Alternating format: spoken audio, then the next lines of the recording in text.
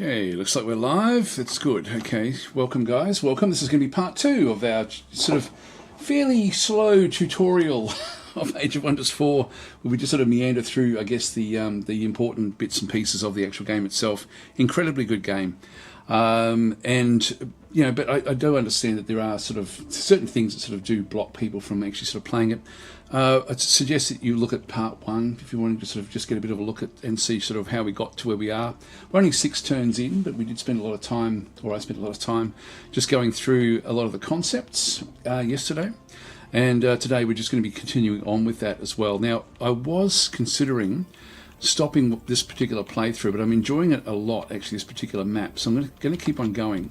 Now, just to go down through a little bit of what we're doing. This is on easy mode that we're playing because this is probably the best way to really get used to the game. Now, that is going to mean that we're going to have less people to fight on these sort of locations. The AI is also going to have less development when we actually do come up against them. The combat itself doesn't change, but the actual numbers of the units actually in the combat will. We've got Alfred Elderstone in through here. We're just waiting for this one to heal up. Now I could go in and bounce in and do this particular battle. I might just do that one just so we get it out of the way. This outpost at the moment is, I think it's building a wall, I believe, and then we're going to make it into a city. So and it's important fairly early on to try to get at least one other city established fairly quickly. Like we've got our main city back over through here, which is called Florin, and we've got an outpost that we laid down here at towards the end of the last session, and so we're just going to make this ultimately into a city. So we'll sort of go through those things, I guess, in today's episode. This is going to be a very, very easy battle. What I'm just going to do is I'm going to leave all of these units inside our borders where we get better healing, and I'm just going to go and grab Alfred, our main hero, and just take him while we're sort of connected to it. I'm just going to move him off into the fight. Now, it'll still mean that all of them fight together, but it will. It just means that he's got more movement, so he can then easily sort of move back in afterwards. In this instance, what I might just do is I won't sort of recap a lot of how the combat works until we go into more complex combat. I'm just going to auto play this one, and if we don't get what we want from the results, then I'll just retry it. So Alfred himself took a bit of damage. That's okay. He was the only one that really did take the damage. So we'll just go and close that one. So sometimes you may decide not to do that, like to actually sort of leave that where it is. Actually, here's Giant's Bane. This is a tier 2 heavy charge strike weapon. And we also picked up a little bit of gold in through there. So we'll just go open the hero screen. And so at the moment he's using a lance, which is a tier 1. And now we have the Giant's Bane, which basically will have, if I press, now with this one selected onto here, I'm just going to go and press the Alt key. I can then look at both of them together. So by pressing Alt, I can then sort of just compare. So the Giant's Bane does extra damage. It does 27 as opposed to 24. The only other thing, extra thing it has is so heavy charge ignores charge resistance. So that's good. And Giant Slayer, so deals plus 40% damage against creatures that are considered to be a large target. So this is definitely a better lance. So we'll just go and grab that one and replace the old lance with this one in through here. So we'll just go and close that one and close there as well. And so that's just an easy way to sort of pick and choose how things actually do work. Now what we're trying to do is we're trying to level up to take over Lover's Spring. So we'll just go back to the city, not to the city, but back to the border, and we'll just sit inside the border for a little bit longer now and just try to get the everyone healed up. Outside the border, you natively heal 5 hit points, and when you're inside the border, we get 25 points. But also with our faction, if we have a look, for example, at these particular units, and have a look at Destined Humans, we do actually have fast recuperation, and so it generates an additional 5 hit points of health on the world map per turn. So we're going to be going up by 30 points. So we're 31 at the moment. We should be 61 after we end our turn. And Alfred, if we have a look at Alfred is at 44, so he should be at 74 for what he does. So 2 turns, and then we're going to be at full health inside these particular areas. I'm just going to go and leave that group where they are and end our turn there. This is now turn 7. here we go. We get like different missions or different sort of liaisons. And so this is Meandor's day. After today's diplomatic negotiations, Baroness Shadi Deshade of Insultur announces that their city wants to celebrate a Godir that they are in awe of, Meandor. So they wish to commemorate the day Meandor became a Godir and intend to make this an annual event. So we can do different things about this. Meandor, I think, where was Meandor? It was from Age of Wonders 2, I think. I think he was. Was he a corrupted elf? I'm not sure. I mean, these are corrupted elves. Meandor inspires us all. I'll sponsor the festivity, so we can provide them with gold to make it go a little bit better, and then they're going to get better allegiance. And so this is actually worth doing, something like this. The Meandor was a fool. And so in this case, it goes backwards. So we lose, actually, if we lose Imperium, we gain allegiance with us through Imperium. Now, I want to keep hold of my Imperium because I want to be building the city with it. So I'm not going to go that way. Teach Isildur about Meandor and his accomplishments. So we lose 12 knowledge per turn for 6 turns. I think I'll go with the money. So I'll just go that way. This way, we're going to end up with a faster sort of negotiation with that particular city. This city is the one back over in this corner over here, sort of like a bit of a death city. God, it's a beautiful game. It just looks so good. Anyway, we'll leave that one where that is. And if we go back and just have a look and just double check. So we thought that he'd be, so 74. So he's got the plus 30 that we thought he would have. And similarly, this one here is at 64. So in fact, that's got a little bit extra than what we thought. You can see there when I hover over that one, fast recuperation of plus 5 and friendly domain of plus 25.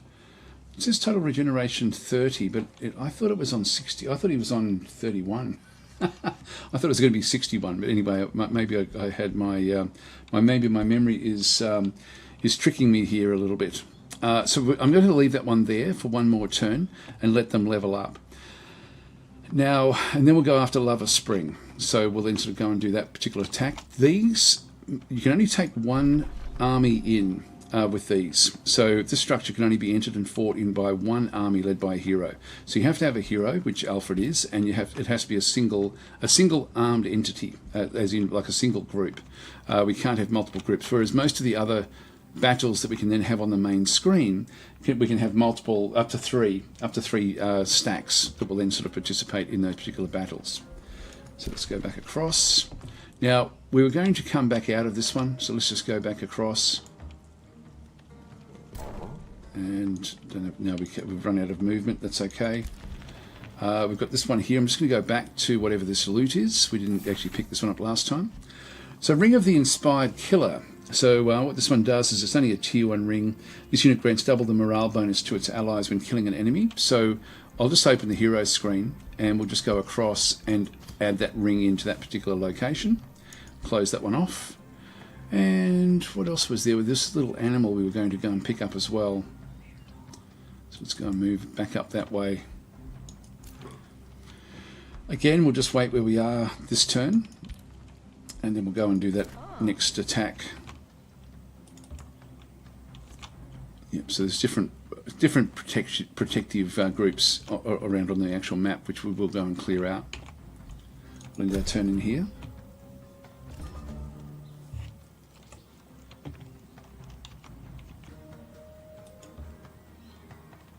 Move that one through. And this one here, we're now everyone's at full strength. So by being inside our borders, it certainly has helped. This outpost, by the way, we can now make it into a city. We can do this in one turn because of the haste berries. If you looked at the end of the last session, this one here, founding, migrating and absorbing cities, takes -2 turns. It would normally be 3 turns. We can do that in a single turn. So we'll actually go and found a new city there of humans. It cost me 200 Imperium. High availability, how are you going? Looks like I'm early to the stream. Yes, I've only just started, so yeah, welcome. And welcome to anybody else that's joined in as well. So I might just put my air conditioner on. I'll be 1 second.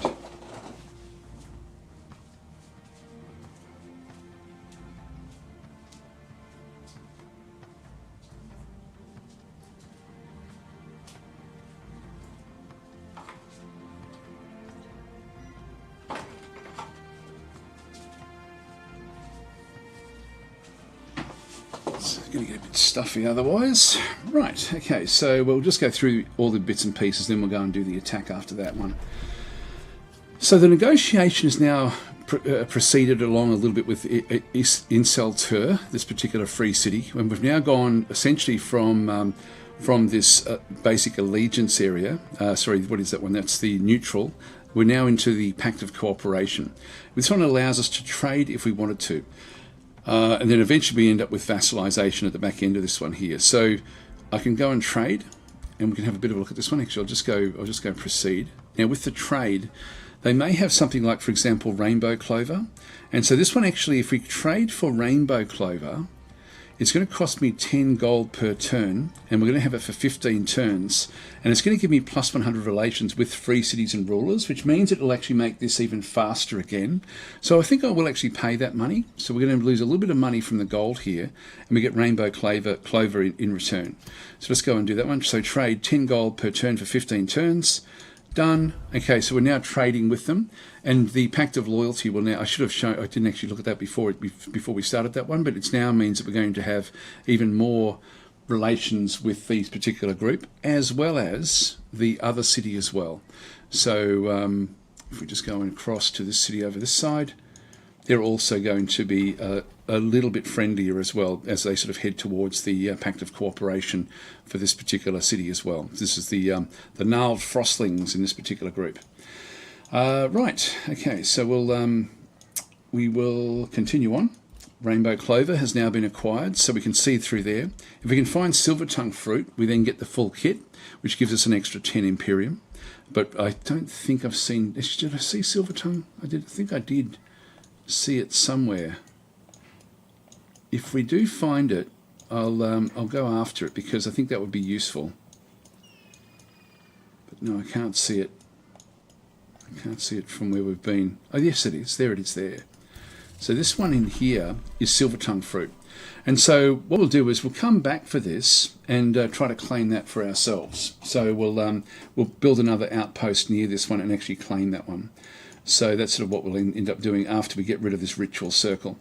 So we've got a bit to do. In the meantime, let's just go back to Florin.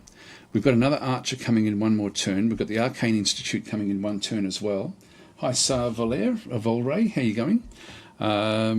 So we'll come back for that one back in through there.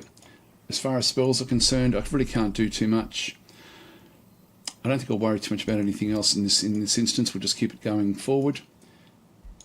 Florin can actually now grab another province. Again, if we have a look to see, is it suggesting anything? No, it's all the same size, so it doesn't really matter where we go. One thing I might try to do is stop them from encroaching too far into the territory that we might want to have. So I will actually go down, possibly grab another quarry from here. Now, we've got the Great Builder's ability, which gives us an extra gold anyway from having quarries. So let's go and build a quarry in there. Just click on OK. So we've got like 3 quarries now, which is probably a bit of overkill. Maybe I should have gone with a forester or a farm or something else, but it doesn't really matter too much. We've got the Arcane Institute. So if we go back across, now we've got the Clergy Commons are boosted. This one will give us mana and gold. And it does give us the Tithe Shrine as well, as one of the abilities we can then go and build. We've got the Blacksmith, which also needed 2 quarries, which we've got 3, so we've got more than what we need through there. That's only for draft, which is not really all that useful. The Academy, we actually require 1 research post to be able to build the Academy, so we can't get that one. The Market is, this one is plus 15 gold. We don't have, this one is not boosted. The castle though is, we're now at level 5 with our population. And so by going to the Town Hall version 2, which is the castle, we get a boost if we're over 5 population. So let's go and do that one now. This one gives us plus 10 gold. We end up being able to annex 1 extra range away from the city. So at the moment we can only extend it 2. So I can sort of extend out to here.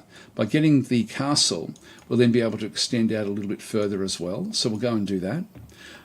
Also what we get is it unlocks special province improvements.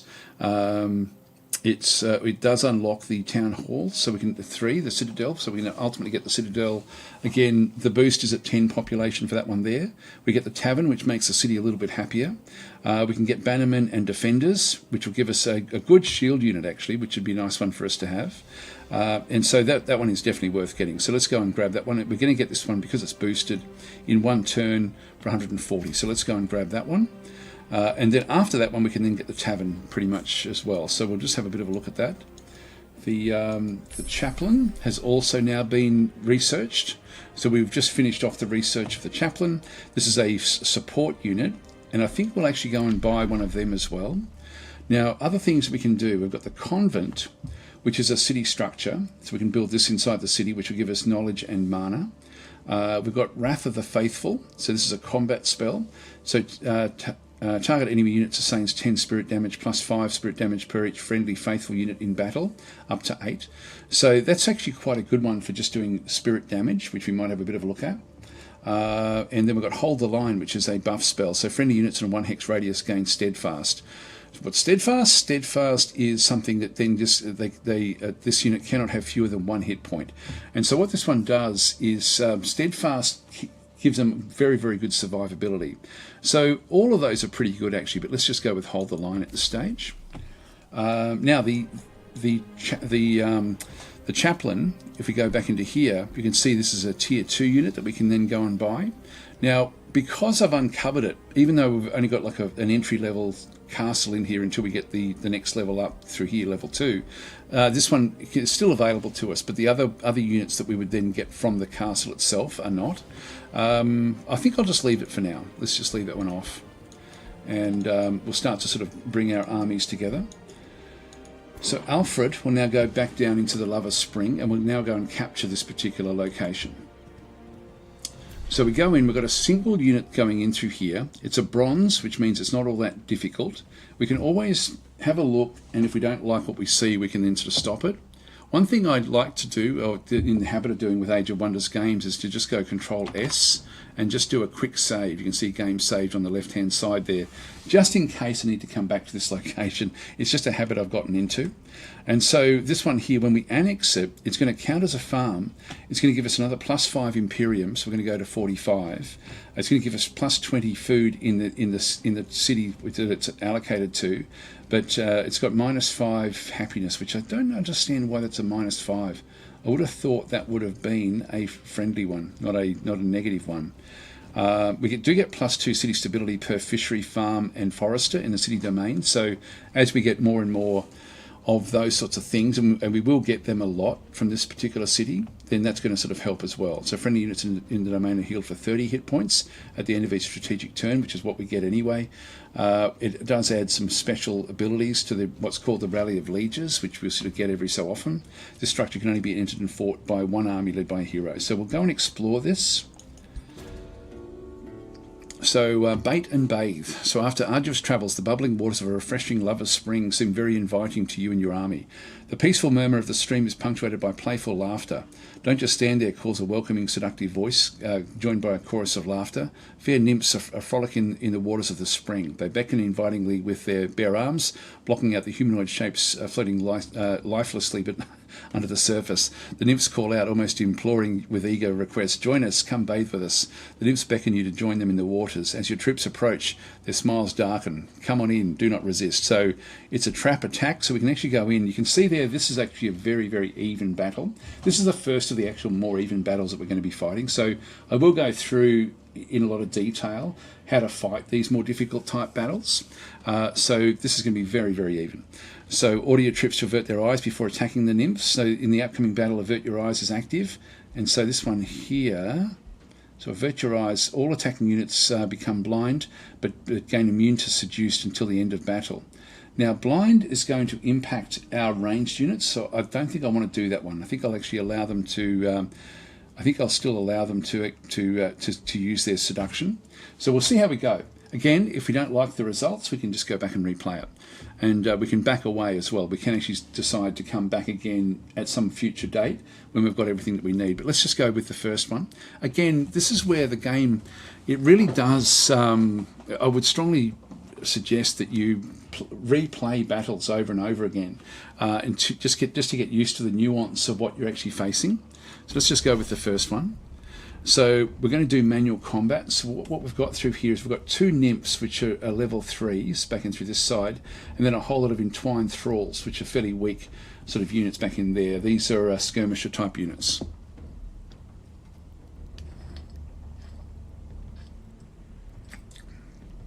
So the nymphs are going to try to seduce us.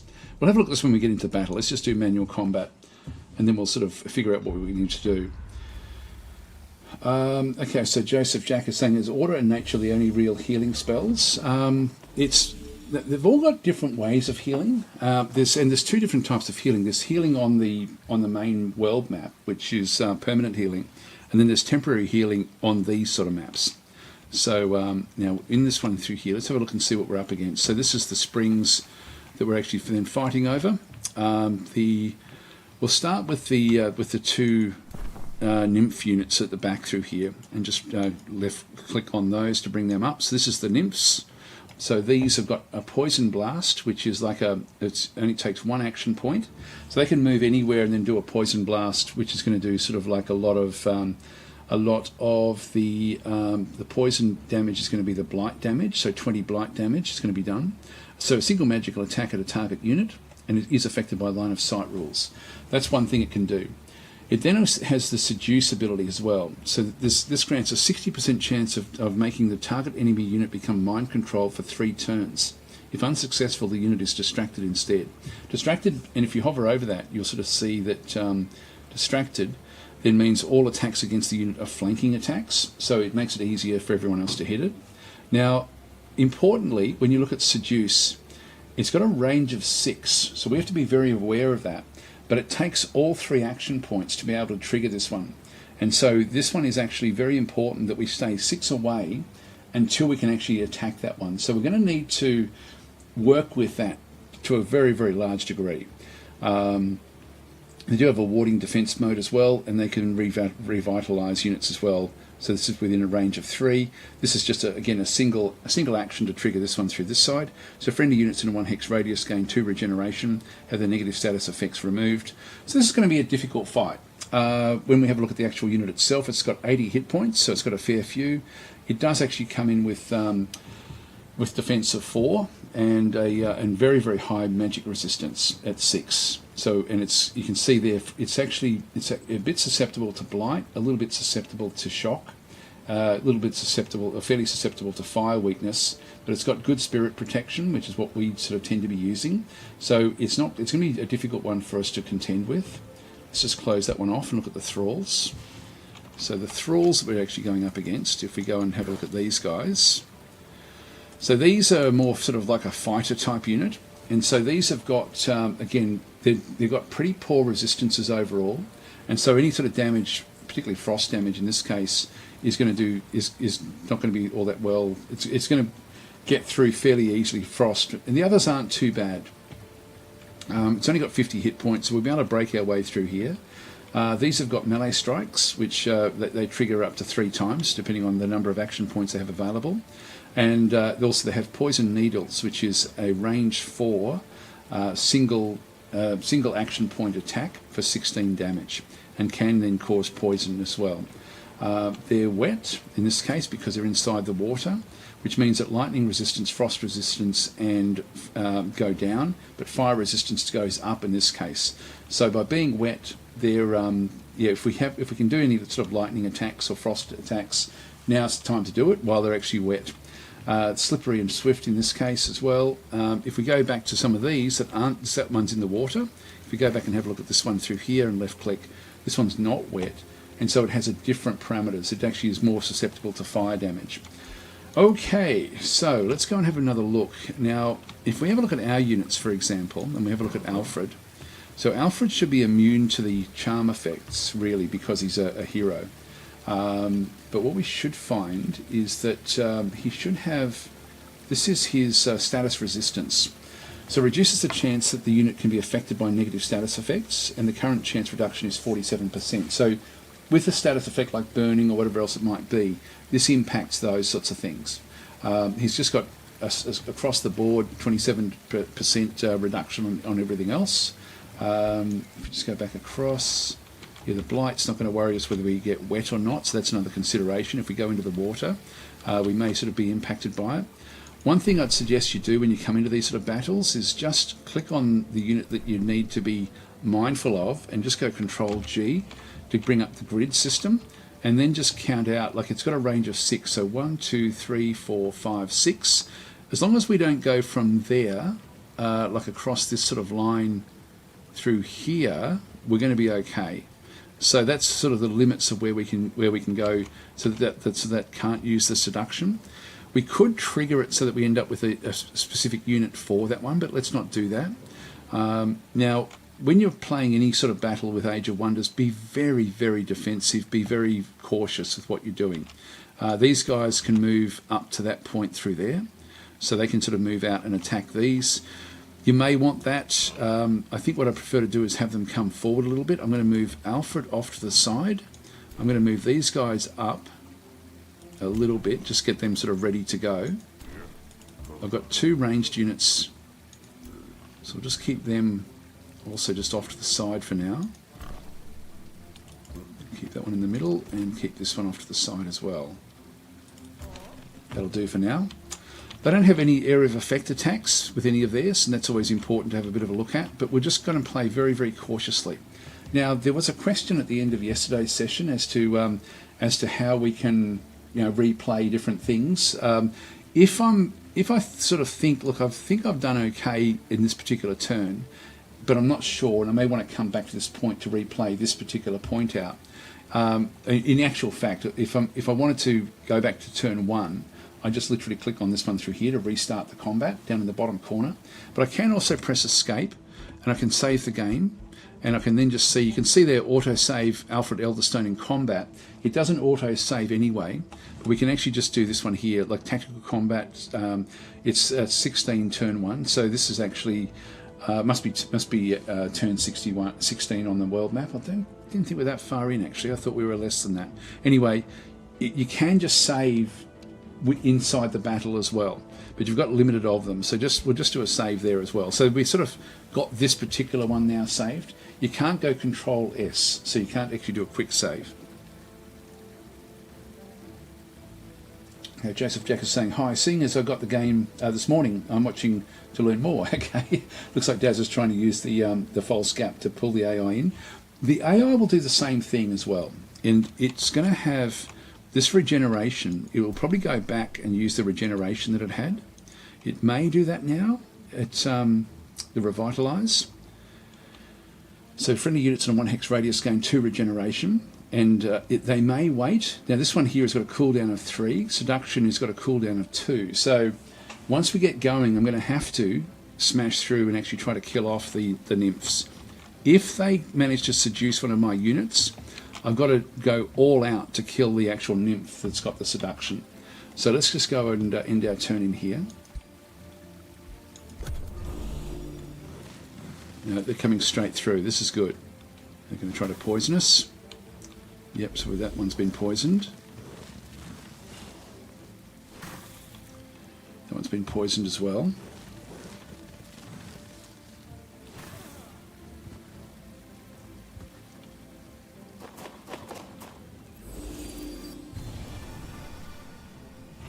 So it just gave itself regeneration.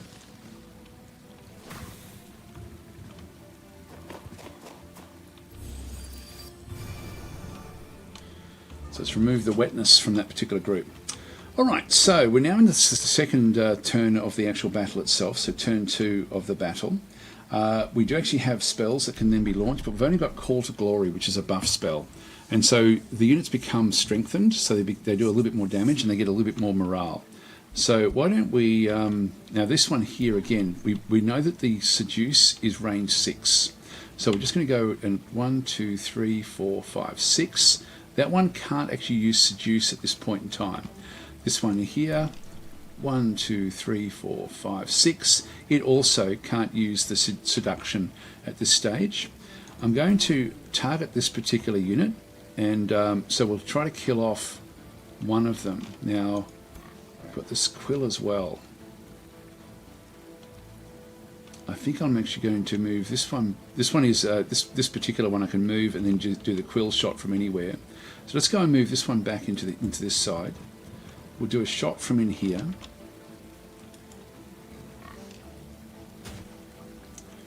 So I don't want to move any of my units up inside the range of the seduction.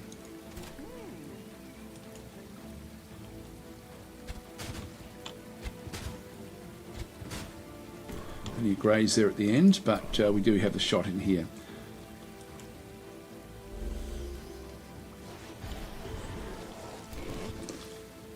Now Alfred can go off and charge into one of these, but I'm going to wait until these guys come a bit closer. What I might do though is just move him up. Let's have another look at this one. So 1, 2, 3, 4, 5, 6. So at the moment we're right on the border. Let's just move this one up 1 and then just leave him in there. So I'm just going to leave everything else where they are. They will get another big attack at me. Now these guys are all poisoned. So if we have a look at these, you'll see they're poisoned for 3 turns. It's going to sustain 8 blight damage for every turn, which could be damaging for us, particularly if they get another poison on top of us again as well. Let's go and use the Call to Glory. So this is the buff spell, and we'll put that one onto this group in through here. So all 4 of those will then go and get it. I could have done this before I started doing the actual what we were doing. And so they've got strengthened for 3 turns. And what this one then does is it's going to then give us so we do plus 10% damage, and we can actually do this one multiple times. And so let's leave that where that is, and then we'll come back and do it again next turn as well. Okay, so that's pretty much everyone that we wanted to actually have move.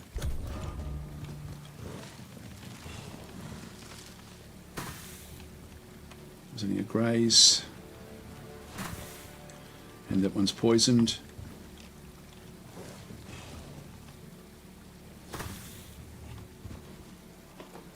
Now we have to go for it. Your greys there. Okay, so we're going to do another one of these spells, Call to Glory. We're going to do the same group again. This will then give us 2 of them buffed on top of each other. So we now have strengthened again for another 3 turns, and if we have a look and see what we've ended up getting, we've got strengthened times 2 for 3 turns. So we now actually have, this is now about plus 20% damage, which may be enough, actually it's not quite enough to sort of smash that one. Now, if we have a look at Seduction again, this cannot be used when within an enemy zone of control, and that means essentially that if we use Alfred in here, they're not going to be able to they're going to have to move off to be able to do anything against us. So let's just go for that one, and we're flanking it, so we'll just come back and start to do some damage that way. Now this one through here, I can't reach that one, and this one now, if we have a look at it, 1, 2, 3, 4, 5, 6. So basically everything in there can be seduced. 2, 3, 4, 5, 6. Yeah, so that's the line that's now dangerous. Let's go and kill off this one over here.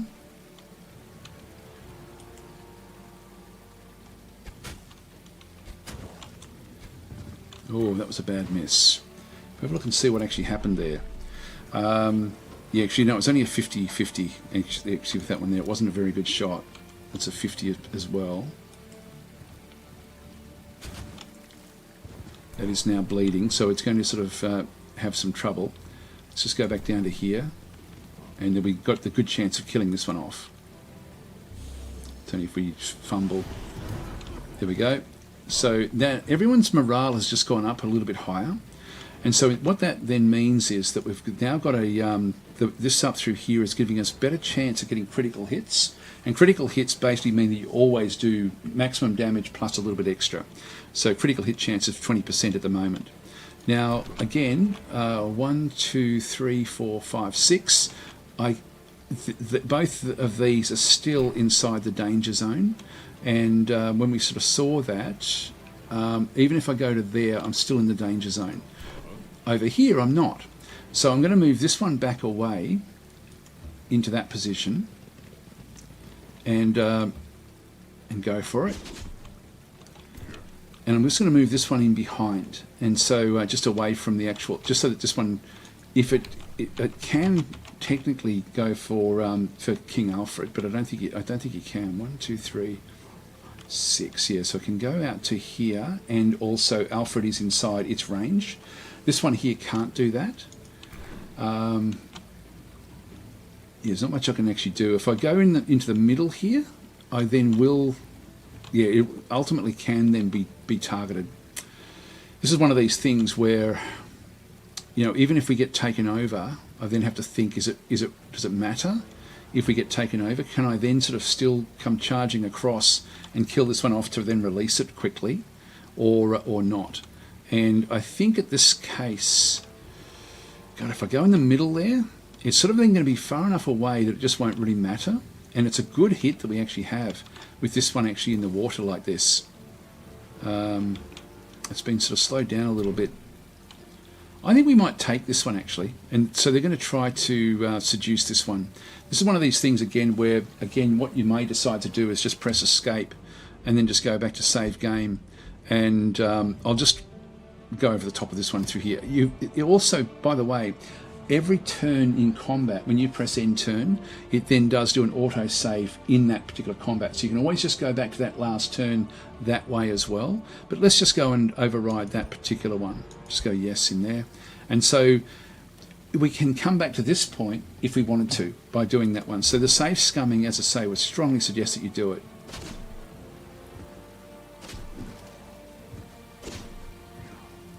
All right, so we've done a bit of damage with those.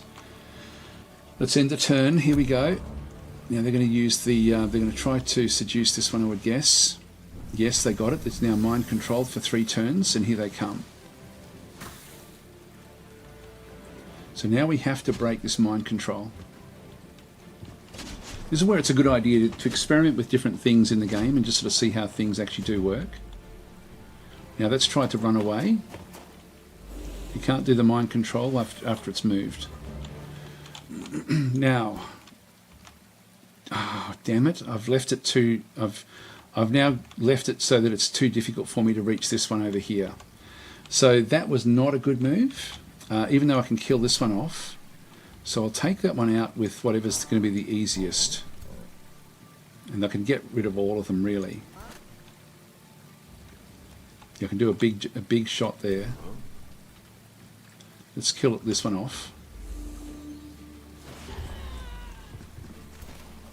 Alright, and we should be able to kill this one off with our ranged units. It's a critical hit when it does that sort of shake, which means that we're getting extra shots. We killed that one off as well. Now what we should start to see is that they should start to want to run. And if we have a bit of a look at this, we can see that their morale is starting to drop. And this is important in the game. Damn it, I didn't do that one well enough. I'm going to come charging through this other side. I'm going to bring Alfred across there. He's now wet.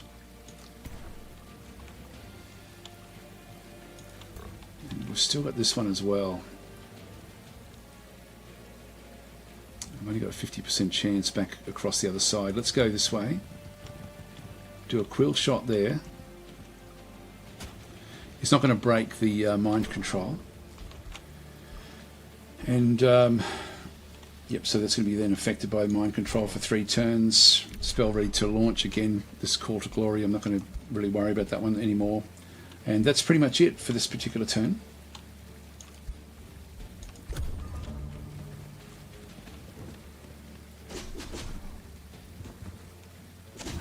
Now we just lost a unit, so that was not a good move, what we just did before.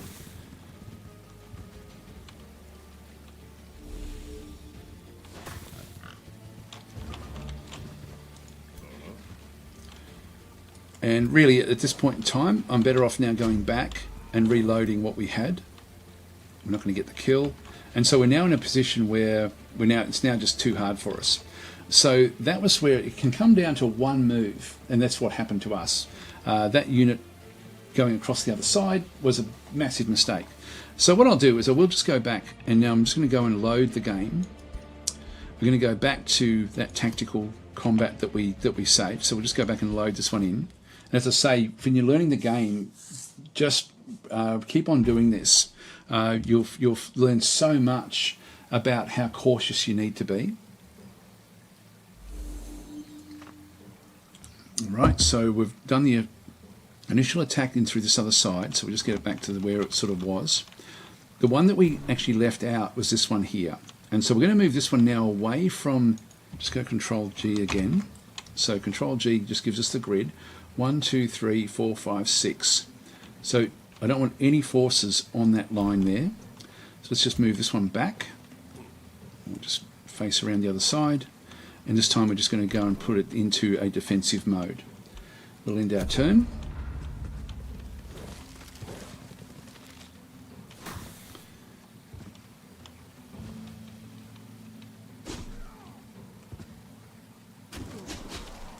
Have to be a bit careful of this particular group.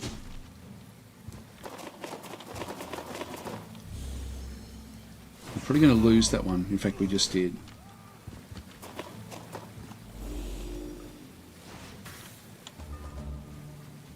But we would have lost a lot more. Now we can kill this one off.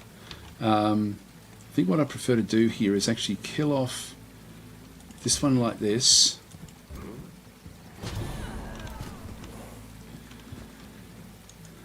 Then we've got this one here does have seduction again at 6. So 1, 2, 3, 4, 5. Pretty much no matter what we do, they're going to get something from us. So let's just allow this to happen this time. We're a little bit further around this time around.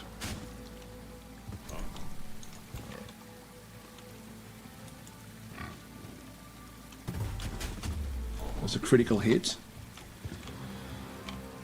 And I can't actually reach that one there, but I can kill this one off. I can kill that one off. There's this one here. 1, 2, 3. Actually, I can actually reach that one with this unit, so I will do that. I'll move this one up to here. Kill that one off.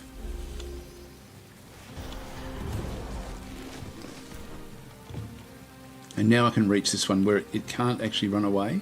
So I'm just going to go up and I'm going to protect myself rather than actually attack. The choices I have at this point in time are to attack this one and hardly do any damage at all, or just to sit here, and if I attack it I can then be flanked, but if I decide not to go into defensive mode, this one has to then move away from me. It can't use seduction. You can see there it says in red, in enemy zone of control, and so that stops it from using the seduction. And even though we've lost a unit, I'm actually happy with the results here. So we'll end our turn.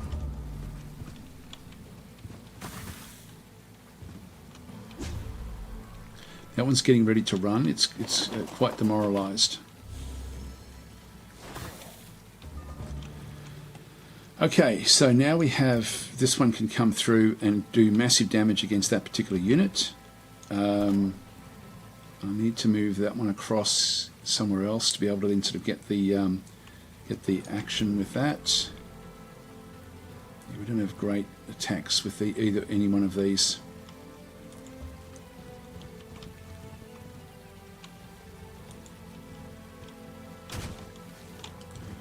That was good. It's a 70%, 90% from back in through here. Let's just do that. That's going to kill that one off. And then this one may force the morale to drop enough. Oh, it's still alive. Let's go and charge into this one here.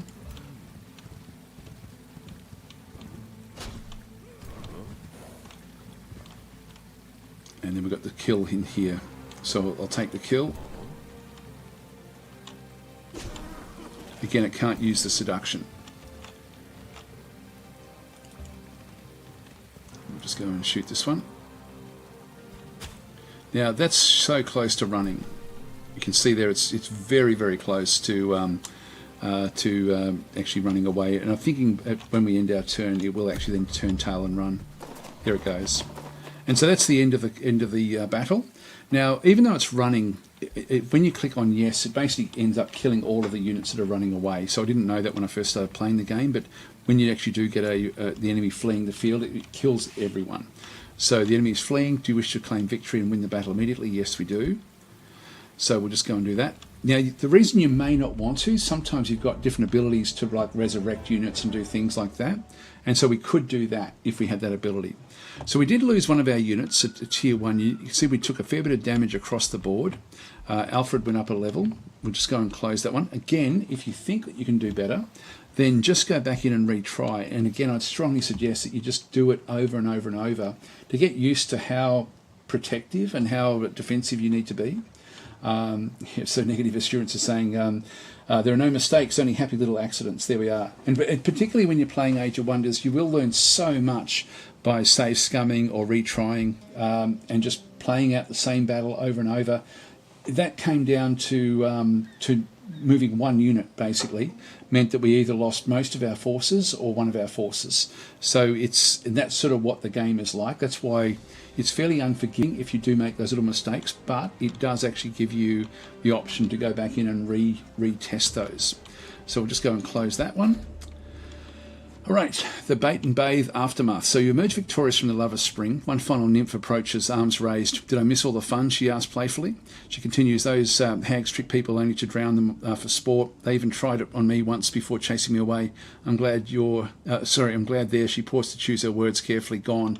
I'm not like them. I've always wanted to leave this Lover's Spring and learn about the world rather than drown everyone. The nymph smiles. I don't have much I can offer. You accept my gratitude, O King. This Lover's Spring is yours. So we can do different things with this one through here. And so all the units in the current army gain increased morale. That's one of the results. We have, I'm only interested in riches. Your treacherous sisters looted. So we can click on this one to get 205 gold. Now we don't have much gold, but that would be okay. I'll take the fruits and plants you grow here. This one will actually then go and gain another population in Florin, which is also fairly useful. Or we can have the nymph come and join us. Then you can learn all that you desire. So we gain a nymph unit. Now this is a tier 3. This is going to be our most powerful unit basically. And so we'll definitely go this way in this case. So we'll go and grab that. Now, a lot has happened here with this right now. What you'll notice is there's a little red dotted line. Now, we have our main colour for our faction is red with yellow. And so it's telling us that we now control this particular location. So we have control of it, but it's not assimilated yet. So even though we control it, we don't actually we don't get the benefit of it. Now, when the city expands, we'll then be able to connect it all up. And so if I just go back and click on some of these, if I grab this one here with the gold, I can then ultimately get that the next one around and have the Lover's Spring then become part of this particular city when this one does become a city. I'm just going to move this one back away now. It doesn't work as a border, so we don't get the benefit of it healing up our units. So we're not going to get the healing ability. So she's now come in. So we've got the she's now a tier 3, and again you saw how impactful that seduction can be. Like it's very, very powerful. So Samantha Jackson saying, how should your armies be set up? Like 3 melee, 3 ranged with the support? Well, you only got a total of 3 anyway. So what I tend to do is I like to have a couple of, at least 2 sort of protective units. Not so much the pikemen. I do like the shield units if I can get them, as long as they're powerful enough. The support units I tend to find is probably the weakest, so I like to have a couple of ranged units, a couple of these units, and then whatever else I can get, basically. So in this case, I've now got another support unit, but she's going to do okay with what we actually need to then go and do. So, and he's also like an actual melee unit in this particular instance. Let's just go back through. Negotiations succeeded back over here at an Insulteur. Notice how it's now gone green. And so this one here, the Pact of Cooperation, the Free Cities opens its borders, trading is enabled. Up to two resource trades are available now. So we had one before. Magic materials can be traded. Actually, this is the same one as we had before. We already have a trade going. Yep, we've already got the active trade going. So sorry, I thought it had gone to the next level, but it hadn't. Your ruler is now leveled up, so he's now gone to level 4.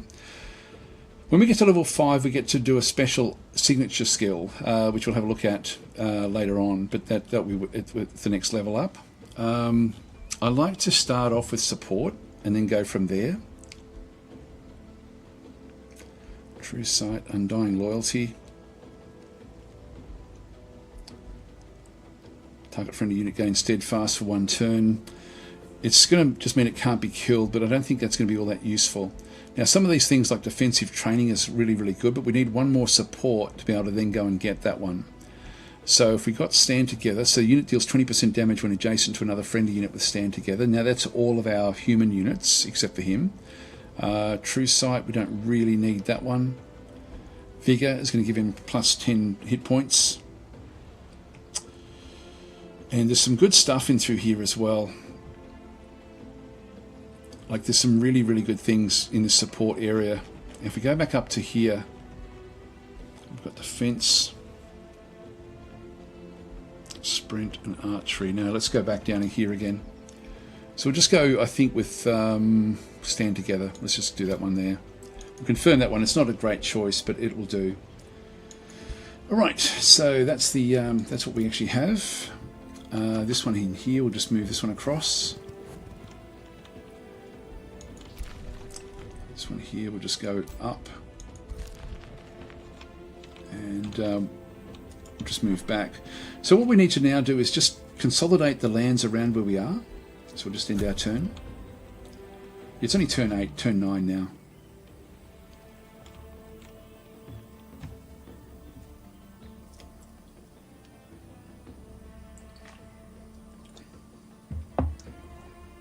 So Joseph Jack saying, I like range units, but use that tactic in Age of Wonders 3. Yeah, the range units are very, very good. I do like them a lot, actually, in the game. So we've got ourselves a goodie box in through here. This is a small animal of some sort. A Dread Spider hatchling. Now what you want to be doing with these is actually getting them leveled up to level 3, to champion level, and then they evolve into a level 3 spider. So Dread Spider hatchling will take the reward, of course, and so this is it in here. Very, very weak initially. If we have a look at it, it's only got 50 hit points. It's got it's only costing me 6 gold per turn, which isn't too bad. Melee strike, defensive mode, yep, that's all okay. It's just a basic fighter unit. But when we hover over this one through here, you'll see that it evolves into a Dread Spider Matriarch at champion level, which then actually has a lot more melee abilities. It then can then cast, hang on, what does it have when it levels up? It can spawn another hatchling itself during battle, and it also then can cast a web. So we're just going to keep this one around. Now, one thing I've noticed is we're going backwards with our mana now. So we actually have a bit of a problem. The unit upkeep is now costing me too much, and that is because of this unit in here. So this one here is actually costing me 20 mana to keep this particular nymph. So this becomes very expensive for us. That's going to then dictate what we do over through this side. So we're going to ultimately, as soon as this one actually goes up a level, so we now have a city over through here, Equilon. We're going backwards at 4. Now at the moment we have another spell which we cast on this city over through here. So I'm just going to even this out now. And if we go across to our spell casting, back over through here, the spells that we actually have available, we can then have a look at active, and you can see there we 4 of it's being drained, and that's Faithful Whispers has been targeted on Insulter. I'm going to get rid of this. So this way we're not going to go up as fast, but we save our mana. So we'll grab that one, abort the spell, yes, and then we'll just close that one off. So we're now back to 0. So, but we need to have that positive if we can, and fairly highly positive as well. Let's bring everyone back, and then we'll start to just clear out the area around where we are. Now there's another area back over there, but we need to get these guys healed up. Actually, that one did heal up pretty fast inside there. I didn't think it did inside this territory. Hang on, let's have a look. Actually, yeah, it is doing the 30 there. I didn't think it did. I didn't think that counted as friendly domain, but it does. Let's just bring these across. So we'll just merge those, and then we'll go after this one next. And we'll just start to bring these back up just to replace some of the other units that we've actually got. So Hasteberries were now acquired. We already had them before from when this was just an outpost. So we still need to go and get the other one down over here. So we'll start to move across for that one. Now, when we get a hero, when we get a city, every time we get a city, we get a hero. So we can get more than what we actually can more than the number of cities that we actually have, but it then costs us extra gold. So just be aware of that. The thing I like to look at with these is what they bring in here. So this one here is an inspiring killer. This unit grants double the morale bonus to its allies when killing an enemy. Also, this one's going to cost 250. It's coming in at level 3, and so it's only good inside battles, but some of them are good outside of battles as well. We've only got 4 to choose from. This one here is also an Elven Overseer. There's a War Mage, so magic attacks deal plus 10% damage, so it does a little bit extra damage itself. This one through here is a human. It's only level 1. It's going to cost 150, so we've got to bring this one up through the ranks. This one is a Duelist, and so against heroes, this unit deals plus 50 damage. It has plus 3 defense and resistance, and Militarist. So while the army leader, all shield units, polearm units, shock units, and fighter units in the army gain plus 1 defense. That's pretty useful. Like that's a pretty useful skill to have across a stack. And then we've got the next one, which is a Nature Adept. And so in this case, this unit has plus 3 Nature Affinity. When governing a city, the Empire gains plus 3 Nature Affinity. Now, this is actually probably the ones that I'm going to go with, actually, because what this one does, it will then change our plus 1 to plus 4. So we're going to go that way. Now, as I say, we can get more than what this is the recruitment that we actually have. These 4 heroes are the only 4 that's available to us at the moment. As we get more cities, more will become available. So we've got... These have come from from Insultur. This is where they're from, and these other guys are just unaffiliated, but these are destined humans. So these are the same group as what we actually are. So I'm going to go to this one here with the Nature Adept, and then use that to then start to go through the nature areas. Just read a few more of the comments there. Joseph Jack saying W3 are used, it must be Age of Wonders 3, are used for 4 ranged units in a stack. It really depends. The ranged units can be very good in this game. So Gratian saying, don't rout units disappear for a while then return to a friendly city. I haven't found that. You can play a way where that's what happens, but I didn't think it did. Maybe it does, actually. You may be right. Maybe you're right. Actually, I haven't really had a good look at that. I'll have to look out for that. Thanks for highlighting that. Actually, it's I'll have to look into that. Actually, I assumed that they didn't, but you could be right because sometimes they just disappear and that's it. Anyway, they won't do it for when the AI runs like that. But when you're playing another faction, you're probably right. Let's go and inspect. Let's inspect this one. And so this is going to be a ranged unit that will come through. It's got Archery 1, so it's only level 1, but it's that bonus is what I'm really looking for. So I'm just going to go and recruit for 150. So she has come in up through here, and she's also picked up that other group in through this side as well, the archer that was back there as well. So we've now got a level 1 back in through this side. So that's where she is. We don't actually have any other. We've got the lance, we've got the whirlwind blade. Let's not worry about it. Let's just close that one off for now.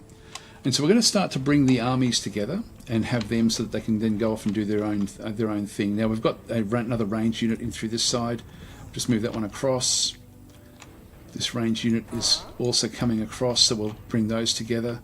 This one will come back in as well. Let's just go back into here. Okay, we've now got, if we have a look and see what's actually happening through the side, we've got 208 left. Let's see what we've actually got through here. Florin produced the town hall, the castle. Florin produced the archer, set production for Equilon, set production for Florin. So we've got a fair bit and no governor set for Equilon. So let's go across. Equilon has now been founded, so we go across to here. You can see there's nobody in charge, and it has to be one of our heroes. So let's just go across. The only one that's not in charge of an area, and you'll watch this at the moment, we've got +1 nature affinity. By selecting that one through there, we then will have +4 total through there. So that's going to boost our nature side of things. So it's a nice little free boost along with the development through the Imperium. So she's now in charge of Equilon. We need to start to go and build up the different places. So we've only got 208 gold at the moment, which is not very much. We need gold, we need mana. If we go back across into Florin, and just see what's boosted. Now the Clergy Commons, we can get this one for, get some mana and gold from that one. And that one's boosted, so we can get that in one turn for 42. I like the idea of that. Also, we'll have a bit of a look down and see, we can also get an Abbey for in one turn, costing 60. And this will give us knowledge and +3 knowledge per adjacent farm. Now we don't actually have any farms, so that's not going to help me. And then the Levy Camp is +15 food, and also +5 food per adjacent farm. So not really going to help me all that much for either one of those at this stage. These are the special province improvements where we replace one of these. Let's not worry about those for now. Let's go back up to, we want to save money, so we'll just go back and get the Clergy Commons. I won't get another unit just yet unless I've got money left over. So that's that one. Let's go back across into here and go and select. Now this one here we don't get any savings from, so we're going to ultimately end up with probably, well, a farm, I think, because of what actually happens in here. This one here will definitely go for a conduit. So the Clergy Commons will be a quarry, the library will be a forester, storehouse will be a forester as well, the vendor will be a farm, the workshop will be a farm. So we're going to end up with a farm in here, I think. I can build a farm there ultimately, but I want to have a conduit in here to get the mana first. So I think we'll just go with vendor, which will then just give me +10 gold income. Gold is actually or storehouse. Maybe I'll go storehouse actually and get the food income. We'll go that way. 6 turns for that one. We've still got 106. Now that's going to give me the ability to go and grab another unit back in through here. Now the draft that we have in here is +31. Back in Equilon, the draft is +42. Actually, so we can actually do more draft from here than we can back at the capital. So in that case, we'll have a bit of a look. We can get a scout. Sorry, we can get any of the tier 1s in one turn. I can afford a chaplain here as well. Or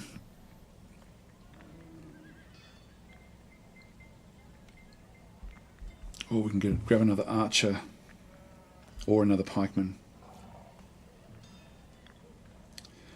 Yeah, a pikeman would be useful for that other stack.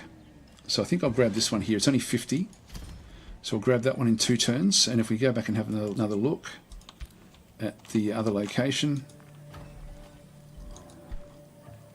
Yeah, 2 turns for a pikeman here as well. I don't know if I want another scout. I think I'm happy enough with just getting... actually, I think I might just leave it where it is at this stage. We really are running out of gold, and we don't want to go. We want to have a fair bit saved up for what we're doing. Orders required. Okay, so we'll just leave this one in here just to heal up a little bit more.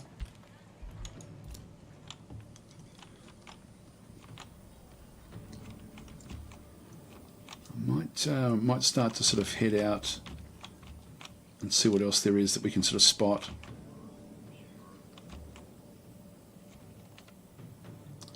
Have we been underground here? No, we haven't. Let's go underground here. We'll bring this one across to join up with the other armies. We'll go turn there.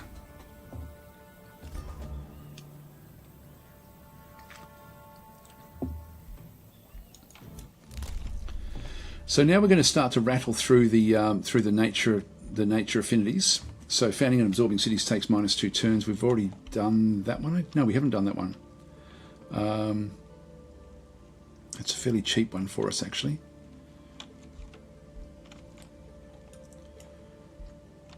I might grab the next Whispering Stone.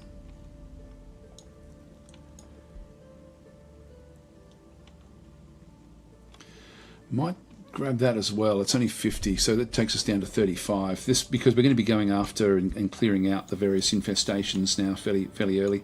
These are not infestations, but these down in here are. So we'll go and start to head across that way.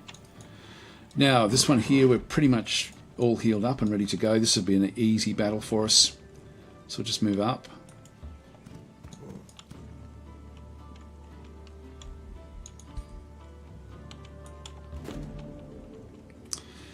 Alright, so occupational hazard. As your troops approach the band of mercenary guards, they raise the white flag, blah blah blah. So we have no quarrel with you leaving peace. So we can, what about change your contract? So we can lose 112 gold and we gain a chaplain unit. Let's do that one. We can go this way and go more good, but let's actually go and do this one here where we basically end up with another tier 2 unit, which will then sort of come and join us. So that's worthwhile. And we'll move this one back. I think we'll move across, straight across.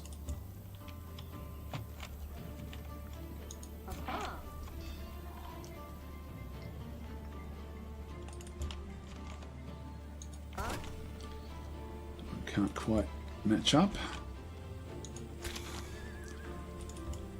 Move that one up as well. So we'll bring them all together as a big stack. This one here we'll just keep on scouting out.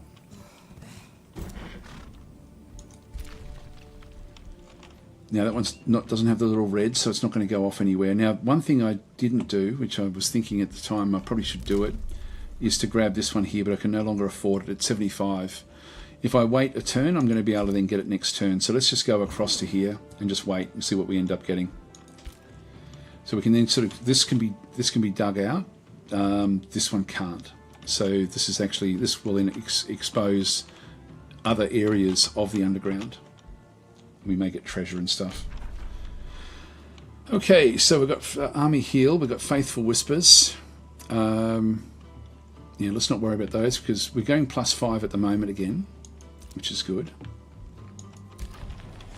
So Florin produced that clergy. We've got down to 31, which means we're not going to be able to do anything.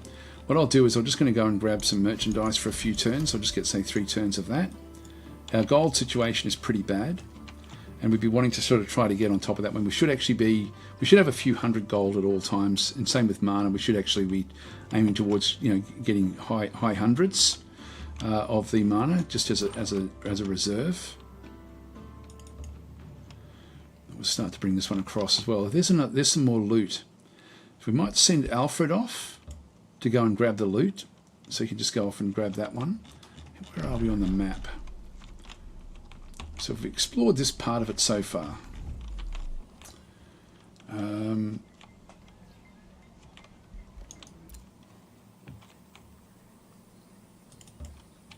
By the time he comes across, we'll be sort of coming out through the side here.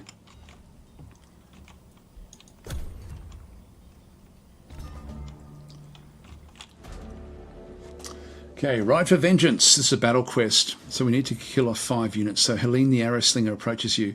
I was a lonely child, she explains, and you realise you're in for a long story. So blah, blah, blah. Will you help me kill the vampire spider hatchling to get my revenge? So you shall have your revenge and either head of the vampire spider hatchling. So this one gives us like different sorts of rewards, and these are worth doing. So we'll definitely go and do this one here. So to find out where they are, we just go and click on this up through there, and that's great. They're right where we wanted to go anyway. And so we've got the various spider hatchlings in through this side. I'm still going to go off and grab this. The visor of Farsight, so we'll take we'll open the hero screen, and we'll just give him this particular one. Gives him +1 defense and +1 vision range. So we'll close that one off. And so he can now see a little bit further afield. There's another underground passage back over there. I'll just combine these for now. And, there's another stack over there.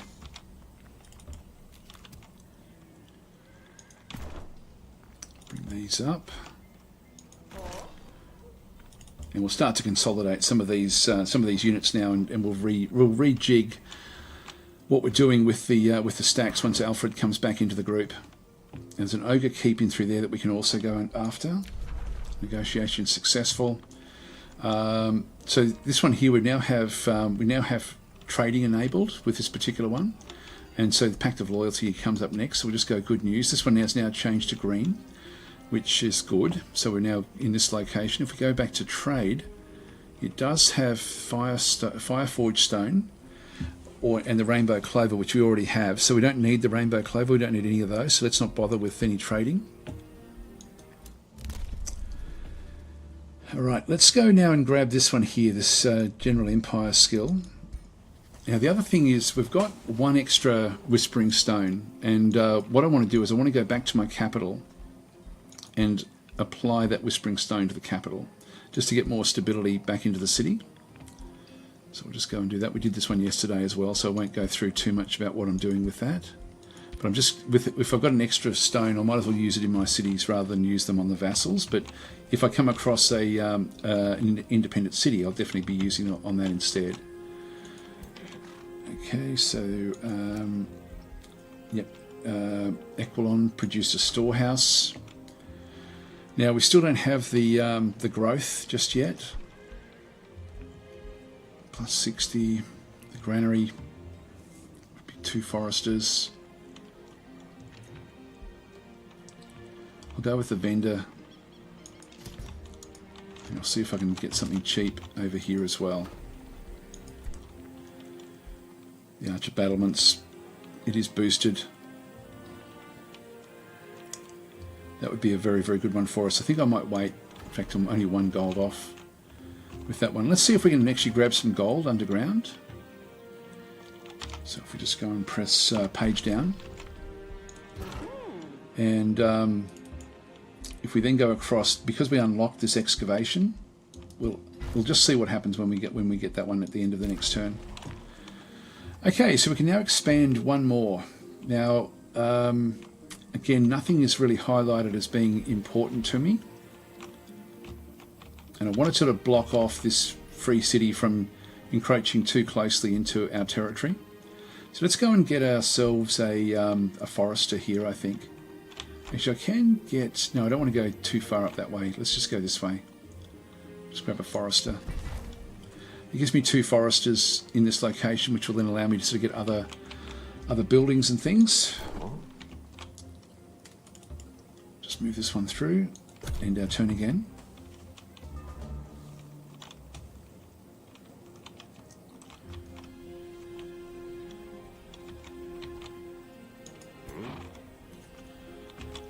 So I can move out to there. This one... Let's just move this one across to here. Actually, he can get there as well. I'll put Alfred there. So we'll start to sort of mix these up now. So Alfred can have her, that one, the archer, one of those, and the chaplain. Let's just go that way with him. Now he also, I don't think we can actually bring this one across. Yeah, that one's not going to quite make it. I'd like the spider to be with him as well, but we're not going to really be able to do that one just yet. So let's just go in with these. Because he's got the ability, if we just have a quick look at him again, we've got Experienced Leader, which we applied to him, which gives +2 experience per turn. And we'll do the same thing with the other leader as well, just to help upgrade all of the units that actually that travel with him. So we'll just go and grab those 5. Then we've got this group as well. So we're just going to go back across.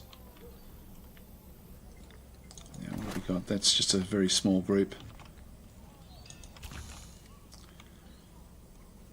I don't think 1, 2, 3. Oh, we may be able to get that one.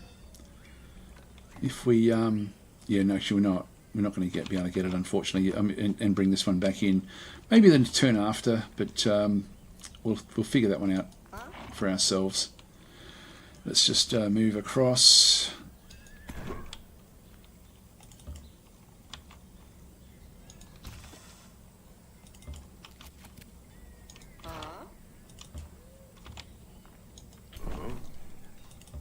There we are.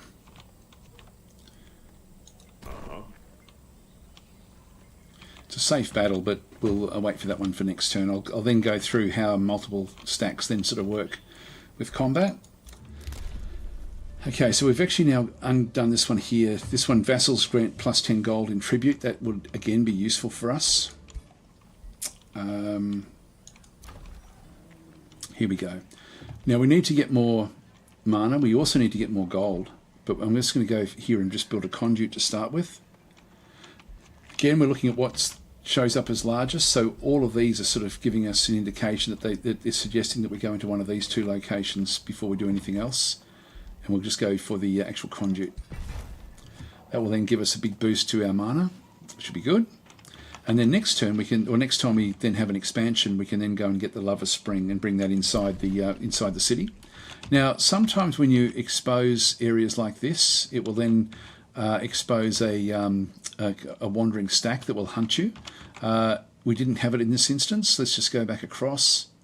If I just go and click on this, we can see there that there's a, if I go to there, I can actually go and aim for that one through that side. So let's just go to here and do the same thing.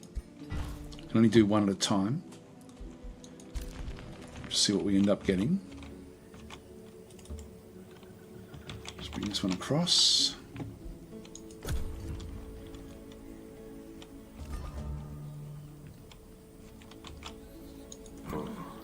Now if I bring this one down, I'm going to have all of the stacks coming into that can actually then attack this particular group. So let's talk about how battles actually now work with multiple stacks.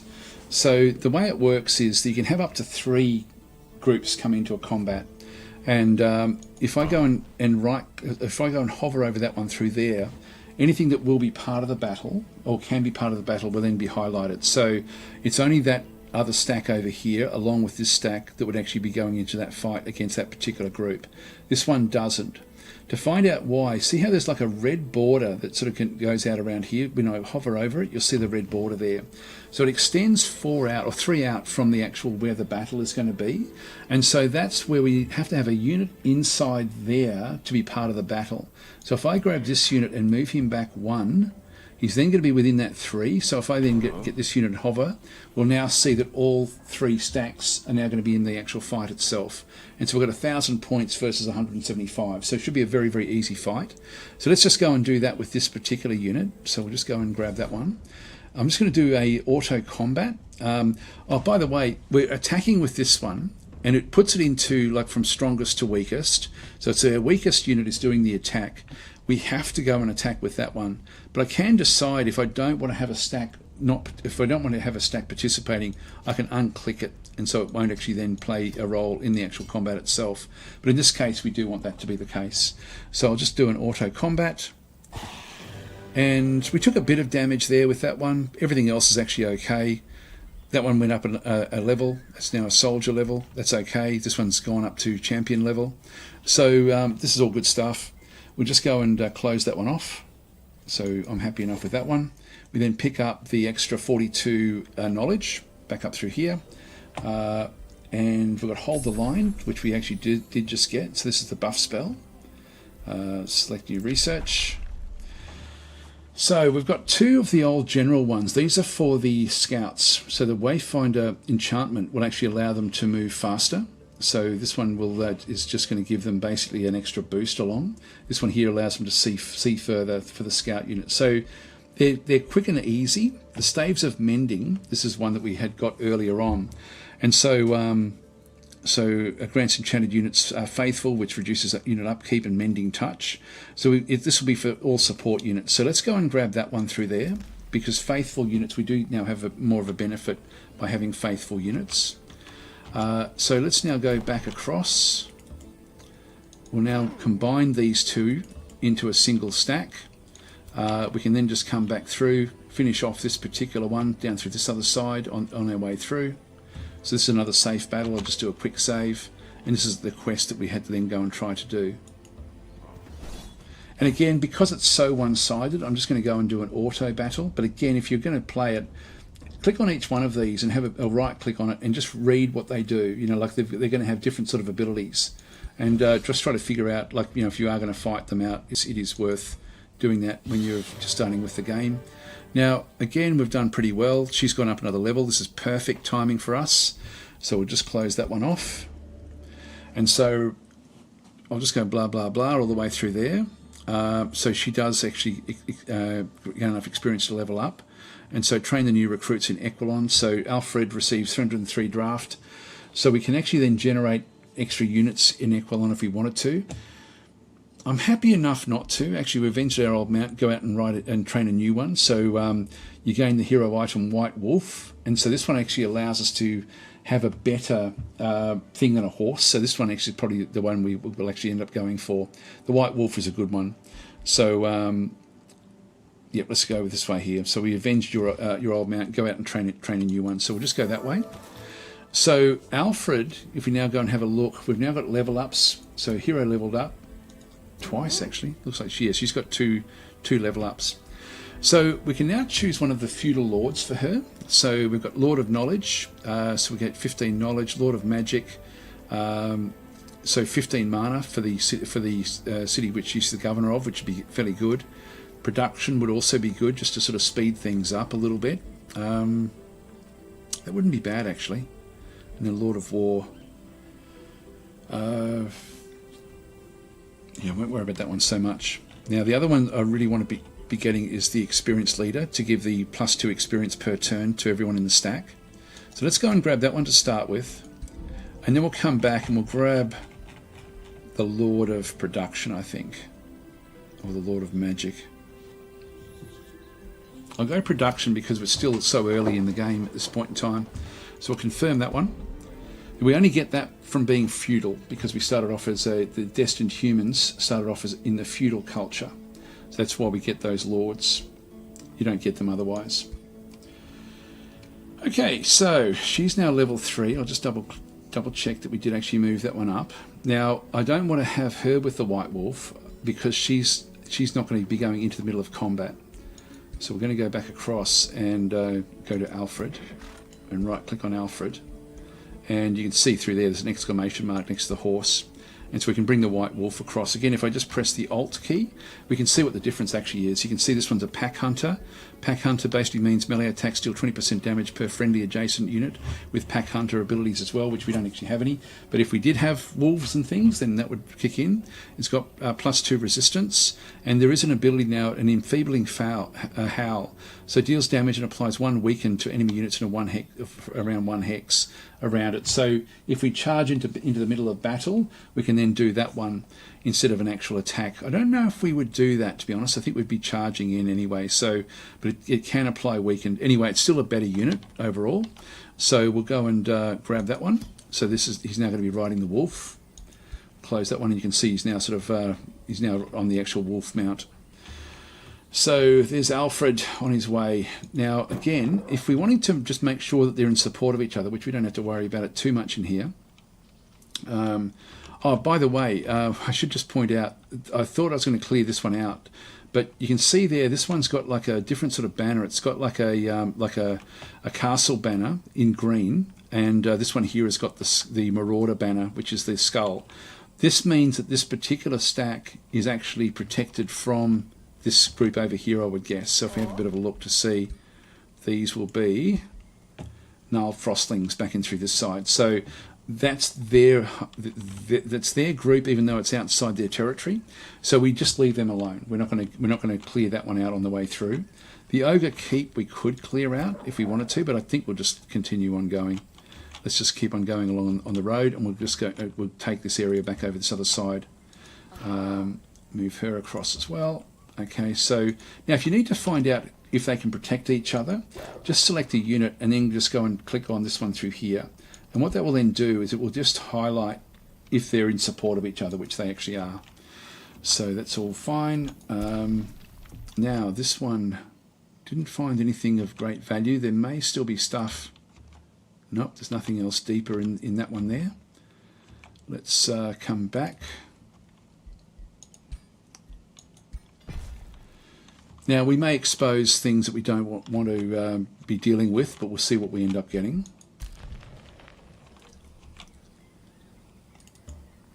Now we can come through here because we're now on friendly terms with Gardheim. Now we've got 249 back up this way. So we'll come back across, and we'll just keep on going with things like the granary to get the extra growth. That would be a good one for us. That one's boosted. And the Tithe Shrine as well is also boosted. Might throw both of those in just so we can get them queued up. And at Equilon, We've still got 2 more turns before the vendor comes.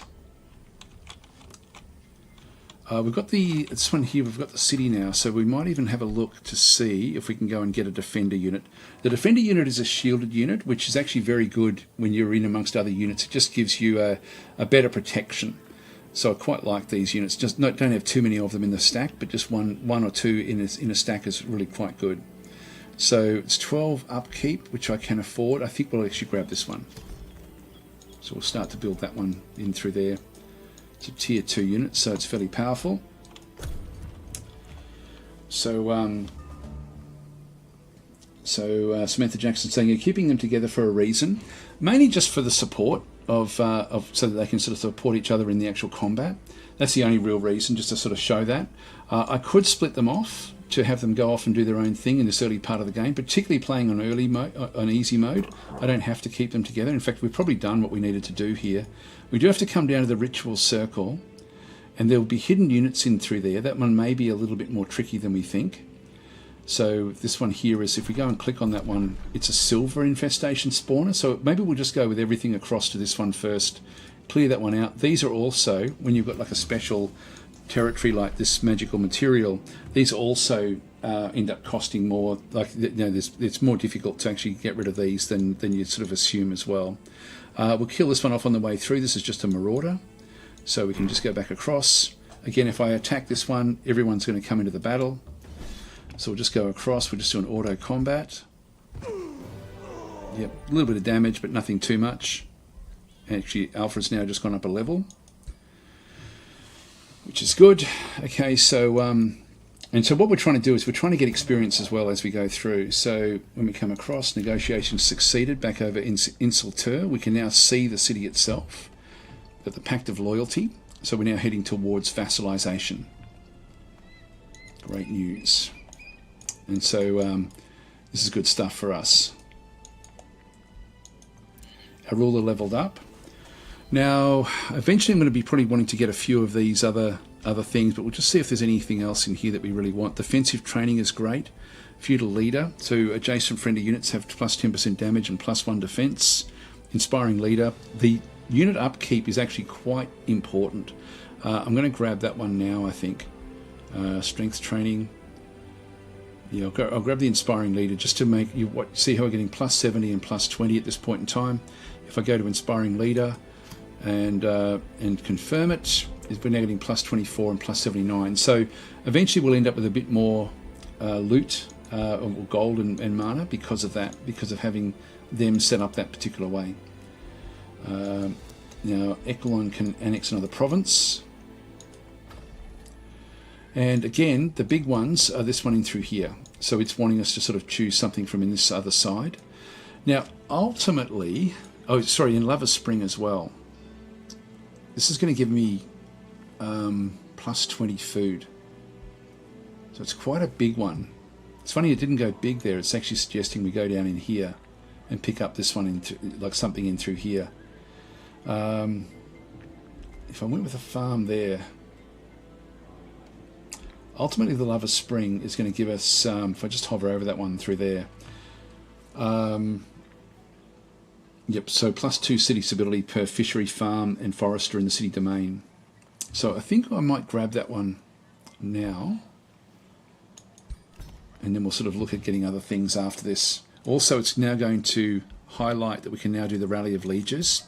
Now it's going to be another 7 turns before we can actually go and do this, but we're then going to be able to start to get units from that particular unit or that particular area.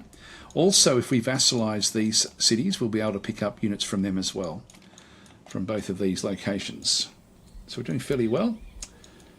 Eklon produced the vendor, got 97 left over. We do actually have the workshop, which is now boosted, so we'll go and grab that.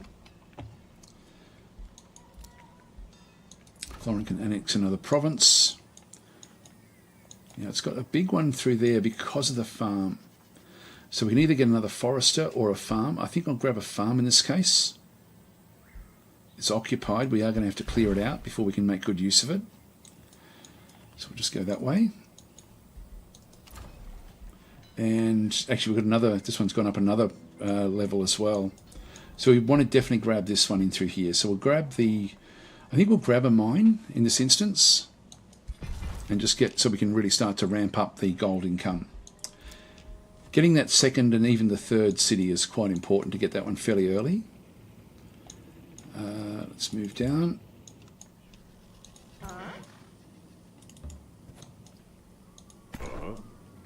I might, yeah, I'll keep this one going with it. Now that didn't sort of didn't expose anything much really. So let's just keep it going.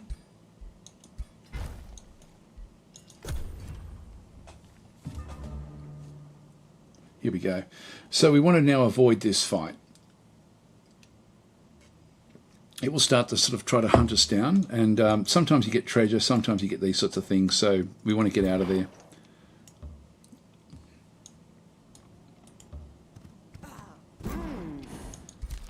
Just move away. All right, so we've got the, we're going to be coming through now and taking all of these. Spells are ready to cast. We don't need to do anything with those.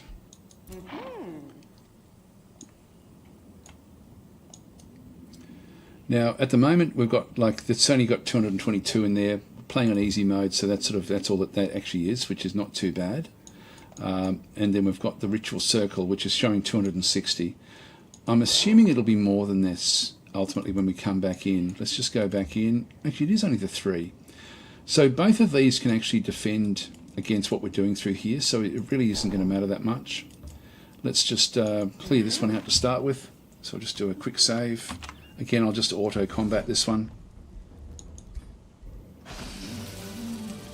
Yep, that's all okay. Close that one. And so we don't actually control this. All we've done is cleared it. And we need to then get rid of the ritual circle. Now this one here, we've got an evoker, which is just a battle mage. And we also then have like an astral keeper, which is like a support unit. So this will be also a fairly easy fight for us. So I'll just auto-combat this one as well. Yep, we didn't lose any, so I'm happy enough with that one. We'll just close that one. Now we picked up a green lance, which is a tier 3 primary weapon. Plus we picked up a lot of rewards in through here as well. Go to the green lance. Oh, one thing I forgot to do with the level ups. He went to level 5, and I meant to show this. We leveled him up, but what we didn't do was choose his hero skill. For every multiple of 5, you can then pick a special skill, and these are really, really valuable. So we'll go and have a bit of a look. And so these are just randomly chosen from the 6 different tiers, and so you can choose whichever one you think is going to be most applicable. We've got Visions of Woe, so enemy units in a 1 hex radius fumble their attacks for 1 turn. Demon Step, so unit teleports to a target hex and deals damage to adjacent units. That's actually not bad. It does 10 fire damage when it does do that. So that would be an interesting one for us to make use of for him, because he is going to be a very aggressive combat fighter. Frostfire Detonation. This is a range 6, does a lot of fire and frost damage. So it deals damage to target unit and deals 30% damage to all units in a 2 hex radius. Very, very powerful. Summon an animal, which will be a tier 3 animal unit. Restoration. So heals target friendly unit for 40 temporary hit points, and then sort of target friendly unit that is dead can be revived for 60% of its total hit points. This is a very good one as well. I might go that way more for the replay, but also it does mean that we can bring back 1 unit per battle. And then Dark Ritual down through here is going to be basically enemies in a 1 hex radius sustain damage. So you can see that these are much, much better than the actual skills. Let's go with Restoration. So he's now got this extra skill that he now has available. So Restoration will then sort of show up somewhere in here. There it is there. And so this is why at the end of a battle we probably will now sort of keep on fighting, I think. And just to sort of, if we do lose a unit, we can then bring them back from the dead. Just close that one off, unless it's him, of course. Now we've cleared out the infestation. We're in the desert, which is practically, there's no real value in through here. Let's just go and click on the ground and just sort of see where the different areas are. So we've got like a province down through here, which is just a desolate province. It does have the silver tongue fruit. So I just want to build something in here. I need to have a hero inside this area to do it. So if I just go and grab him, click on that one through there, and then just go and say build outpost, it's going to take 2 turns. It'll cost me 50. There's no upkeep for outposts, so just build them wherever you think you need them. So we'll just do that. And if we had movement, we could then still move off. Let's just start to move back. In fact, we might move down now and get rid of the brigands. So we'll sort of sweep our way through, sort of do a bit of a loop.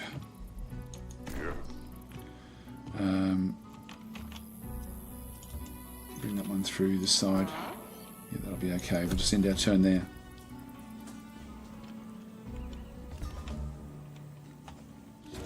There's a quest over there.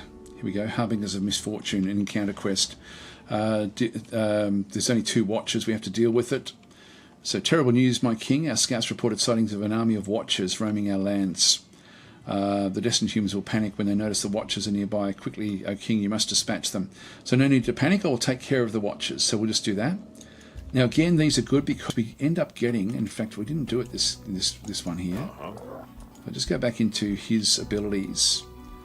We've got the tier 2 Giant's Bane, but we actually have also the Green Lance, which is a tier 3.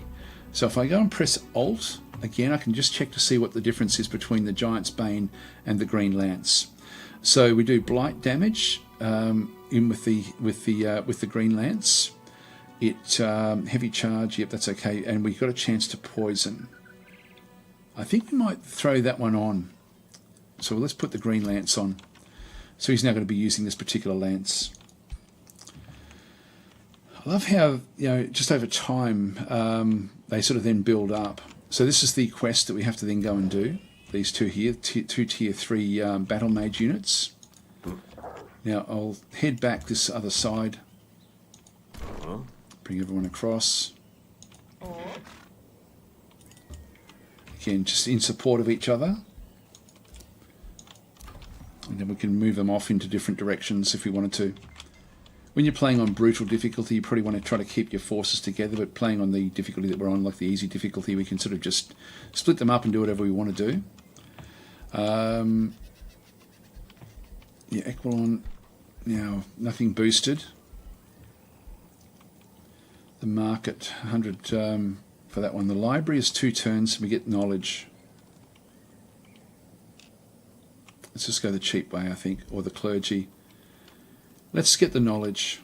Grab the library. That way we can just keep on pushing the knowledge score up. Staves of Mending, and we have actually now finished off another tome. So this is actually good chance to then talk about the tomes again. So Staves of Mending, so the unit enchantment. So this is actually something we can now sort of go and do across. It's going to cost a little bit of mana upkeep with these. So it'll make them faithful and give them mending touch. So select new research. And so now we have to choose another tome. Now we've already got 1 tome. If we so we've still got to pick another tier 1 tome. And at the moment we've got like the Empire Order Affinity is now gone to 5. We've got 4 in through there. I don't know how we got the extra 1 there. Actually, I didn't actually have a look to see where that one came in. But we can pick up other affinities now if we wanted to with the actual tome selection. So we started off with Order, and if we just go around to Order, we can pick anything we like, whatever we think is going to sort of then work for us. So this is going to give us Zealots. So roll up your fanatical population for a common goal. And so we get the Circle of Zealotry, essentially as a special province improvement. We can condemn units, which makes them sort of easier for us to then attack them with sort of like religious type units. And we get another +2 order affinity.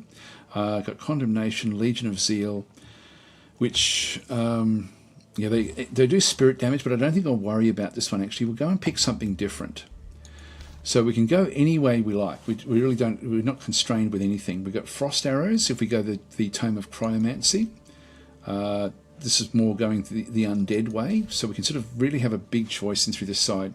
For Evocation, this is where we started off before. We've got Lightning Blades, which means that our shield, polearm, and fighter units will sort of have things. It's more the archers that I'm wanting to sort of probably buff, I think. This one has got the Lesser Storm Spirit. The Evoker is like a battle mage unit with lightning bolts. And that's not bad. Actually, what was that one? That was the... sorry, this is the Tome of Souls. Yeah, that was the Tome of Evocation. This one here is the Phantasm Warriors, Static Shields, Staves of Warding. Won't worry too much about that one through there, I don't think. This one here is interesting. This is actually the Chaos. So we can actually, we don't, even though we're going order, it doesn't mean we don't go, we can go Chaos. We could get Fiery Arrows, for example. That would be a good one for us. Immolate, Searing Blades.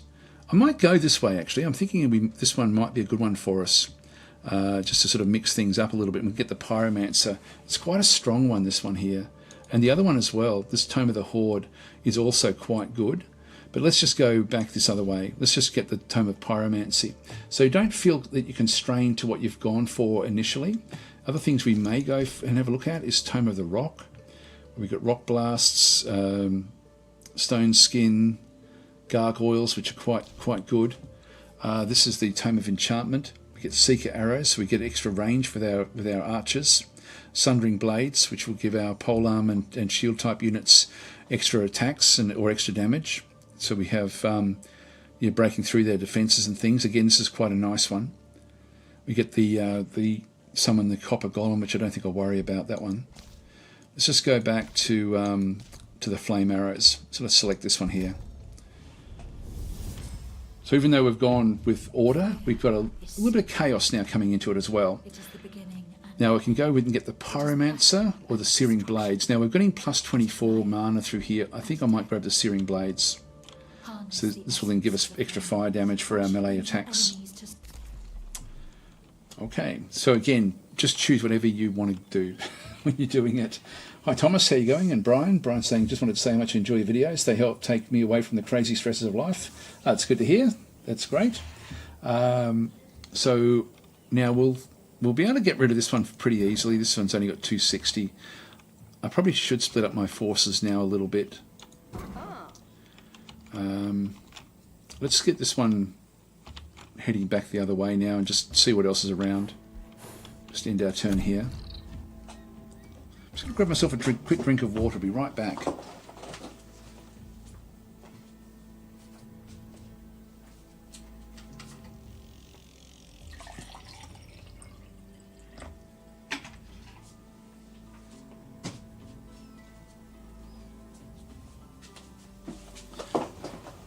Okay, so our outpost is now built at this location, and it's given us control of this one and through here, and what we'll sort of find is that we'll end up with getting things like the Silver Tongue fruit has now been acquired.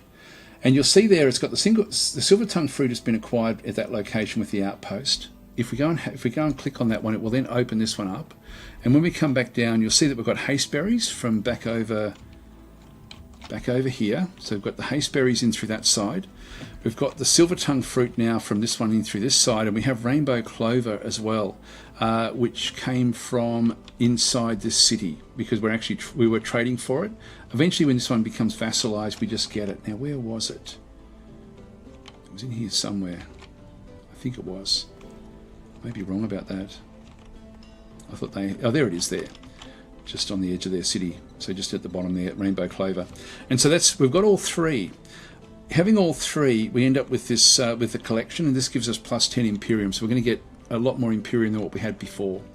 And so that's good. So we're going to be able to sort of go and unlock more things a bit more quickly. So getting those sorts of things, each of the collections do different sorts of benefits when you get the full set.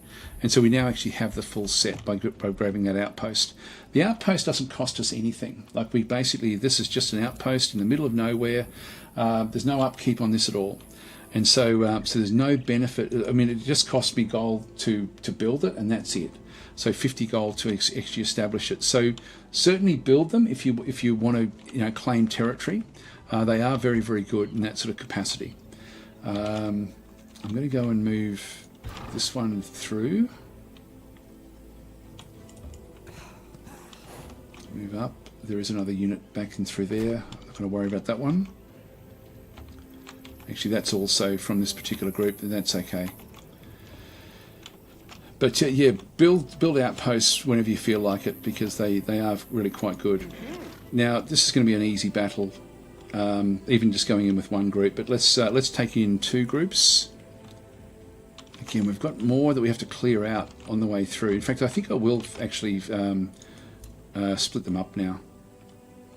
So she can go in. What has she got? She's got a Bannerman, a Pikeman, a couple of archers. She's fairly strong with what she's got. In fact, she's an archer as well. So that will be a good selection there for her. Let's do a quick save, and in we go. So, counting the Harbingers of Misfortune. So now they're going to have an ability to sort of cause us a bit. We're going to be discouraged, so we're going to go in with -10 morale. But that won't really matter that much. A bounty forever brings me the head of a watcher, so we can actually just use. We can pay for these, which we don't want to do. So we will actually attack because we certainly have the advantage. It's basically a 2-to-1 advantage. So I'm just going to do auto combat this one as well, and it's only if we do poorly that I'll then come back in. Yep, we did poorly. So with that one there, I'm just going to go back. Now we can see, how did we lose that unit? Let's go and evaluate this. This is, I think that the tactical battles are probably the one aspect about Age of Wonders that can be frustrating for people if they don't know how to approach them. So let's go on and analyse what actually happened through here. I'm not happy with that result when we outnumbered them by as much as we did. Let's watch the replay.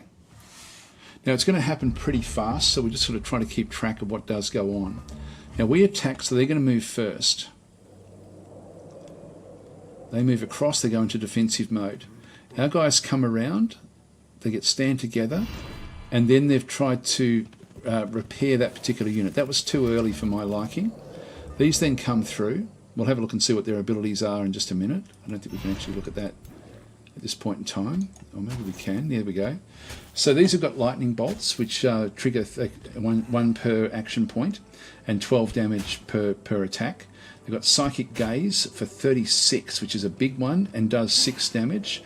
And there's a 60% chance of the unit becoming stunned, and gains 2 marked, so -10 evasion, stacks up to 5 times. So fairly impactful mage unit, really.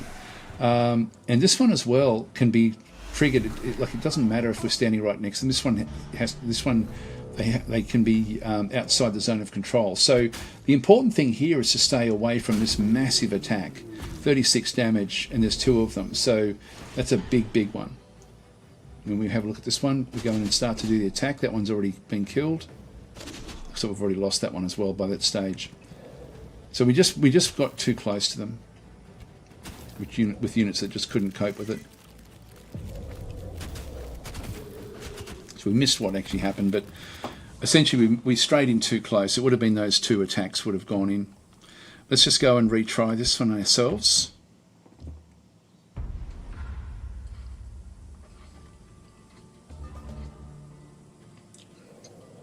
So they're going to come across. Control G.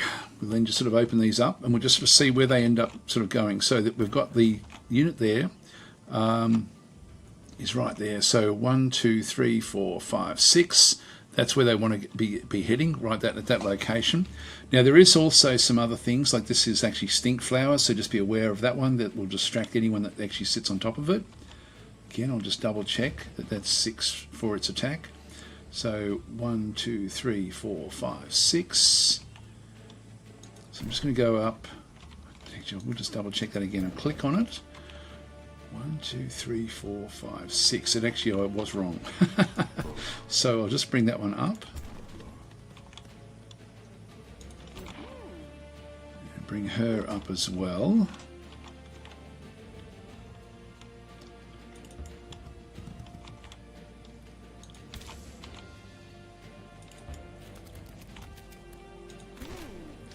Now there was no area of effect attack, so I'm not really too concerned about that.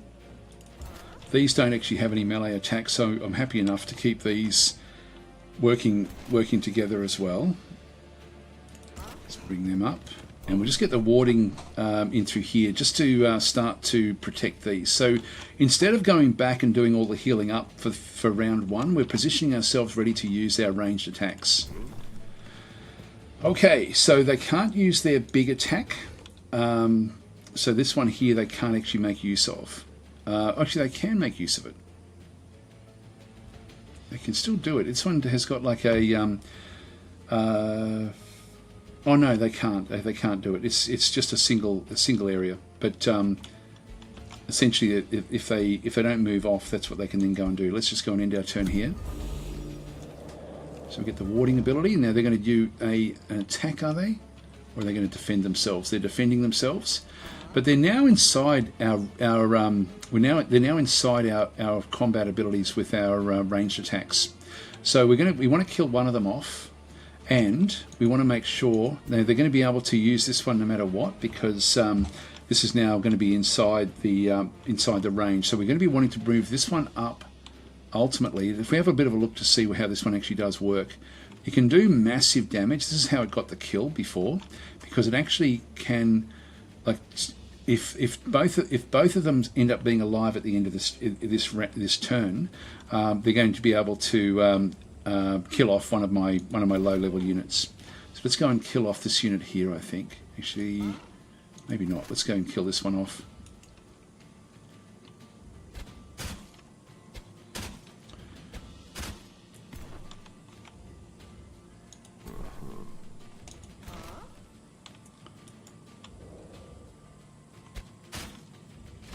Any greys, unfortunately, were there. That one may not be what we want. Okay, so I've got this one in through this side.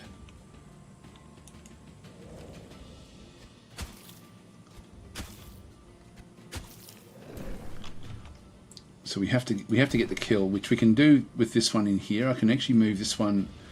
If I go through the flowers, this one will be distracted, which means it can then sort of do more damage against it. This one here, with its big attack and through there, it can't kill any of them outright, so we have to get the kill. Let's just move this one up.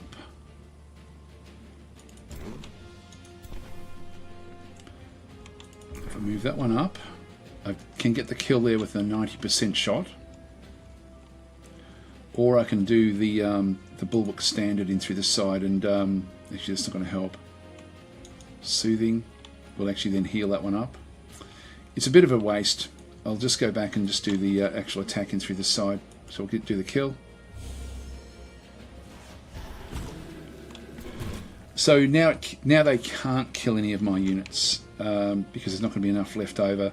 So we'll just now go into the attack on this particular mage. So with its abilities, actually we've got this one as well. I think I'll leave this one behind because this one's fairly weak. And I want this one to level up. At the moment it is veteran, so we've still got to go through elite and then to champion before it then levels up. We do have spells. We've got hold the line, so for any units gain a +1 radius against steadfast, which again would sort of keep them alive, but let's not do it because we're not going to need it.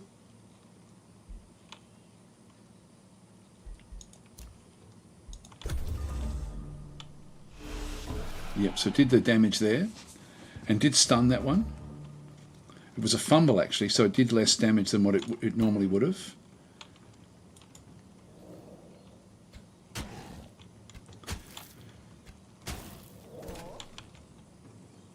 It's only a 50%. If we want to see why you're thinking, okay, it was 90% last time, why is it 50% this time? If I press Control, it will then tell me what's going on. I've got stand together, I've got 20% because it's a large target, I've got -20% because of the long range, and I have -40% because we're obscured by this particular unit. I'm going to move this unit around to the side to allow the others to get a bit of a shot. And now this one, the Watcher sort of can look from all angles. We're now back to 90% here again.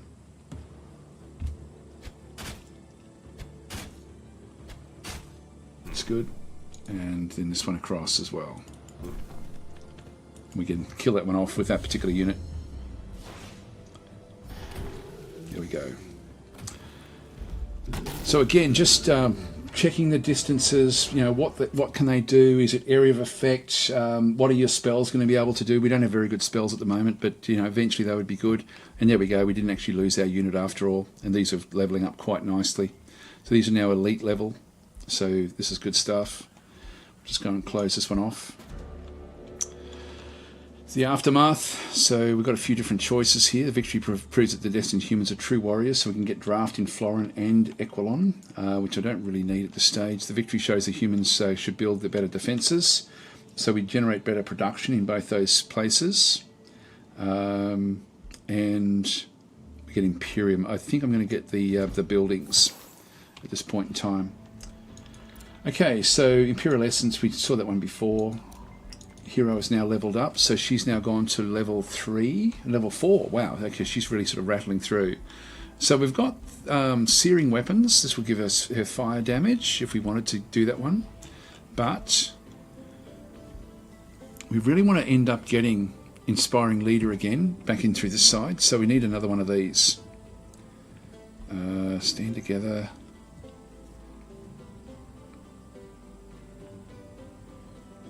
Yeah, I might grab that one there, I think. The Undying Loyalty.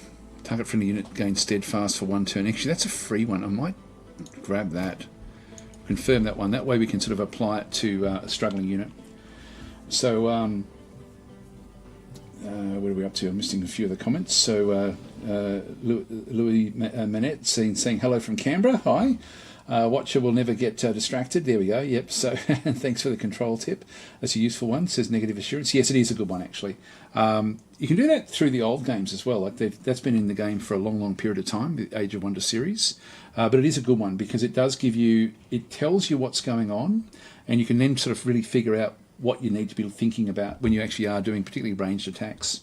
As it's got a big bearing through there. And Gratian saying, all right, pains me, but I have to go to bed now instead of playing more Age of Wonders 4. Good night. We'll see you later. Okay, so this is now, there's no points left over. We'll just close this one. So she's doing well. New Empire skills. So we have a few more. These are now unlocking pretty damn fast through the nature area. We can grab another city if we wanted to. Now, we've only still got 2 cities at this point in time. We can build roads if we wanted to. I won't worry about those. Founding or absorbing new cities takes less turn. That's actually not bad. Farms grant +5 food. We've got a couple of farms. Your cities regenerate an additional +15 hit points per turn in friendly domain. That's actually very good. Let's grab that. This one through here. We'll grab that as well. We're down to 55 now. And Chaos is only just starting. Actually, I'll grab that as well because I should have grabbed that one before we built what we had built before. So that's now we've sort of spent most of our Imperium. Florin produced the Tithe Shrine. Got a bit more gold left over now. And we've got the Blacksmith.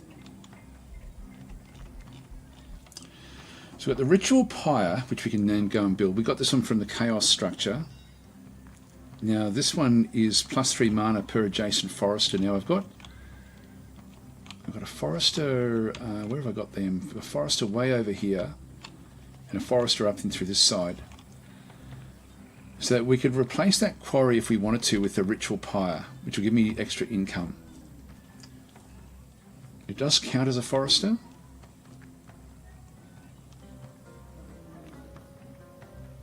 And ultimately we're going to get foresters back in there and back in here. So maybe replacing this quarry isn't a bad idea to get the extra mana.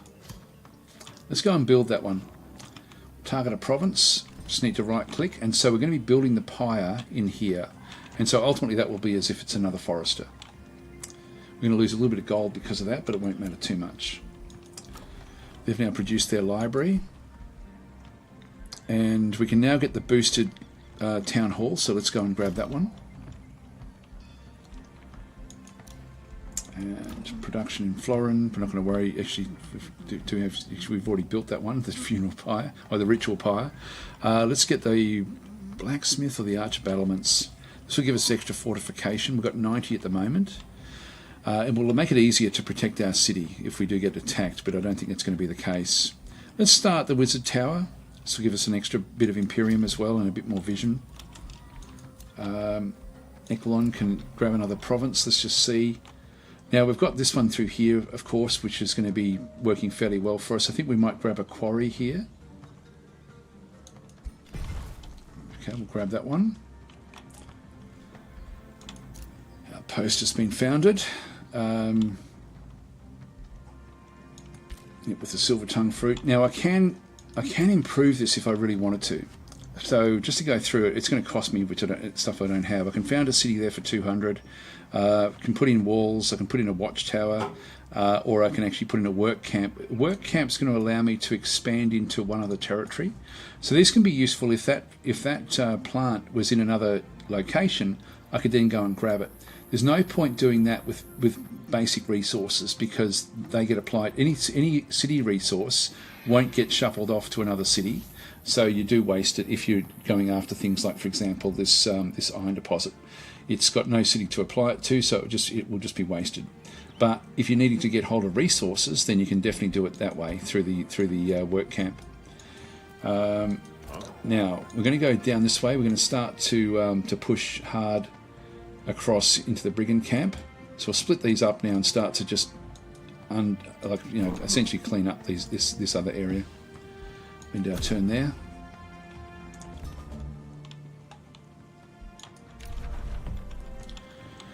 Okay, so we've got this one through this side. Pact of Loyalty. So they're now coming back even further.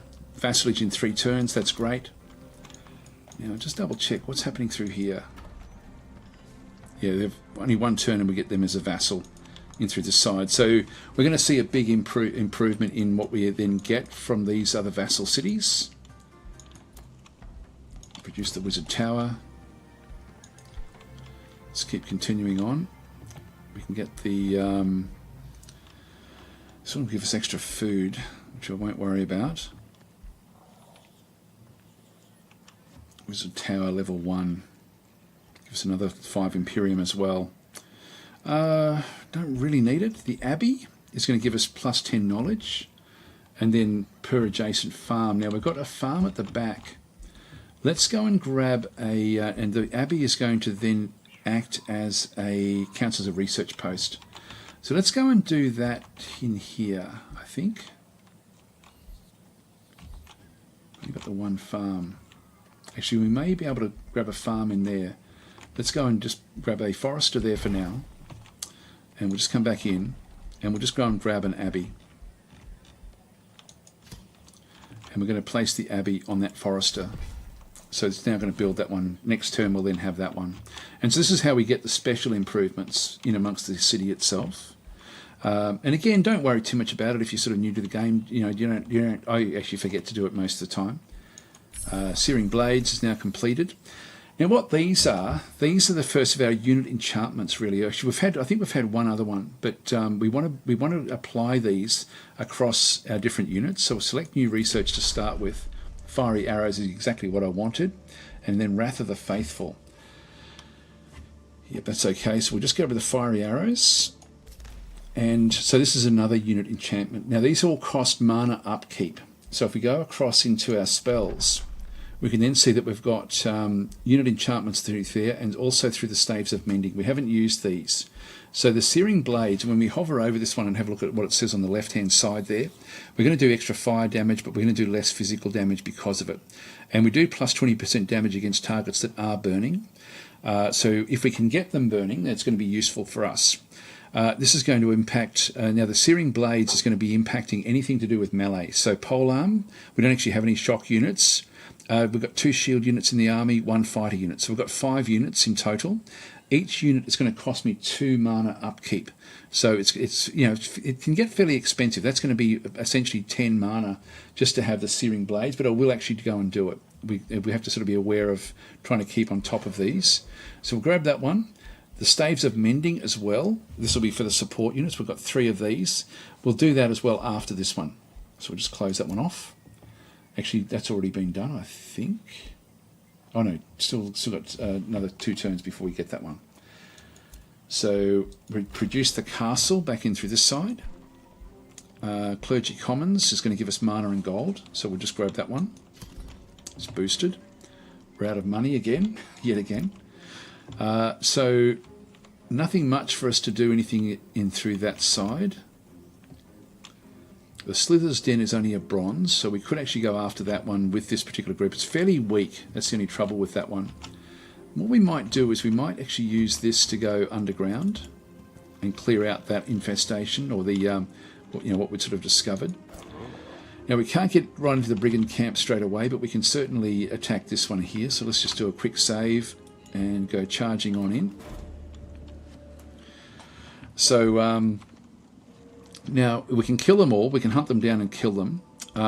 We can be gone, then the fiends do not return. We can sort of go into more of a good alignment, or we can bind the Inferno Hound to you. So the Inferno Hound leading the engaged stack switches to your side. The independent army will be removed from its location, and we lose 121 mana. Now, it's a fair bit of mana, and it's then going to cost us upkeep, but I think I'll still do it, because if we can get the burning, if we can get things on fire, when we get searing blades and the fire arrows, we're going to do much more damage against flame creatures. So let's go and grab that. See, it's gone down by 9, so that one's a little bit. This is a tier 2 unit. It is, if we go and right click on that one through there, yeah, 9 mana is what it's actually. And this is a pack hunter, so this actually does work in well with our white wolf. So I want this to be with the stack that we actually have. So let's just go across. What should we replace? Got a defender unit. I want the archer, so I'm thinking I'm going to get the chaplain out of there. Or maybe the razorback.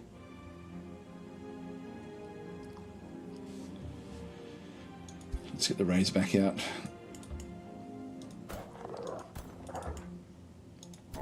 Bring these across, and so we'll now start the process of we're not going to bother with this stuff down through here. We're not going to really be able to get a chance to go and get it. So I'll bring these through, and then we can go after the brigand camp. It's only a bronze infestation spawner. Here's another defender. Probably want to have that one go to that stack, so I'll bring that one across. By the way, in the game, I know that when I first started playing it, I was trying to keep units back to protect cities and things. Just be aware that when there's the base for a siege is 10 siege points per turn, plus you can then get extra things with the actual siege mechanics. But the AI rarely starts off by besieging your cities. They tend to raid your areas first, so you've got a lot of time to get your armies back to the city. So that's essentially a 9-turn wait while the siege is going on, but they will tend to try to destroy everything first. So it does give you don't have to be having things stationed in your city. And initially when I was playing the game, I was always keeping a bit of a garrison around, but you don't need to do that. So I should have mentioned that yesterday, I think. So Masterlith, hi Masterlith, is saying, I wonder what mods you like as the game matures. I've already got the colour mod, and I've also got the massive map mod. I've got those, and some of the tome mods look very good as well, I've got to say. Also can't wait for the DLCs. Well, short wait, like the next DLC is coming out in a month or two, actually, not very far off. Like, it's really, really close. It's just around the corner. Maths is saying, also note that you can place province improvements wherever. So so the province improvements, you just choose where you want them. So that one there will ultimately be between this farm, and then we'll try to build other farms in around it from this particular city, from Equilon. Now we've got the underground passage. We want to go and have a look under here. Oh, here we go. Now we've met Magistrate Skylina Ariel of the Free City of Pedestal. And so in this case, we need to give them a Whispering Stone. Let's actually have a bit of look at these ones. And we're the first one to come across them. So they're underground in here. Now, you can see we've got no Whispering Stones, but that's because we basically have got them with our main city. So let's just go and press the page up or page down. Just go across to Florin, come back in, and just withdraw the Whispering Stone from there. And then we'll just go and press page down again, come back to Pedestal, and give them the Whispering Stone. That way we can start the process of getting them across. Now, there'll be at least 1, 2, or 3 other characters somewhere on the map in here. And so if they were here, we'd start to see their they would be in here as well. But we're the first one to come across them, so it gives us an opportunity to try to establish good relations with these, which we should be able to do because their relations are very, very friendly with these. So we'll just go back and go page up. Actually, we may not be able to move in there. If we just go page down, actually, yeah, it's inside their territory. They're not going to like us doing that, so I won't go under there. I will just continue on scouting around though. So we'll end our turn there.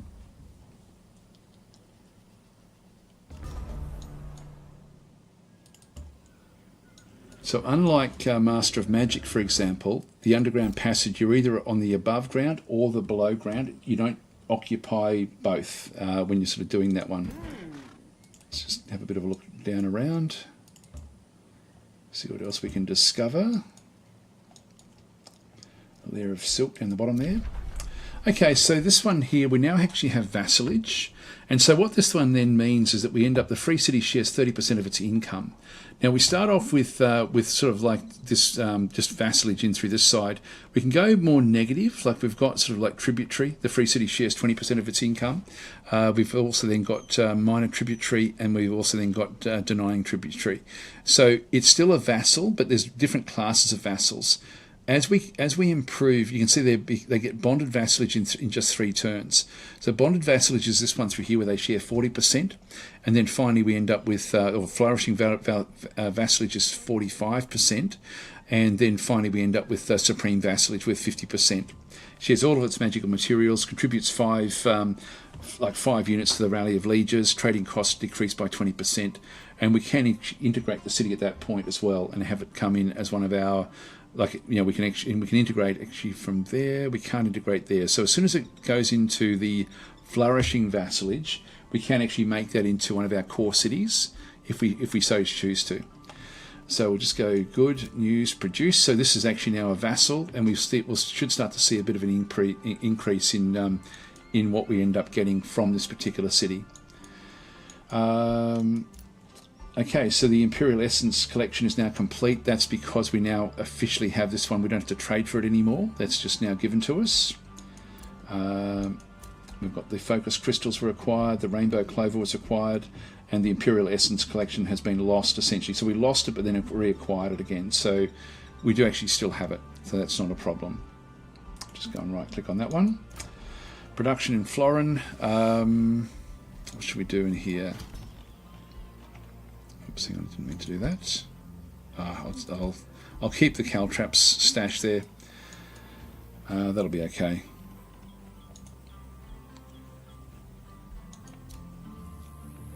Alright, so now there's another, underneath there is Rainbow Clover. Now we've already got Rainbow Clover, so we don't need it, but we could actually go and take that one. And again, if we have a look at the Marauders that we actually have, when it's white, it means it's just a guard unit. It's not going to move off. When it's red, it means it's like a spawner or a wandering stack. And so we'll just come charging in here with our particular group. So we'll just go across, and this is a safe battle, so I'll just auto combat this one as well.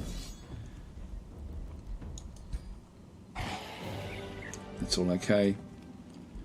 Let's close that one.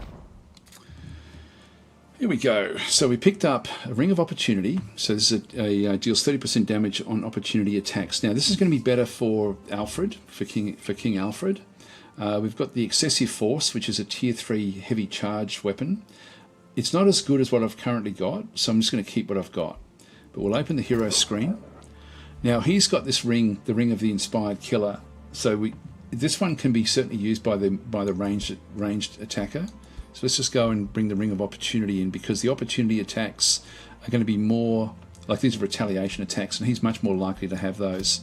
So we'll just grab that one for him. We'll close that one off. We'll go back across to our other hero. Right click.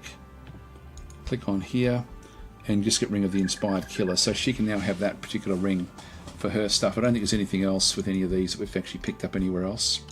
But getting these things cleared is a good idea. I mean, because it does help. Actually, there's some more loot. So let's move across this way, and then just move these across. There's a Clawmark Cave that's going to give us storm scale serpents and plague serpents if we get them. I won't worry about it though. It is an Ancient Wonder. It's just a bronze level. I won't worry about trying to clear it out. Now we know that there's a wandering stack of spiders down below. So we'll come back through. How's this one going? This one is now elite. It's very close. So elite, it's just got to go one more, like a little bit more, and then it'll then end up becoming a the Dread Spider Matriarch. So we'll just keep things going with that. And we know that there was a spider unit down in here somewhere. And if we keep on pushing through, we can then actually open this one up to pedestal as well. Now we wanted to bring this one across. Okay, we'll end our turn there. Here they come. And so that's the stack of spiders. I'll just auto this one for now because it's a safe battle. Took a bit of damage there, but it's actually okay. So we'll still close that one. Again, if I played it out myself, I'd probably be able to not have as much damage come in, but that still will be all right. So we'll just go and close that one. Met a ruler. Here we go. So we've now met. This is the first of the actual rulers that we've met on the actual on the map itself. And so your claimed province has been captured. And so it looks like, yeah, we're up against Artica. So Artica has captured one of your claimed provinces. Because of your claims, you now have a grievance of 10 points against Artica. This is the first time I've actually met one of the AI players. And so so she is now she must be close to where we've got one of our cities. So Brodigo greets you with contempt. So how do we greet Warlord Brodgar Rage Taker? Now that's him there as well. So there's two of them there. And these are on very easy, so these are not going to be a real problem for us. But yeah, the relations are negative, and you can see the little down arrow through there. I should talk about what's actually happening through here. So this one is the Barbarian Orcs. Now, we can do different things to try to fix up the relationship. I tend not to do it. You can sort of send welcoming gifts if you need to, but when they're already negative and heading south with their negativity, I wouldn't bother about it. Give a threatening welcome if you're wanting to as well, to make them even more aggressive towards you. We can start negotiating if we wanted to do that one as well. And so negotiations work. It's fairly intricate the way it does actually then go and work. So we can see through here that Brogdor is like everyone's just at peace with each other. Nobody's really got any sort of relationship going on here at all. If we go to negotiate, we can ultimately try to get like a wizard's bond. But we need to be more positive rather than the negative 225. This goes from negative 800 to positive 800. That's sort of the range that it does go. So generally, by the time you get to negative 800, they're going to be declaring war.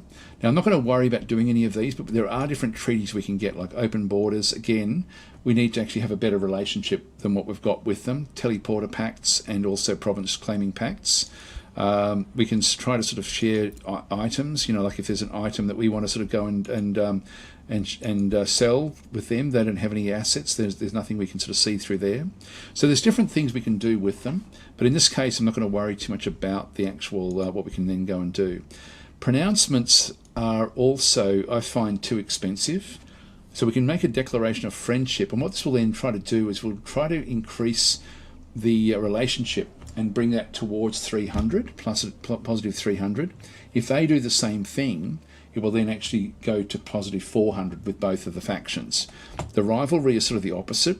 This also then makes any grievances against them, because if you declare war against somebody without justification, it's negative for you to do that. Like it actually sort of you can end up not having any Imperium through the course of the actual war, and so you don't want to be doing that if you can help it. Declaration of rivalry will actually help you get your grievances up to make the war justified if you are trying to go to war. You can fabricate grievances as well, like by spending a little bit in through this side, which will then allow you to then sort of justify a war, which means you don't then lose your Imperium. But it's sort of interesting, the longer the game goes, the harder it is to justify going to war. But I think that this guy will be, I'll just say goodbye to them, and here's Artica as well. And so Artica's also at negative 225. So she's the Frost Queen. She's from Age of Wonders 2. Again, we've got the same sort of deal there. I'll just say goodbye to both of these in this instance. they will now show up in through here all the time. Now, if they, I don't know where they actually put their territory, because it looks like that was going to be another, looks like they were, I don't know where they are. Where have they come in? I was assuming it would be up in here. In fact, the spawner that was there has been taken out by somebody, so it must be up in here. They must have claimed a territory that was closer to us than what we realised. So again, we've only got 20 siege points in Aquilon, so we'd be wanting to sort of improve this if this is going to be where the front line is going to be. We can only really hold on for 2 turns with that one there, which is not great. Okay, we've now got the spell Searing Blades is now ready, so we're going to do it. We've got 54 mana per turn. We're going to do the Searing Blades, so all of these are going to end up with Searing Blades. So we've now got a fair few. We've got 1 polearm unit, 3 shield units and 2 fighter units, so we've got like 6 of them. It's all enchant, and so it goes from 54 through to 43, and so these now actually have Searing Blades. So we've now got sort of like flame blades for them. And we've got spells ready to cast again as well. We've now got Fiery Arrows. Let's go and grab that one. So we've just picked this one up. And so this is a 30% chance to inflict burning as well. So that will actually work in well with the other blades. So we'll grab that one. And again, this all is going to give us mana upkeep for the unit enchantments. The unit enchantments are very, very powerful, but they do cost you mana. Now, I don't actually like that mechanic personally. I sort of wish it was just a pay once type exercise, but I guess they've got to do something with it. Order Empire skills, so shock units, shield units, and pole units gain experience 20% faster. I've only got 180. I don't think I'll bother with that one just yet. I think we'll just keep that one where that is. Let's just leave it. Okay, so Aquilon produced the commons. We've got 232 back in through there. Let's just see what else we can build. I do want to get these sorts of things, get the fortification up a little bit. The tavern is going to make everyone a bit happier. The tithe shrine, mana and gold. I think we might go that way actually. Do we have? Yeah, we can go an extra area. Now, we haven't cleared this one out, and now we're looking at other areas where the enemy looks like they're over through this side. So we might push back a little bit. I might go back into here. We'll grab another mine in through this side. You're not seeing any borders there just yet. Okay, fiery arrows. Okay, so we've just picked up that research. Now we've got a Signet of Knighthood. This one is going to be another unit enchantment. So this gives Stand Together to anyone that's not part of our particular group. So the fighter units, and one of the range units and the support units we actually have. So again, that's going to give me an extra boost, which would be fairly good. And Ignite is a very, very good fire spell, causing burning. We've got the Convent as well. But let's go with Ignite. It's fairly cheap. All right, grab this. There's no rush at this stage. We'll just keep on going through and clearing out like this ritual circle.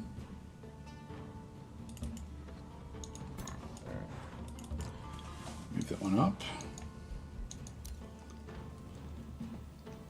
Grab this watchtower.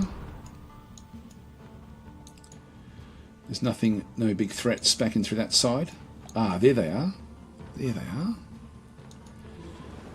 So he's got like a skirmisher unit, these orcs that are back over the other side. Now, did we pick up? We didn't actually pick up ocean movement. I think I might just grab that one just so we can go onto the ocean. Let's go on there. You do see further, and so we'll sort of scoot around the island now and just sort of see what's around. Just grouping through here.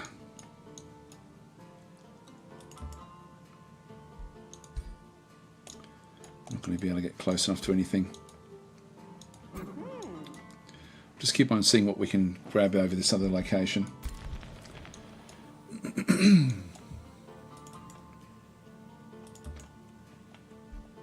Need to turn there.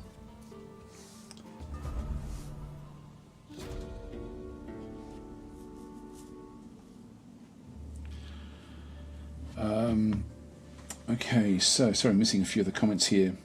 So Mathis is saying, I like the terraforming spells because it allows me to design the cities a bit better, like Nature and Immaturium have a good chunk of them. And hopefully they bring in more. I want to be able to modify lava to not lava. Actually, that'd be interesting, although some of the maps really rely on the lava being an absolute divide. I quite like that, having that very clear definition. As I was saying, it'd make playing underground way more playable. It would indeed.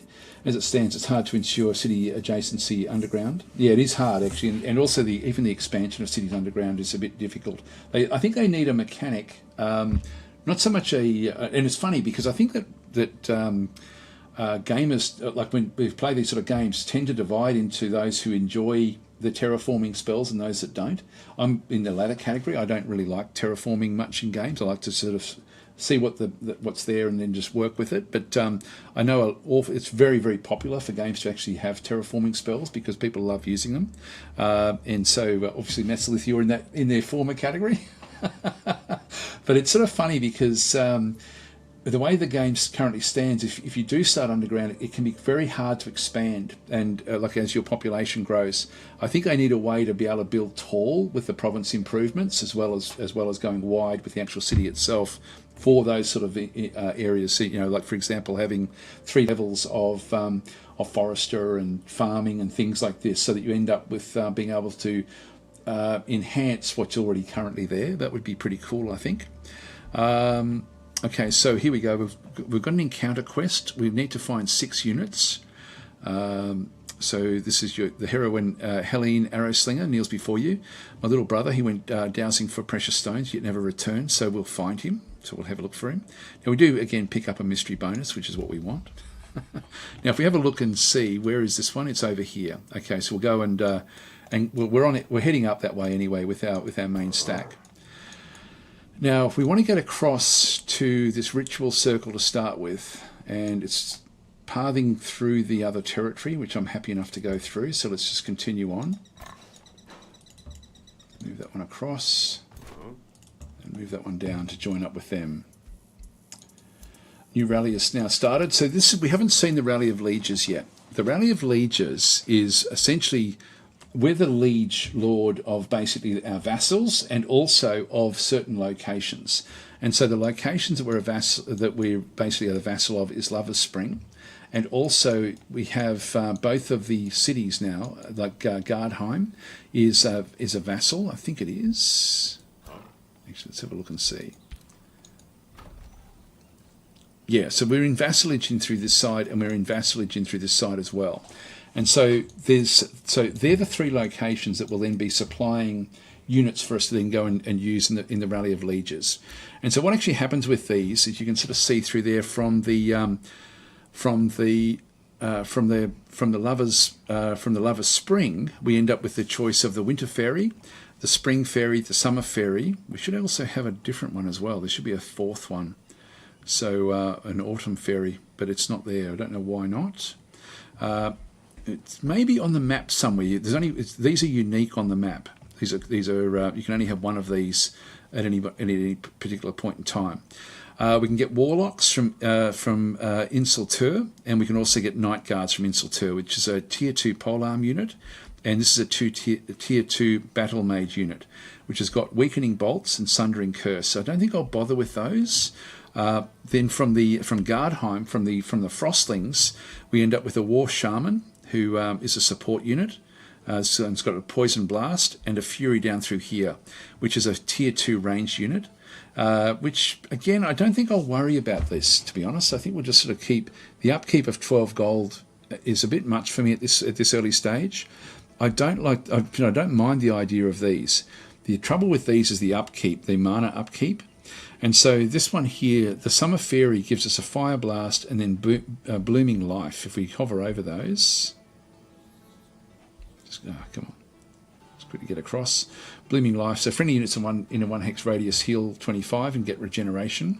And then negative status effects are removed. The Fire Blast is... this is a range 4, so single magical attack at target unit cannot be used when within the enemy zone of control. These are flying units as well, so these are all support units. The Spring Fairy has got a Poison Blast and Budding Strength. And the Winter Fairy's got Frost Bolts and a Hindering Blizzard. Let's go and grab the Summer Fairy, and it's going to cost me 105 gold.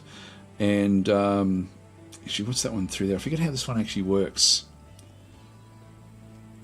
Yeah, I think for us, if we get it for ourselves, it's 105. If we get it for our vassals, it's going to be 53. But let's just go and grab it. Yeah, here it is in through here. So recruit to the Throne City or reinforce vassals. So we'll go and do this one. It's going to be 2 turns before we get that one. Now I can get up to 7 slots with this one through here. This one is, I've got 4 left. This one is only taking up 3. So I'll just go and get it for my actual city, and I'll just leave it where that actually is. The next rally is in 15 turns. I can only get, these are unique, these particular fairies, so I can only get one of them. Negotiations succeeded, back in through there to get the vassalage. That was good, just in time. And we've got the Pact of Cooperation. So we don't get anything from these guys just yet, but they're starting to now head towards vassalation. If we go to pedestal, they're still working their way towards vassalation in through there. That's all okay. Fire 4, yeah, we've already got some of those. New Empire skill available. Now this one here, Province Improvements grants +1 city stability for each adjacent. Yeah, we've got a few of those. We might grab that. That would be okay. And Chaos, this one here, defeating an infestation grants you a unit based on the infestation defeated. Now, this is one, I'm going to end up with units I probably don't really want, so I don't think I'll bother with that one, actually. I won't worry about that one. What I want is actually the one that's going to give me tier 1 units cost 30% less upkeep. I really want that one badly. So we'll close that one off. And, yep, Rainbow Clover. I shall just right-click on those. Orders required. And so we'll just go and scout out a little bit. Now this is showing me that there's units down this way. Yep, so there's units over that side. Just move across and pick up whatever loot we can.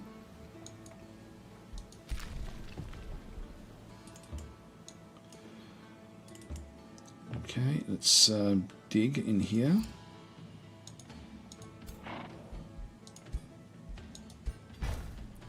So we'll then open up pedestal. We'll end our turn.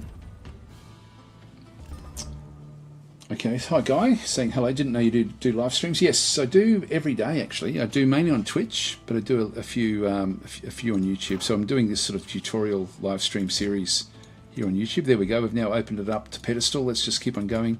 Sometimes you can get like loot in these areas. So I'll just keep on sort of expanding. This will also help pedestal anyway.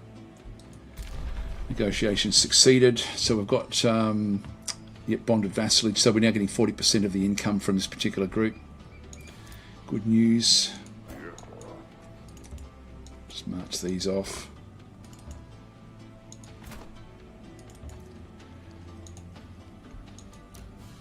So fiery arrows are now ready. So this will then be cast. Again, we've got 59 at the moment. We'll enchant. It's going to then take 8 away. So we now have fire arrows for these different units. Just continue. Now the next one we want to get, actually we've got Ignite that's now just come through, which is a damage spell. So we're selecting new research. Now again, these are the basic ones that we've sort of avoided, but let's go and get the Lesser Magma Spirit. This is an interesting one.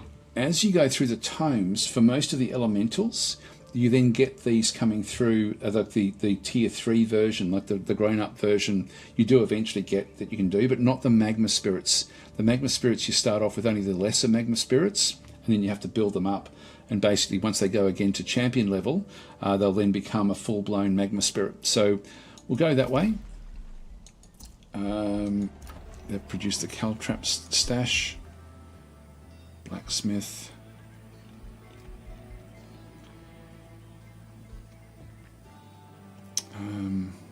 This is Florin.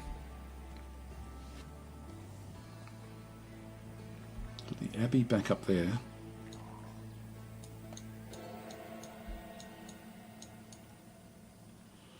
Actually, this isn't bad. I might just grab more gold in here.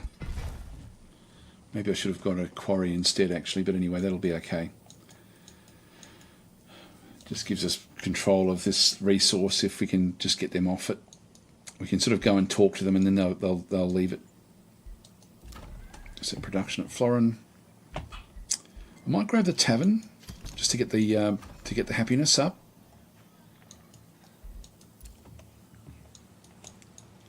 Damn it, they took it. They took it before we could get there. Let's continue on around, have a bit of a look and see what we can find. I saw the loot there last time, but I didn't get there in time.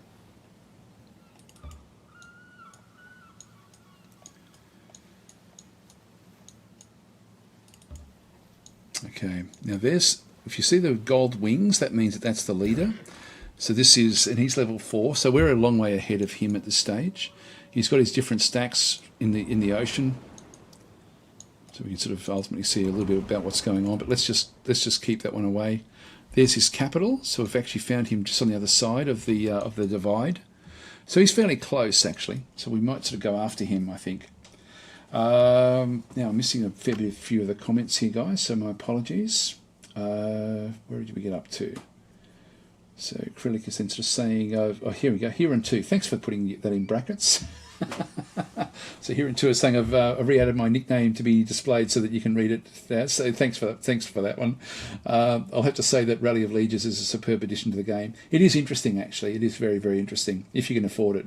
Kind of makes normal recruitment obsolete with some builds, yes. Guy saying hello. Oh, yeah, I've done that one. So Bingus is saying hello. Just stopping by to say I love your videos. I've picked up so many games because of you, and they've been so much fun. That's great.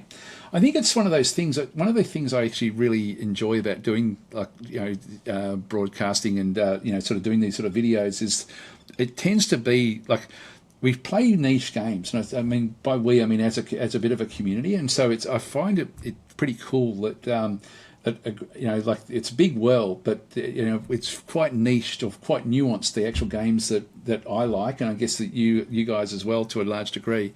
So it's nice to be able to actually get recommendations from you guys. I find that when I do my Monday live chat streams, the chat tactics streams, it's great to sort of get some suggestions of different games that you guys enjoy, because usually I also enjoy them as well, which is really, really cool actually. It's been one of the most sort of pleasant things about doing this, to be honest.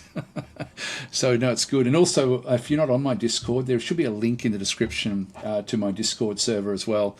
And there's not a hell of a lot of chat that goes on there, but again, there's often recommendations for games from different people, and we're all pretty much like-minded, so it sort of does work out fairly well. Negative Assurance saying, did you find YouTube or Twitch's interface easier as a streamer? Definitely Twitch's is so much easier, but Twitch also has got some weird rules. So Twitch is difficult to make work for you financially, more so than YouTube. YouTube's hard, but Twitch is harder. But Twitch has got so many more benefits as a streamer than than YouTube. YouTube is very antiquated now with the way that it sort of deals with things. With the actual, for example, I've got to have pop-ups and things like that sort of on other screens to be able to sort of manage the chat. On Twitch, I have little buttons or little bells that ring when people actually mention my name, so I can go and check if there's a question, things like that. It just makes it so much easier overall. So yeah, Twitch is definitely the easier as a streamer, just not as good in terms of the deals and stuff that they do. Negative Assurance saying, how do you feel about mana upkeep summons? Feels like they compete with the unit enchantment mana upkeep too much. Yes, I actually really don't like the unit upkeep, to be honest. I really don't like that. I'd much prefer to pay for them, and I prefer the old mod system from Planetfall, to be honest, rather than unit upkeep. Rather than the unit enchantments. So we're starting to sort of get the unit enchantments now. You can see there we've got negative 19 at the moment, but that can actually go up and up and up and up and up. So I don't mind having the unit upkeep for magical units, like that doesn't bother me, but the unit enchantment upkeep really does bother me. So I'd much prefer the old mod system from Planetfall rather than that one, personally. Negotiations succeeded back and through here. So we're getting good vassalization now. I could actually change one of these across to one of our cities, but I won't bother. If we have a lot of space somewhere, even over here, we could actually build a third city. We certainly can afford to get a third city, but I won't worry about it. I'll just let it go at this stage, I think. Now we've got the Tithe Shrine, that's okay. The market's going to give me plus 15 gold. Let's go and grab that one. We're getting good gold income now. What we might do is start to build up more armies. So we can build more of these defenders. These ones cost 12 gold and 2 mana upkeep. The archers, though, I think we'll just go and get another archer. The tier 1s are ultimately going to be very, very cheap for us. There's the Winter Fairy. So let's bring the Winter Fairy across to then go and help out with these other fights. So we'll bring this one across to join up with the others. Actually, is that the Winter one or the Summer? Summer Fairy with the Fire Blast. And this is now interesting. The ritual circle that's actually happening through this side, we've got the ritual circle itself down the bottom there. It's now got an exclamation mark, and it's now spawned another stack, another little group in through this side of evoker units. And so these are now sort of wandering around. These are some sort of orc unit that's actually back in through this other side. And so the Marauder Guard, if we go and double click on that one, we can see it's now patrolling. The infestation will patrol its domain for the next 3+ turns. Then it will spawn an actual invasion army, and it will then go off and start trying to hunt us down. And so this is where we have to clear out all of this now, which won't be a problem. We'll just move a bit closer.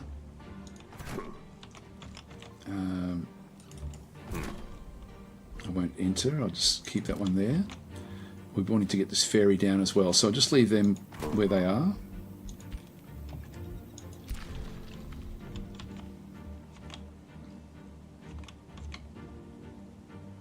Yeah, this is expanded all the way out to here. Straight away, we sort of opened it up. I think I might leave this now. Let's just get out of here.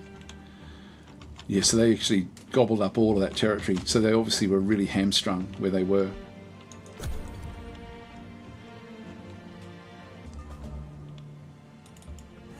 Bring that one up. So they've now got a pact of loyalty. They're not vassals yet, but they'll be vassals pretty quickly. Yeah, you can see there that they really had nowhere to expand. Now they do. So they can now expand out into these other zones. All right. So back up this way.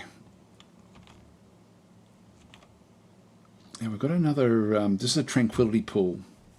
We're going to be wanting to get rid of all of this stuff. But we also want to get the farms from in here, because the Abbey then will get the benefit of the farms that are in this other group. So let's just go and grab a farm here, because we can't do anything with these while they've got units inside them. We're going to have to go back for those. Now we've got the Lesser Magma Spirit, which we can start to bring in as well. Select new research. And now we're going to the tier 2 tomes, so we can now start to get other things. We've got Amplified Arrows. We might go for and have a look to see, rather than unit enchantments, this will give us lightning damage. 30% of their damage will go to another target within 3 hexes. It's not bad, that one. Astral Blood is a minor race transformation. Makes magic begin to flow through the veins of the target race, granting them attunement of fortune, which increases critical hit chance when spells are cast. This is a really, really good one. And this will be a good one for us, actually. So I might just go with that one. I won't really go and have a look at anything else. I don't think there's anything else that we really want to end up going for at this point in time. Actually, there's the Iron Golems are great. That'd be good for us. I won't worry about nature at this stage. Yeah, this is another unit enchantment. So the aspect of the root allows units to heal themselves in battle, which I won't worry about. This is the Order one, so we can get the Inquisitor's Zeal. This is another unit enchantment for the ranged units, which gives sort of spirit damage. But I think I'll prefer the other one, to be honest, at this stage. So let's go across. We haven't got any of the other ones either at this stage. Now let's just say, like, these are all the tier 2s. If we really, really wanted one of those tier 1s that we missed out on before, we can still go back and get them. And what we do is we just open up the tome library. So this is a bit of a tip. Sort by tomes, so we can just go through the actual tomes in through there. And let's just say that we wanted to go and get the other one of the Materium tomes. So let's have a bit of a look, because one of those wasn't too bad. If we went with which one was it? Where are they? Yeah, you can see through here, we've got Tome of the Rock and Tome of Enchantment.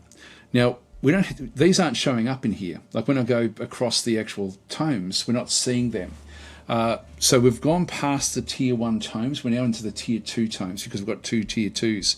But if I really wanted to have Tome of the Rock, I can click it from the left-hand side by going and opening up the tome library. So I can get the Stone Skin or the Earth Kin or whatever else we wanted to actually have, or the Tome of Enchantment to get the Seeker Arrows to make them even further ranged. Like if we wanted to go and get the extra range, I can still go back and grab these by opening this up, selecting it, and then just going select. So that's a bit of a tip. If you are, if there's something you really, really want badly from an old tome, like from a tome that you didn't collect, you can still go back and get it. But just be aware that it's then going to stop you from getting to the tier 3 tomes as fast as you would normally. So you need 2 tier 1s to get a tier 2. You need 2 tier 2s to get a tier 3. So if you went back and got a third tier 1, you still have to get 2 tier 2s before you can get the tier 3 tomes. But some of the, like this one here, for example, is very, very good. There's some really, really good stuff in here. The Seeker Arrows is great for the extra range.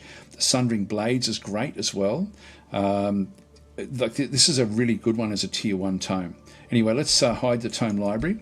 It then just goes back and gives us what it thinks we want, which is our tier 2 tomes, which in this case we will go and get. I will get the Astral Blood, and we'll get the Amplified Arrows as well. But we may go back at some point and grab the other one. So you can go back and do that one. Okay, so Negative Assurance is saying, I think only a couple of Materium enchantments use half gold, half mana, which makes it a bit better, but still rough. Yeah, I just don't like it. I tried Animal Summons early game, and mana is definitely a problem, especially when it's only tier 1 birds. Yes, it can be very expensive with mana. You really have to sort of focus on it if you're going to go that way. So Negative Assurance, and what kind of build are you going for? Mainly just role play, to be honest, at this stage. I'm just sort of going with anything. And Hiran is in saying, I think tier 1 and 2 summons are better treated as disposable.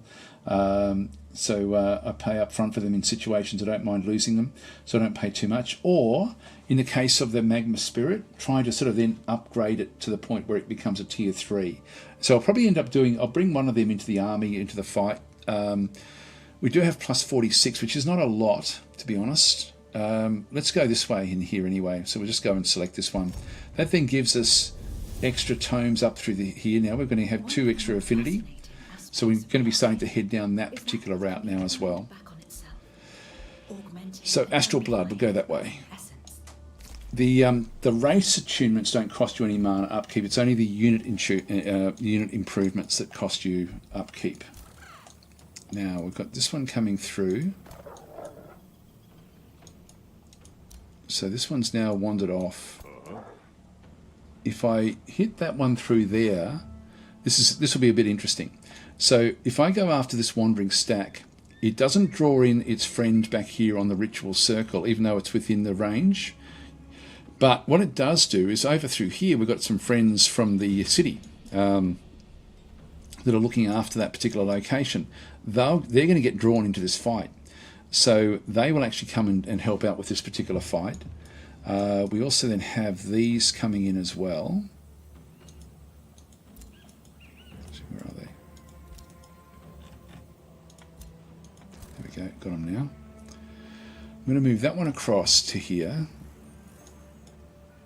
I'm going to move that one up into that particular location. And if I go for that one then does trigger. But let's just go this way for starters. Let's go and kill off this unit. I'll just use Alfred initially. And so that's going to then draw in the other group. Let's do a quick save. So this group from the city is going to come and help me in this particular fight. So I'll just do an auto combat. Yep, no damage at all, not a problem at all. So we'll just close that one off. And then we want to come back up and go back into here. And these don't have any more movement, but Alfred still has his movement. So I can still just grab him. He'll go in and draw this group across now. So this group will now join the fight. This one's just, there's a red border which just is on the outside for that particular group to come and help us. So we'll go this way now and and deal with this one. Again, this is an easy battle for us. So I'll just auto combat this one. We'll get a chance to use these fairly soon again. I'll just close that one off. And so we've got the Wand of the Rising Undead. So this one here, so friendly undead corpse is revived with 60% of its total hit points. Non-undead corpse is raised as a zombie. Cannot be used when within the... so I'll grab it. I don't know when I'll use it, but I will grab it. So we'll open the hero screen, and we'll just go and add that into his miscellaneous item slots. He's also gone up another level. He's now level 6. Which way should we do it? I think we'll still go... there's still a few things in here that I really want to get. Defensive training. The extra defense and resistance can make a bit of a difference. Actually, in that one, I'll grab that one there. I'll confirm that one. That's a good one for us to go and grab. Okay, so we've run out of action points. So we've cleared out that particular location. There's another of the special magic materials. This one is Archon Blood, and so we get plus 20 combat casting points with this one here, which is actually not bad. That one we might... yeah, that's actually in where we are. Let's just go and build an outpost here, and then we can clear this one out, and then come back and do the quest.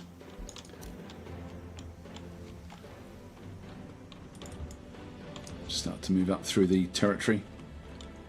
Window turn there. So Philip's Geekery is saying when to use auto combat and when to avoid it. If you're new to the game, I would suggest hardly ever use it, just while you get used to the actual combat itself. I'm using it just to get past those really easy battles, and then we'll go when we get something a bit more interesting. I'll do that one manually, but you can always go back and replay the battles afterwards. I'm just going to scout through here, see what we can find. Now we've got spells ready to cast, Staves of Mending, and we've got the Summon the Lesser Magma Spirit as well. So let's go with Staves of Mending. We'll close that one off. Equilon produce the Archer. Again, I'm just going to move these back up to join up with the rest of the forces. They produced a market. The Mint is going to give us plus 20 gold. 7 turns though for that one. The Tavern is now boosted. Let's go and grab that. And we now actually have the outpost, but we don't actually have control of it because that stack is actually in the middle there.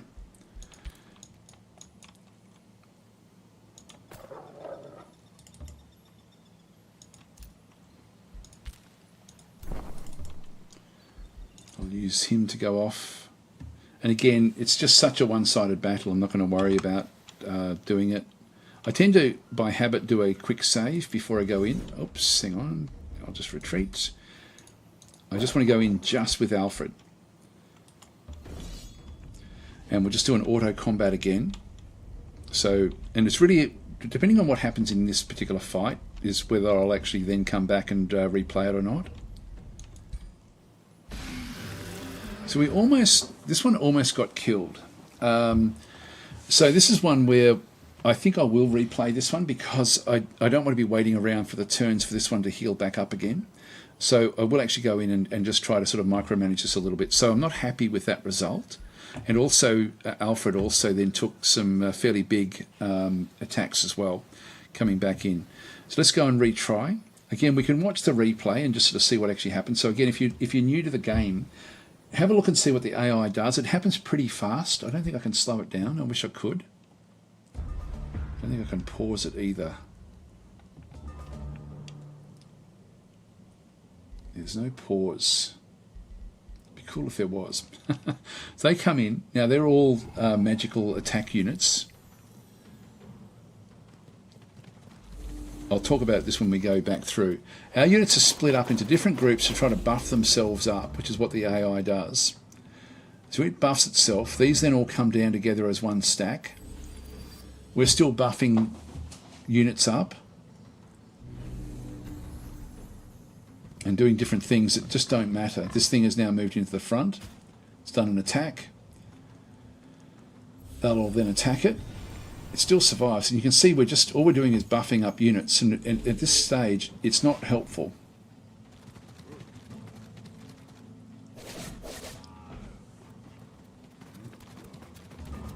Now they're coming off.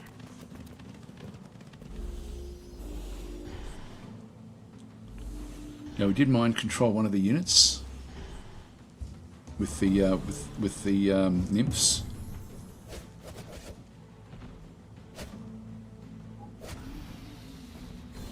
Actually, I think we tried, but it didn't work.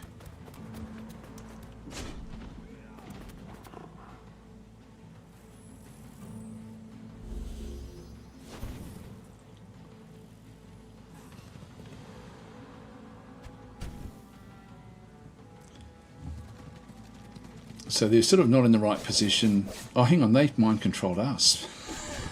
That's why it's so much damage. It was the Krill group actually ended up being mind controlled.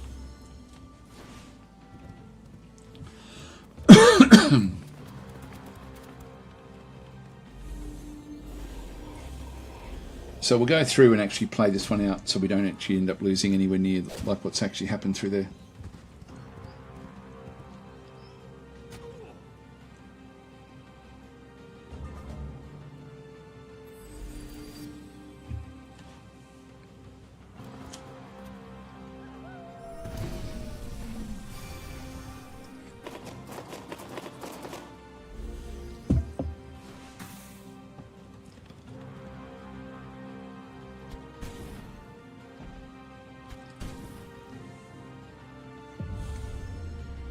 There we go. So we get the attack. That's the end of it. So we're going to retry this one. Now you saw there the AI actually collected all of the groups into 2 stacks and then tried to buff them before it went in. And by that stage, these guys had already got close enough to be able to work on this area. The trouble that we actually had in this other side was that this thing became mind controlled. So if we have a look and see what these guys can do. So these are light bringers. They've got spirit bolts and they've got convert. Now this is a permanent. This is not just for 3 turns like the other one. This is a base 60% chance of making a non-hero unit become mind controlled. If unsuccessful, the unit becomes weakened, 2 weakened instead. So it's quite a powerful thing. They can't move to use it, and it's range 6. So again, what we want to do is just make sure that we stay away from that 6 until we're ready. So if we just go Control G. And then we can start to count down. So 1, 2, 3, 4, 5, 6. So pretty much anywhere along that line is not going to be where we want to be. Our main hero can certainly sort of deal with it. Let's just move. Hang on, where was that? So 1, 2, 3, 4, 5, 6. So inside that tree there, I can move to that tree there. And just start to sort of get the unit. So rather than buffing them all together, I'm just going to go and do this. I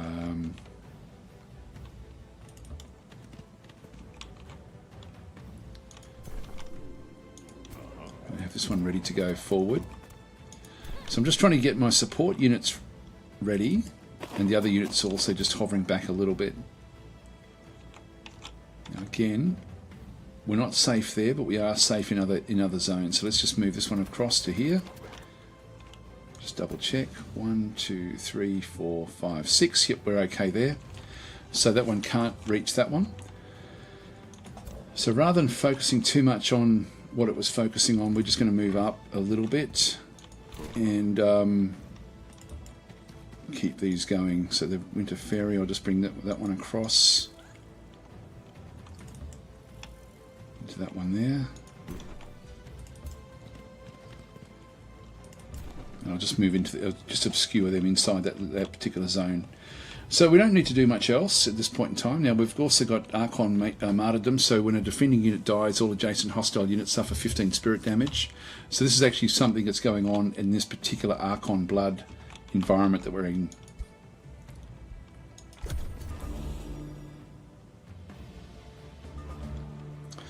Now they're bringing themselves down instead of attacking, because they did actually have this. They do actually have this Spirit Bolt attack. They could have gone in and done some damage to us, but they didn't do it. What they want to do is they want to use their conversion if they can. So we're going to have to deal with that this turn.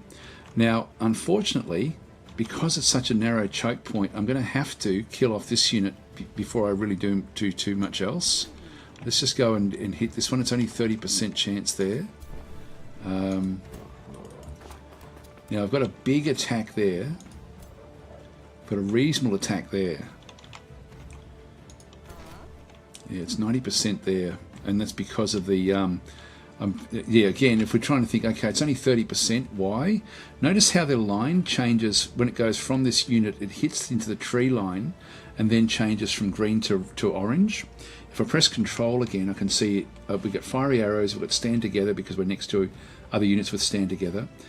20% off because of long range and 40% off because of obscured by obstacles. So it's very hard for us to hit that unit with what we actually have. If I move to there, it's 90%.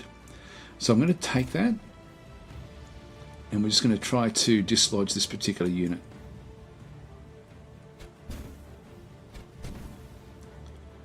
Now the first one we got at Greys, like there's a 25 extra, so the 90, we must have scored lower than 10 with that first Greys attack. We can look at this one through here, and so the archer shoots with the bow. I needed to get over a 10. I needed a 10 or more out of 100 to get a full shot. We scored a 6, we rolled a 6, and so 6 out of 100 is why we got the Greys. You take 25 off whatever the number is that's required, so 90 means, sorry, we're only ever going to get a Greys or an actual full hit in that instance. If we were 75, we'd still always get a Greys. If we were 70, there's a 5% chance at the back end that we would have missed entirely. But anyway, that's the next one. We got a 74 out of 100, which is more than what we require. It's a bit confusing the way that they do that in the game, to be honest.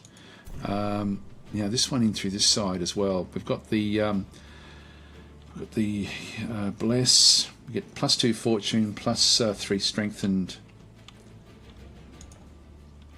I might bless this one.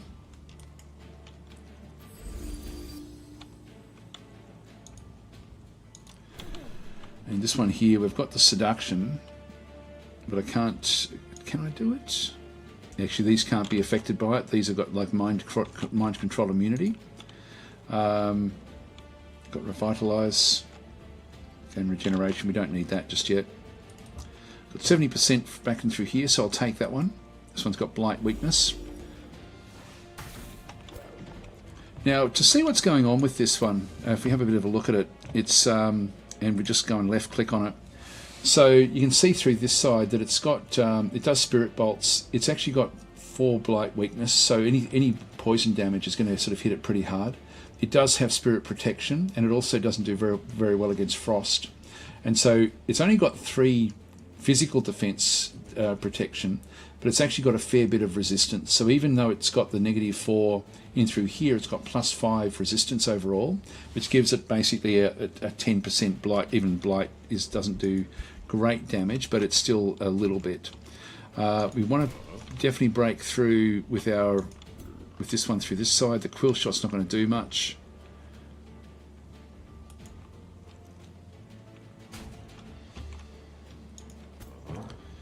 Now we've got the Undying Loyalty. I won't worry about that one so much. Now I can kill that one off with the charge, but I want to go further with the next charge. If we have a look and see, yeah, the mind control, we're going to have to really hit hard with this stuff.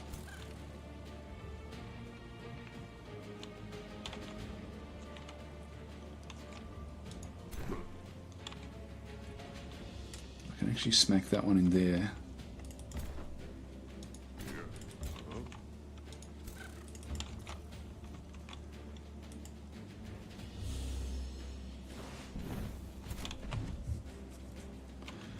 Now it is on fire. In fact, we've got a couple of effects in through there. It's bleeding and burning. So it's going to be losing a lot every turn, but we want to be breaking through here pretty damn fast. We've only got the one archer. We've already used that one. Well, I think we're just going to have to try to take this one out with what we've got through here. Now I can use this one. That one will actually get rid of it. So we do actually have the attack through there. So let's go and bring this one up to start with. There we go, that one's down. And condemned this unit with the attack. And we'll now hit this one pretty hard as well.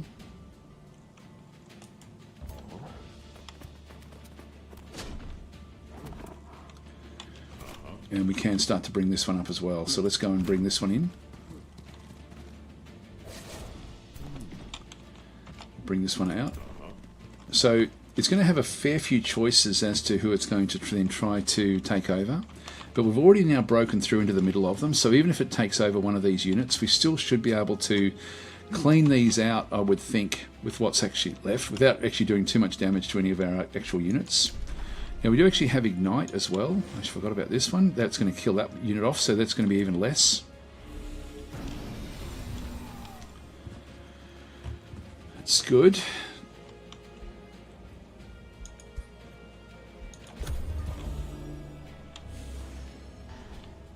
Now it resisted, so it's only been weakened. So it tried to convert this one in the middle of all of those.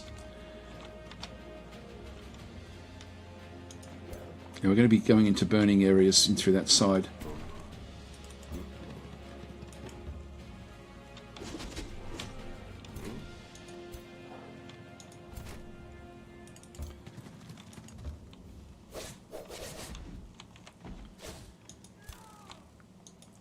This is just a single attack, so we'll just bring this one up. Only a graze. 70%. So this is one of these ones where if we roll less than 5, we're going to miss. If we roll between 5 and 30, we're going to get a graze, and if we roll 31 or more, we're going to get full value. So as we go into the shots, there's a very slight chance we'll do no damage here at all.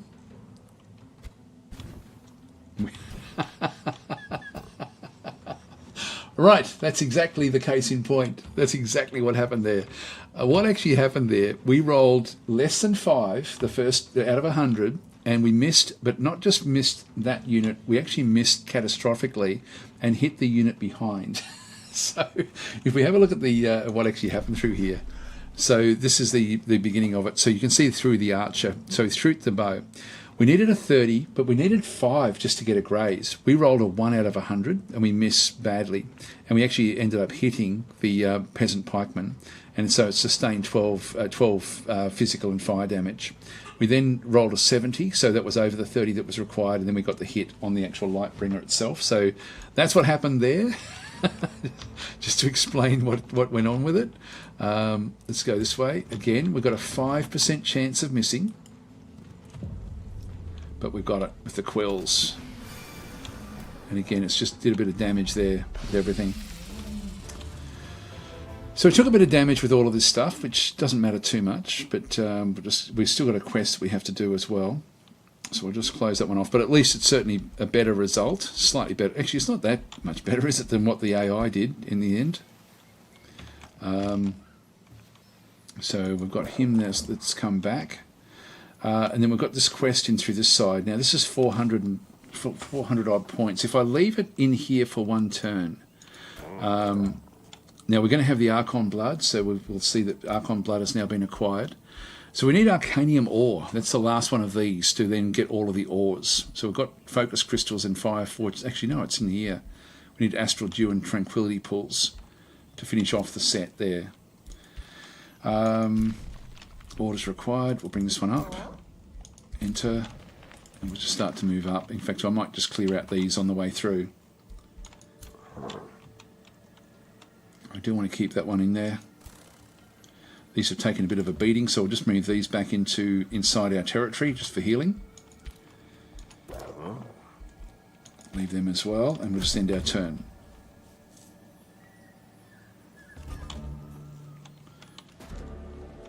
Here we go. Infernal Invaders. This is another one that we've got. After bolstering your empire through order and discipline, you receive reports that demons are assembling near Florin, thus striking fear into the citizens' hearts. So these profane invaders will be cleansed by my holy fire, so we'll definitely go after them as well. And we'll clear off this one as well. So we've now got 2. We've got the Treasured Brother, we've got 15 turns to do this one in Infernal Invaders. But the earlier I can do them, the quicker I can sort of get the benefit. So these guys are all healed up, and they're all healed up. So let's just go for it. Move these across. And we'll then smash into this one. And so I won't worry about reading all of this stuff, but we can attack the young Caustic Worm to clear the Gold Vein anyway. We can lure the Caustic Worm away from the Gold Vein with fresh cattle from Florin. Now that's going to be just growth in Florin. It's going to be blocked for 2 turns. Cover your troops' bodies in Caustic Worm mucus to repel the young Caustic Worms. Now this is one where you actually have to roll against what your affinity level is. Now we've got 4 nature. This is a nature affinity that we've sort of been doing through this side.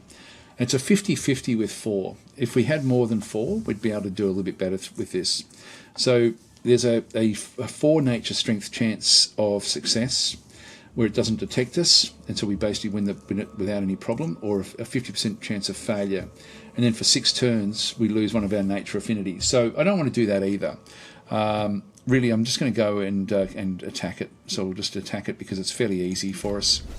Now, if you're playing on higher difficulty levels, you're going to find that these are much more difficult to do than what we're doing through here.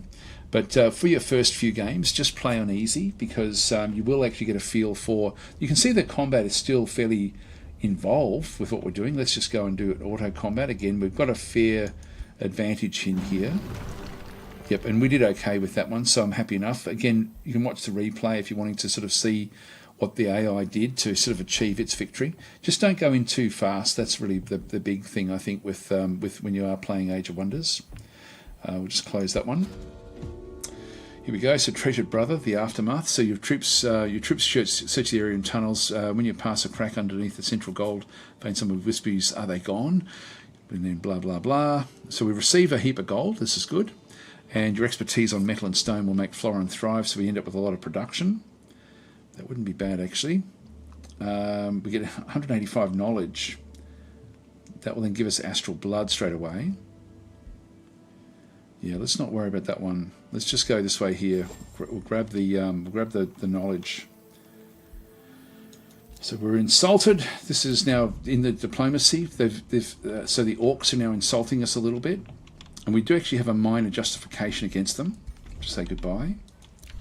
Free City was integrated back over through this side, which now we've now got sort of like flourishing vassalage. And we don't need to do anything with this. We can just keep that one going the way it's going. Spell ready, Staves of Mending, so we'll enchant these. So our support units will then have a little bit more support abilities. Now, what have we got? This is the one that we wanted. The unit costs are 30% less. Close that one. And produce the tavern.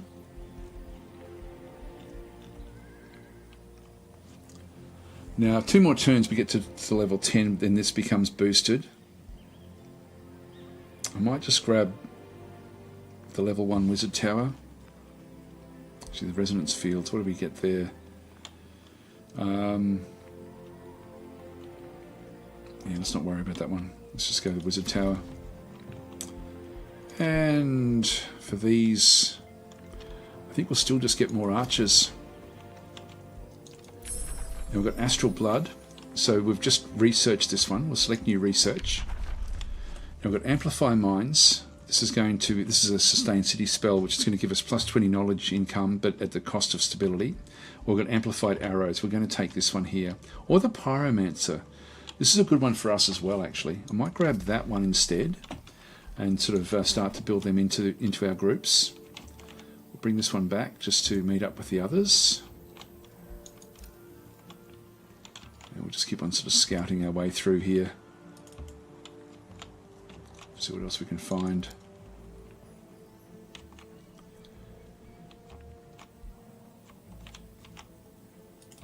Actually, where's the Infernal Invaders? They're down in here, where we came from. We'll keep our armies together a bit now. I'll just roll through these. I'll let them go. This will make us a little bit better, a little bit good.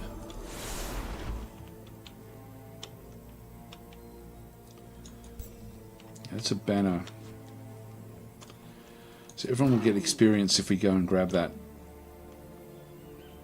This one's now a matriarch. This one has actually already gone up a level. So everyone can benefit from this, so I'll just take it. Normally I would be trying to stack that with heroes, but I'll just leave it where it is. We've got that as well that we need to go back for. What have we got in here?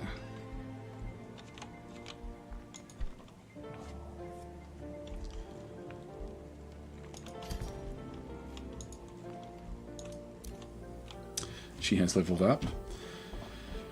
Searing weapons.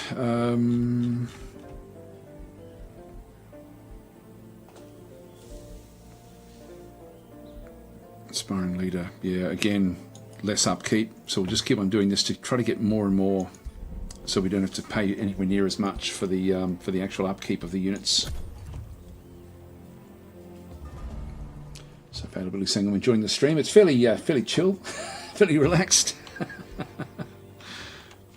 Now these will have to come back. I will combine these now because we're going to start to potentially go to war. So I'll start to combine all these together.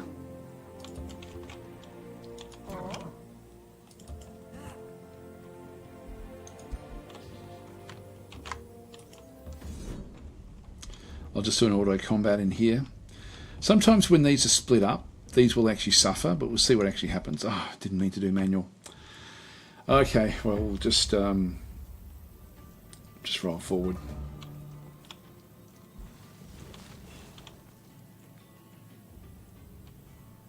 Yeah, if I restart, we end up back in here anyway. This one won't take very long. So these will start to come forward a little bit. That one's okay. Low foliage.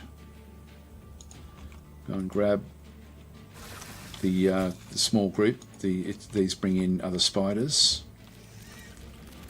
Just bring that one up. Now these are expendable because we've summoned these in. It won't matter, so I won't move them right up the top there. Move that one up.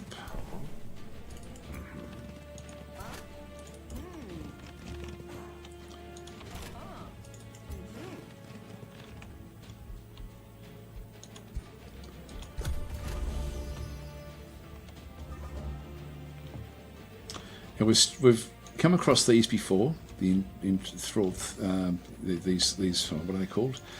Entwined thralls. There we go.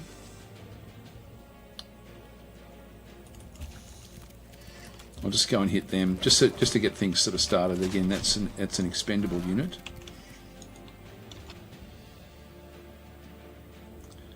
It's only 30% there, so I'll keep that one where that is.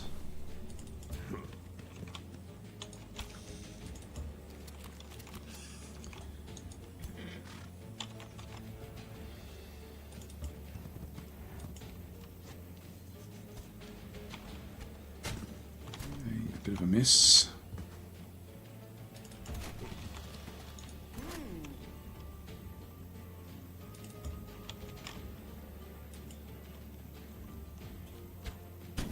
Oh, nice. Actually, we got burning, so at least it started to burn.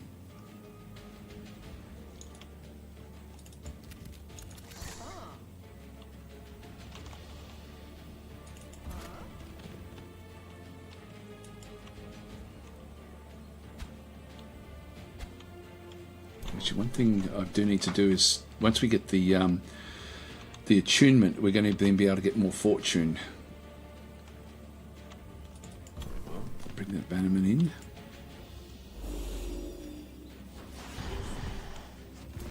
Got rid of its defences. Now we have a much better shot at this one. Unfortunately, we're not going to get a chance to do much with that one. I'll just move this one out in front. Leave that one where that is. And we do actually have the Ignite spell. That will then kill off this one. And that's going to then not give fortune yet, but eventually that will then give fortune to everyone, which will then give us critical hit chances. But we'll get to that one fairly soon.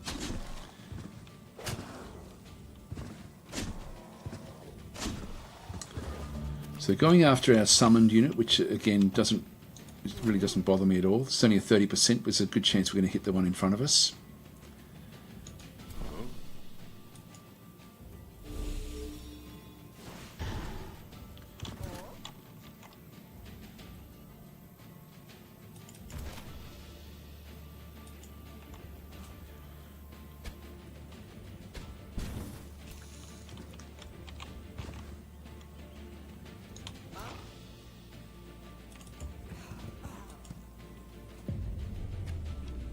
Here we go.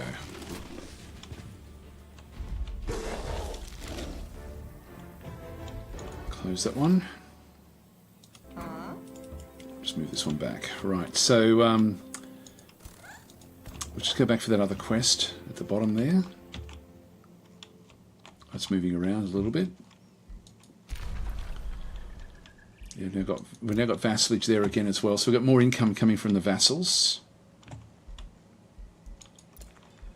Focus crystals acquired.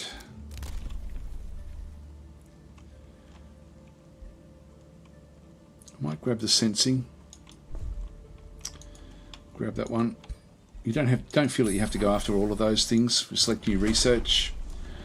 The convent. Let's go with the convent. Now we haven't done the astral blood, so we'll do this one here. It's going to be 6 turns to get that one.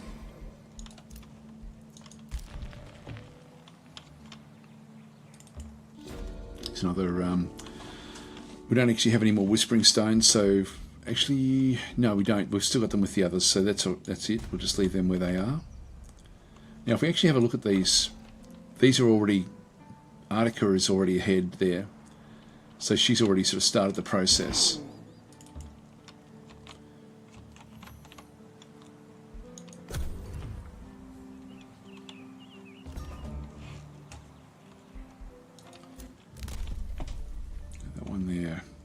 Units recruited through Alley of Legis gain +2 ranks upon recruitment. That's actually not bad. I'll grab that one. And nature, so coast and river provinces grant +2 food. We've got a bit of them as well, so we'll grab those.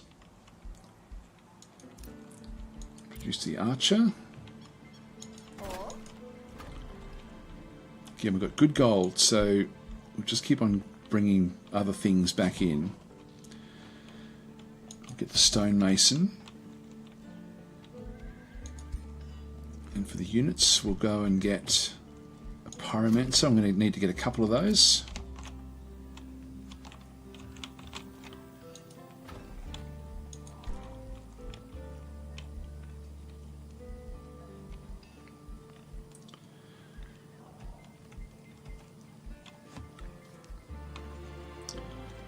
I might grab the wizard tower, level 2. These are fairly weak, but I'll still just get it anyway. I think that they will have to strengthen what the wizard towers do in the game, because they don't do much at the moment.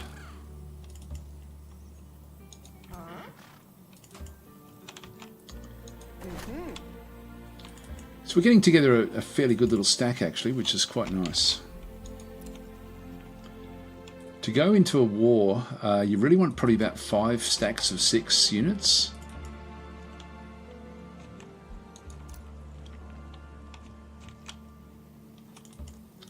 To make it effective, but playing on easy, it's not going to be that difficult.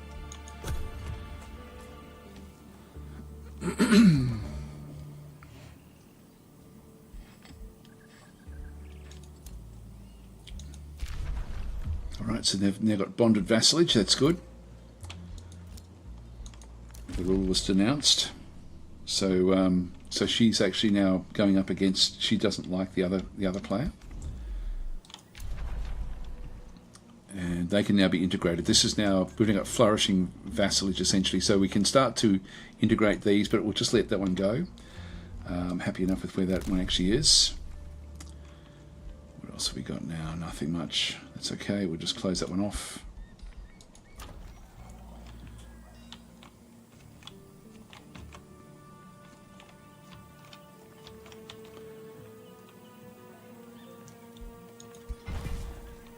Forester from up in there. The convent can now be built. Amplify mine. So this is a, but don't worry about that one there. This amplification pylon will give us stronger spells in combat.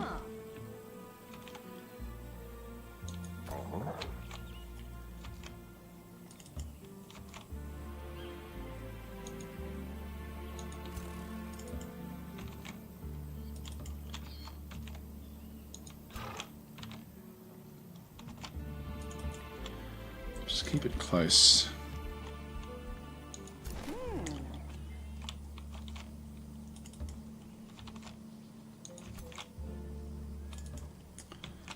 Bring them down to join up with the others.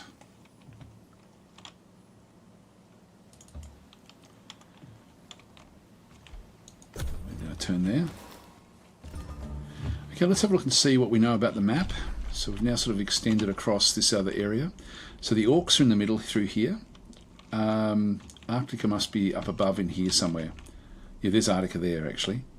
So maybe she's the easiest one for us to take out, because her border is right there.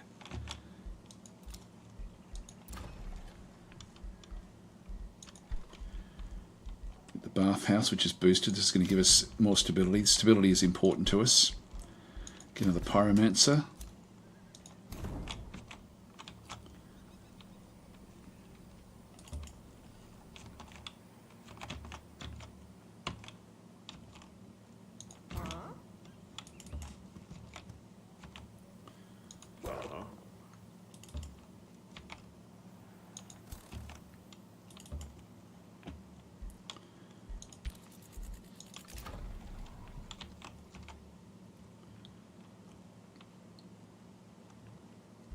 Get more mana.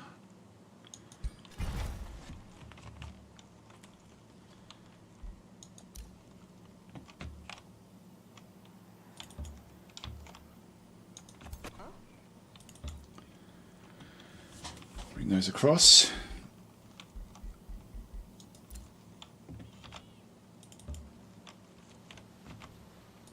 So we've got swamps in through this other side. And turn there.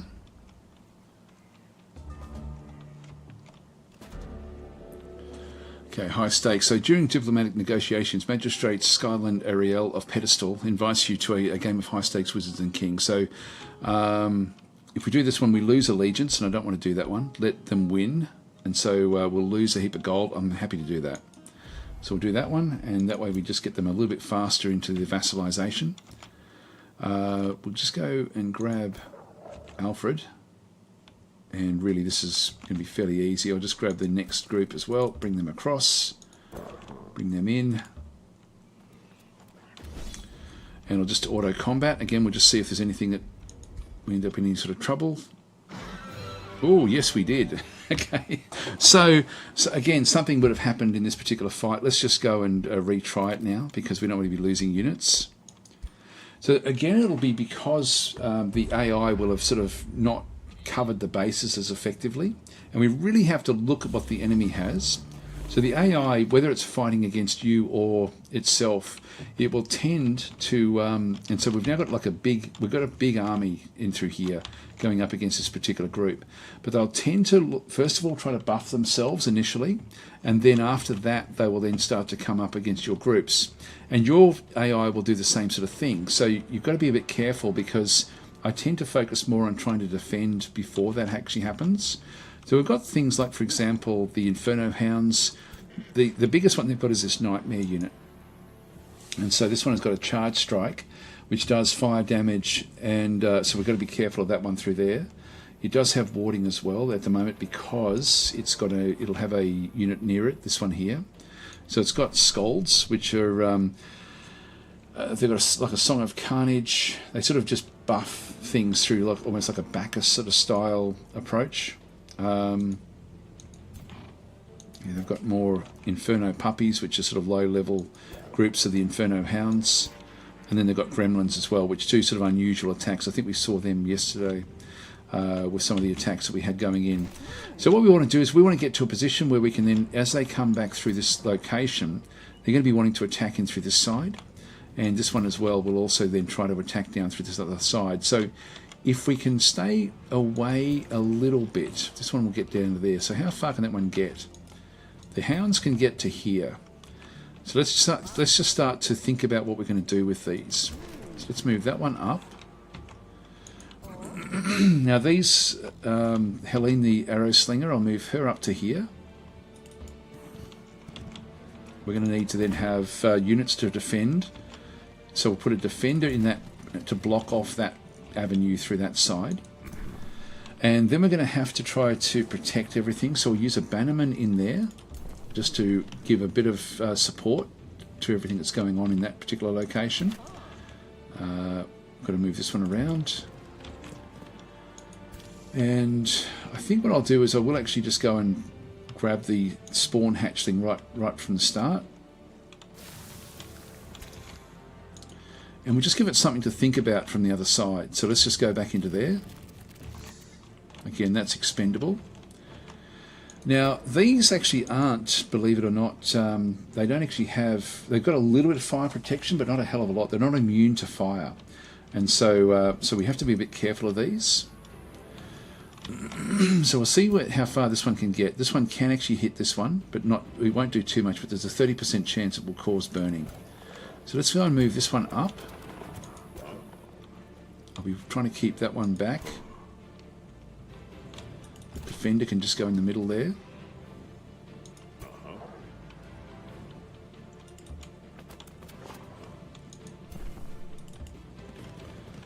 Keep the chaplain in that side.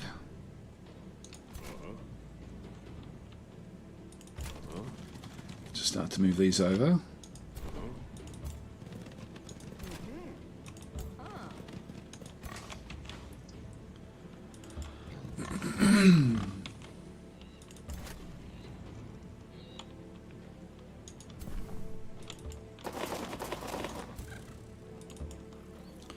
Keep them there.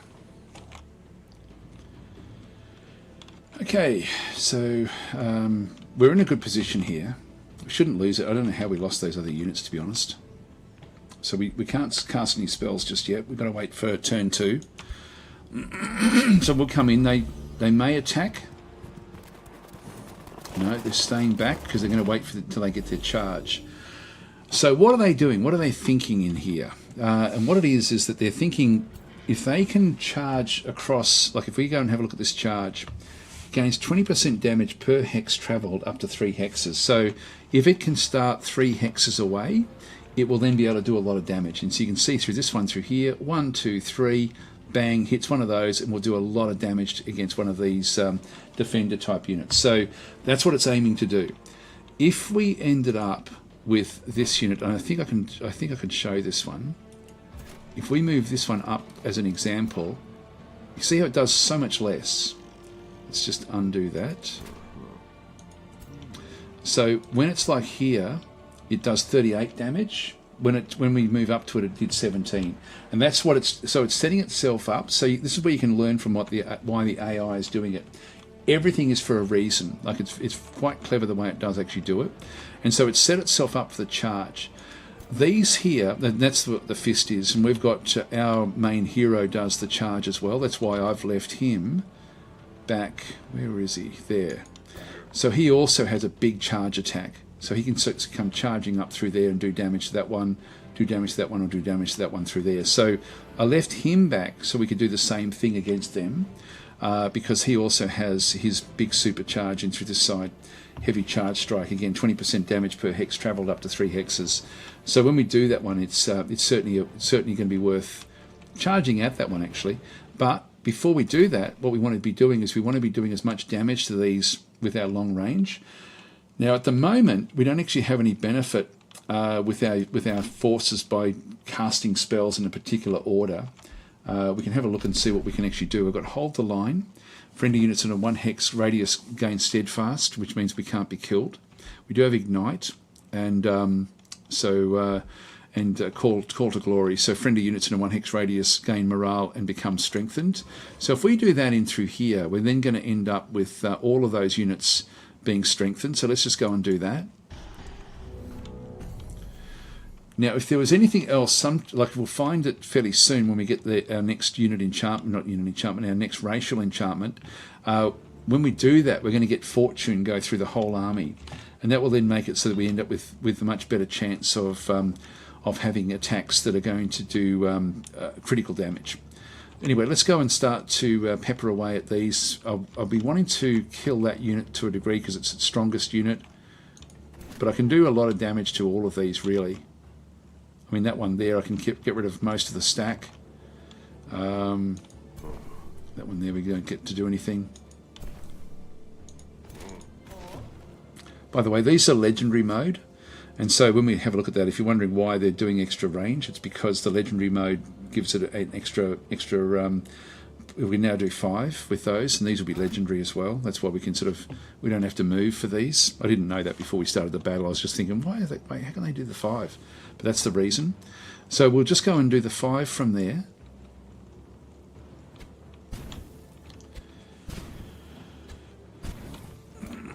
Okay, then we've got the quill as well, and so this one can't actually do much. From there it can, so I'll just take the quill up to that location. Again, this one is only just one action point to then fire this one off.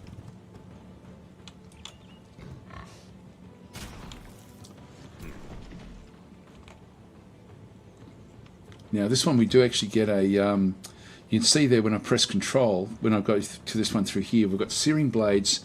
It's a Cavalry Slayer will kick in because this is a cavalry item, but it's not strong enough for me, so I'm not going to worry about that one.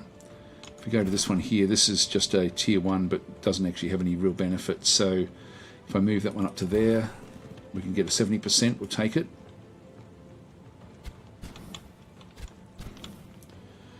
Good, and I still can't get the kill there. That one's not going to get a kill. So I will come flying up to here to kill that one off with my main hero, with Alfred Elderstone.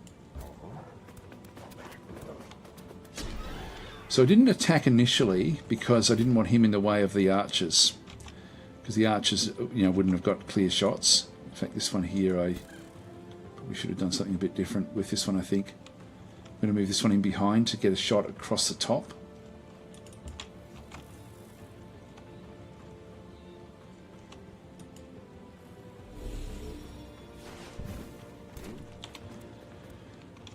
And then we've got these. Now we've still got some of these which can get another shot. Let's just go and bring this one up. These guys here can still do it. See how I've now got in the way of this other unit by moving that one up? If I press control on this one, I'm now obscured by that unit that I just moved. It was fine when it was in front of me. So let's go this way.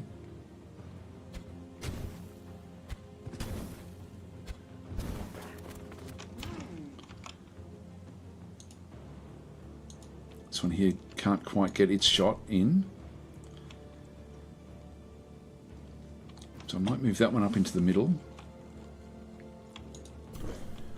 Now I've still got this one here that has to come back up.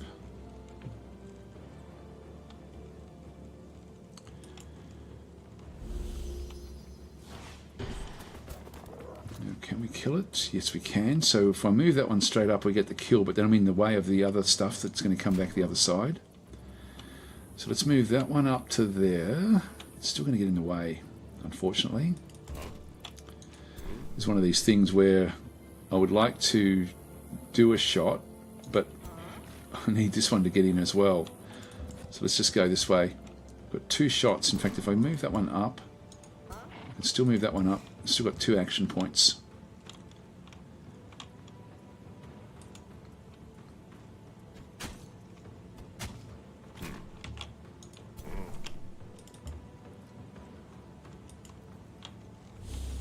It's going to reduce its defense. If I had have gone initially with that one, we could have then actually done more damage.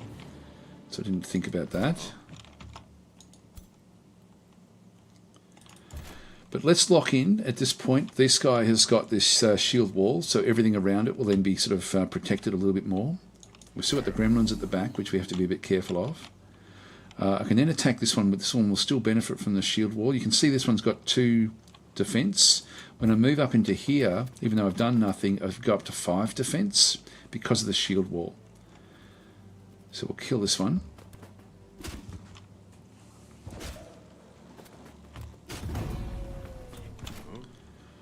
So our morale is just kicked through, so we're getting very, very strong morale.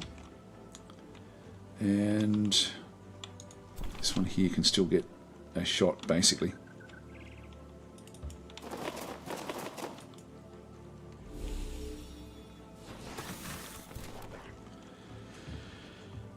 Oh, I've still got this unit as well. Now it's a 30%, I'll still go for it. What's the chance of hitting her? Well, we hit one of theirs.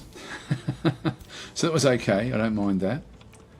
Let's move this around, this one's expendable. End our turn here.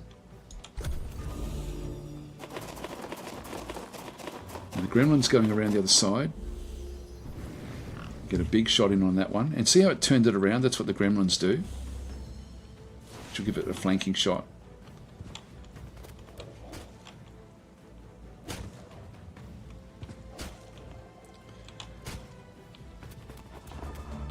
Alright, so now I can come flying in. I'm going to basically kill this thing off. Just got the single attack with that one. That will then also bring me in contact with the Skald. It's facing the other way, so I can sort of just get in around behind that one. Now it should have zipped off. Yeah, there it goes. It displaces itself a little bit off. So we want to go and kill that one off with this unit.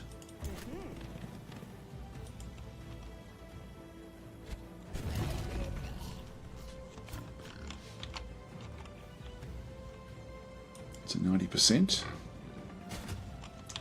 Now the Skald has got a few different things it can do. This one here, it has to be outside of our zone of control to be able to then sort of go and do anything. And at the moment with Alfred has got that special ring, this one here, Ring of Opportunity, so deals plus 30% damage on opportunity attacks. And so opportunity attacks are a special type of retaliation attacks that are triggered when an enemy unit leaves the zone of control. So for it to use its main attack, it has to then walk away, and so he's then going to do even more damage, 30% extra damage because of that, if that actually then kicks in. We'll just move these up and around.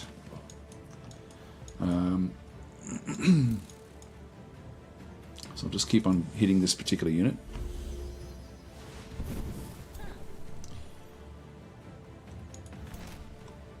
Kill that one off. So everyone's become very, very happy.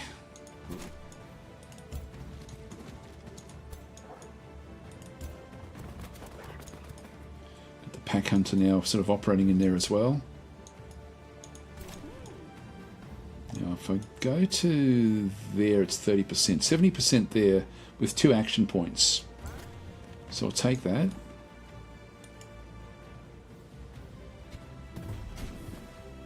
Looks like a critical hit. Yeah, they're critical, so we're getting extra damage with that. So I've still got 2 shots there and 100% to hit. Another critical. Looks like it's going to run.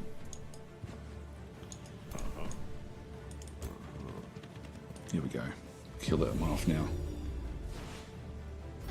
Got it. Alright, so better than losing a couple of units. So we'll close that one off. There we go. So Infernal Invaders Aftermath. So blah blah blah.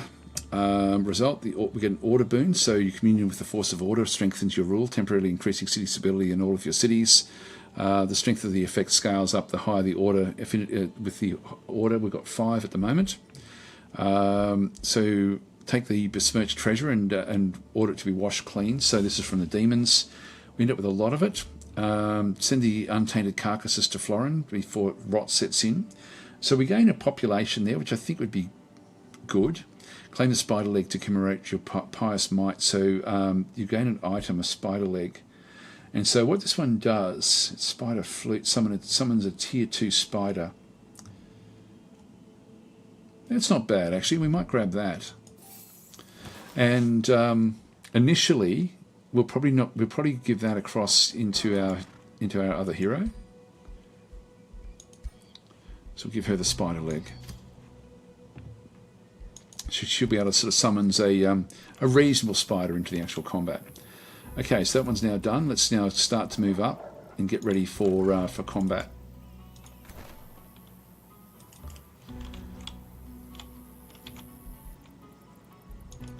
Ruler is leveled up. Good. So he's now level 7.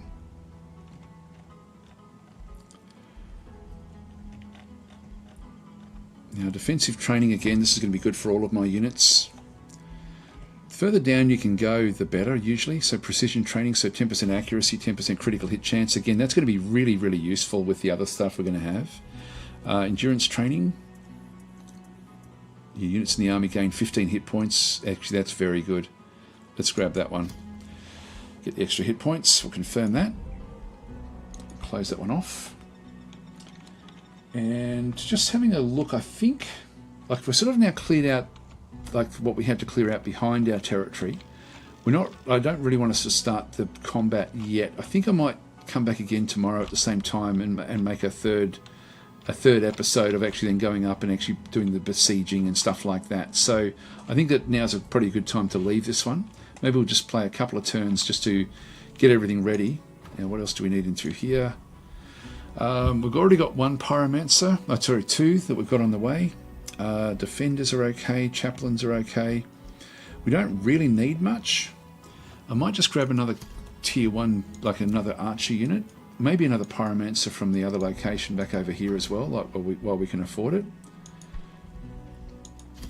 We can get them pretty quickly. What else are we building? Bathhouse coming in 3. So by the time we get back up there with our army, we can then sort of have like a fair few stacks, and that will then put us in good stead ready for besieging. We should end up with 4 stacks, and playing on easy mode, that'll be heaps for what we need to do. Let's continue on around. We'll just keep on claiming these territories so we can see what's going on.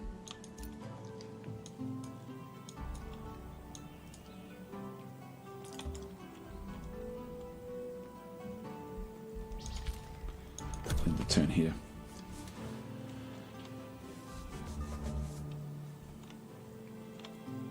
So Mark is saying, how do you have so much gold on turn 30? It's okay. There's a lot going on. Actually, if you've got any questions, sing out, because we'll go through these things now and just sort of answer all these sorts of stuff. So yeah, we're on turn 32 at the moment. Okay, what I did at the start was I focused pretty much on either getting gold or on getting food initially. They're the two resources. And production, but not draft. I don't focus on draft at all, so that way the cities themselves will end up sort of trying to get more gold. So in this case, we're getting 193 gold from this particular location. So that's important to sort of start to focus on that to a degree, but I haven't gone crazy with it. We're using quarries rather than mines in a lot of cases. That's because the quarries actually do give me 2 gold with the way that we're actually playing the game. So that's one thing. We established our second city, Aquilon, very, very quickly. Like that was within the first 10 turns. If you can do that one within 10 turns, then basically you end up with another location, which can then also start to pull in more and more gold. That's another really good way to get the gold coming in. And again, we've been able to sort of choose a location with gold mines and things like this. So we're focused very heavily on trying to clear them out. Other things that have happened, if we hover over this one, you'll sort of see there that we're getting also the vassals. As we came across each vassal, I then tried to make sure that I had enough Whispering Stones. We've got one more Whispering Stone has now come back in because this one no longer requires it. And so this location through here, we're now under Supreme Vassalage is coming in 7, but we're essentially got Flourishing Vassalage. And so actually this one does have the Whispering Stone, so one of them doesn't. So is it this one here? Yeah, this one here is already at Supreme Vassalage. So this is as far as it can go. And so when that happens, I get the Whispering Stone back. But I ended up with 3 Whispering Stones. And so as soon as I could get one, as soon as we found a vassal city or potential vassal city, I was then investing the stones in that. Now, there is actually this location over here, Hearthelm. And if we have a look at this one, you can see through there that this one's already got an overlord. So Brogdor Rage Taker has become the overlord of this location, which means that we can't give them a Whispering Stone. So we can't actually impact them at all. So that's not going to help us. There's nowhere else for us to actually go and do that. So getting the Whispering Stones early is good to get the vassals. You can see there when I hover over that one, income from vassals 129. So we're getting a lot of gold from the vassals. The outpost, actually the outpost is costing us 20. I've only got the one. I didn't think they cost anything, but they must cost a little bit. Oh, there it is. Yeah, we're getting 10. It's costing us 10 from this one through this side, 10 upkeep for the outpost, but it's worth it for that particular, for that magic material. And we have another outpost as well over here for this magic material. So we do actually, I didn't realise we actually paid an upkeep on those, but there's 20 upkeep on those. City income, you can see there, is almost as much as the actual vassals. We've got 3 vassals, but now that we've got that other Whispering Stone back, to get even more gold from, say, Florin, which is our main gold-making town, if we can go and improve our stability, at the moment we're stable. You can see there the city structures are giving us plus 30, domain is giving us minus 4, so we're at 26. If I hover over city stability, you can see there if I can go up to 40, if I can get it up another, another 14, I'm going to then be able to go into orderly. And if I go and hover over orderly, I then get plus 10% production so it's 10% on production, draft, and food. And basically, if we don't do any production, that then changes into gold. And so I can get even more gold by making my city happier. And the way we can do that is by opening up the gear. We've got this we've got one extra Whispering Stone which we're not using, and so we'll just give the city to that one. And so giving a Whispering Stone to a city, this will passively improve your city stability by 3 per turn, up to a maximum bonus of 30. We needed 14, so we'll just go that way. That way we should end up getting even happier with the actual city, and there's other things we can do with this. If we end up going up to Harmony, we're then going to get 15 extra production, draft, and food as well. So it just helps to try to get that happiness up. So that will actually help ultimately as well, just to try to boost a bit more gold coming back in there. The unit upkeep is minus 132, so we're not paying a hell of a lot. We have been very low on gold up until probably the last 10 turns. Up until then, we really were struggling, so we've had to focus very heavily on gold. But I haven't had gold the whole game. Maybe from turn 25, we've been able to sort of really get ahead with the gold. But up until that point in time, it was really quite difficult. But we're running out of gold all the time. When you also first start playing the game, I showed yesterday that you can actually buy things. Like, for example, the Wizard Tower is coming in one turn. What are we doing over through here? And getting a third city for us would also be a good idea. Like this bathhouse is also going to give us plus 40 city stability. If I just go across into this side, I can hurry the production for 202 gold. So while I've got so much gold, I might as well do that sort of stuff and just keep on getting more things. Like the mint, I'll just go and now queue that one up. So I can start to sort of just push things through the city a little bit faster than what we were doing before. Anyway, have we got any other comments there? So, seriously, I'm getting... yep, that's okay. Beaches are saying, is there such a thing as playing tall and wide in this game? To a degree, and I hope that they actually can make that more of a factor. We were talking about this a bit earlier, actually, where it would be good if they could actually have, like, instead of just a quarry, if you had multiple levels of the quarry, so you can sort of start to bring things through that way. But it's... it doesn't really work that way. But I'm hoping that they will do that at some point. It really comes down to your population is so important to try to just keep on sort of ramping up the population. We do need to keep on top of the population here, actually. This one is not awesome. Let's just hurry the production there. And the convent is going to give us knowledge. The market is going to give us gold. What else can we get? There's the bathhouse again. I might get that one just to get the city stability back up again as well. Yeah, there's no other food. The estate hall there requires 2 farms. I don't actually have the extra farm, so that would be good to get that one. Yeah, so you can't really play tall to a degree. You still have to sort of sprawl out like what we're doing and try to sort of claim different territory and do different things. Okay, so and Phillips Geekery is saying, do cultures need certain tomes to do well? Will just picking random ones ruin the end game? No, it's sort of one of those things. If you play on sort of the easiest difficulties, it's a good opportunity to play with the tomes. I think that this is one of these games where you can min-max it and not enjoy it as much. So I tend to try to play the game for role play. And so I just pick what I think fits the story, and it's sort of like without worrying too much about trying to get very specific things. Now, there certainly are builds that you can actually go and build very particularly to actually achieve a rush, for example, like a rush victory if you're wanting to go that way, or different ways of actually approaching the game. So there's certainly ways to min-max it, but I think that it gets in the way, particularly when you're learning the game, it gets in the way of the enjoyment. So it's better to just choose what you want. And so usually when I'm starting a game, I tend to, if I'm going to be building a faction, I then try to sort of think, okay, what do I want the faction to represent in terms of the standard fantasy tropes, and then I head that way. So for example, if I was going to be playing a necromancer, if I wanted to sort of have undead units, I'm not going to be choosing nature or order so much at the start. I would choose the evil sort of the necromantic sort of style of tomes. But and then again, just for the role play aspect, I would continue heading down that particular road. If I was going to be sort of playing as like a ratlings, that sort of like just swarming everywhere, I'd be choosing chaos.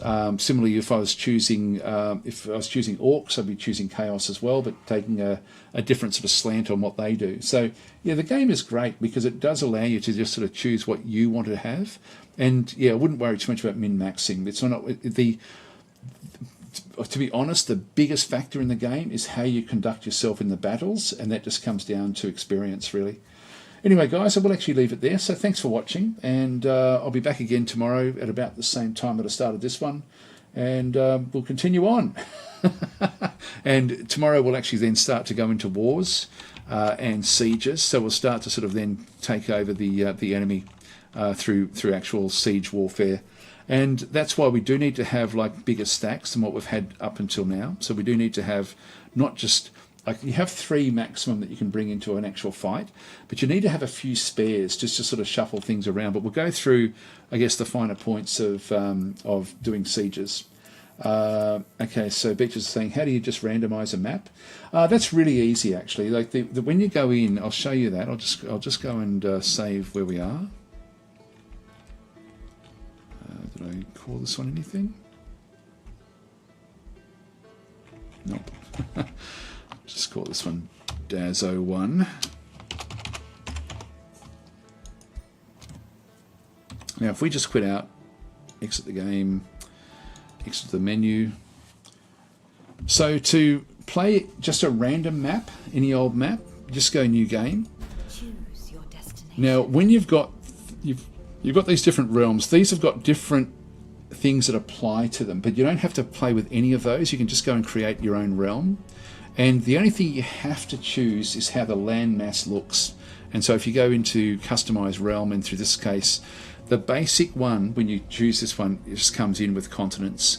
This realm is dominated by several large contested landmasses. This realm consists of several large landmasses separated by oceans. And that's pretty much it. You don't have to do anything else. So if you just want to play a random game, you can actually then go across and change it to coast or divide or whatever else you want to actually play with it.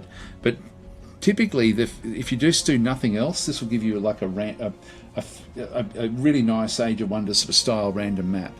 It's really just the other bits and pieces can then be added into it to sort of give you like climate traits, or in this case sort of inhabitant traits, or the presence of other sorts of hero type things as well, like different sorts of units that can again come through, plus the other sorts of miscellaneous. So all of these miscellaneous, for example, these all just impact how the maps are generated. So you've got like a lot of these, and but if you really just want to play a basic map, that's it. Just go that way. Set up your number of players, your starting distance. I find that 4 is good. Like 4 players gives you a good game. Your difficulty, you can then save the realm, just whatever you want to call it. I won't bother saving this one, but if we go back now to see what they've done with the other ones, if I go to Fields of Rebirth, all they've done here is essentially sort of given it its own, like they haven't sort of designated what type of landmass it is, but they've gone with a thing called harmonious lands. And so to rebuild this one, we can't build the landmass aspect of it, but we can still go into create realm, just stick with this one, customize the realm. And if we then just go back into harmonious, we'll find harmonious in through here. I think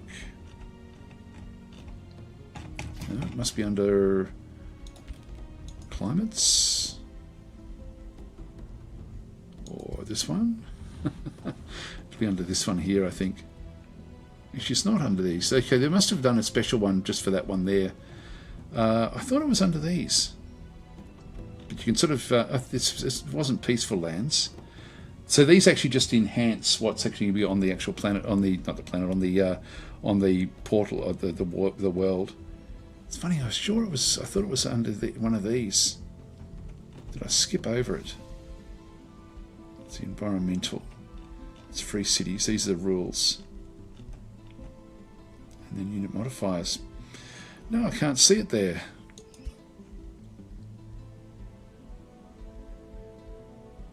Oh, endless fields. I think that this is the same sort of one. This is similar to it. Endless fields back and through this side. If we just go back and have a look. Choose your destination. Yes, it's still, I think this is still endless fields to a degree. Actually, it's a little bit different. But these are crafted. This one, first one is crafted, and these are crafted. So even though it's got different things in through here that you can still set up yourself, it is a bit different. These other ones tend to be purely from the actual, from the things you can then build yourself. And so you ultimately end up with a big, long list of different sorts of realms that you then end up generating. It's so easy to do it, you know, that you just sort of try all sorts of different things in through this side. It's very cool the way it does actually sort of then go and work. But it's anyway, that's yeah. So, but if you really just want to play a basic game, just don't add anything else to it. Anyway, guys, I'm going to leave it there. So thanks for watching, and I'll catch you tomorrow if you're around.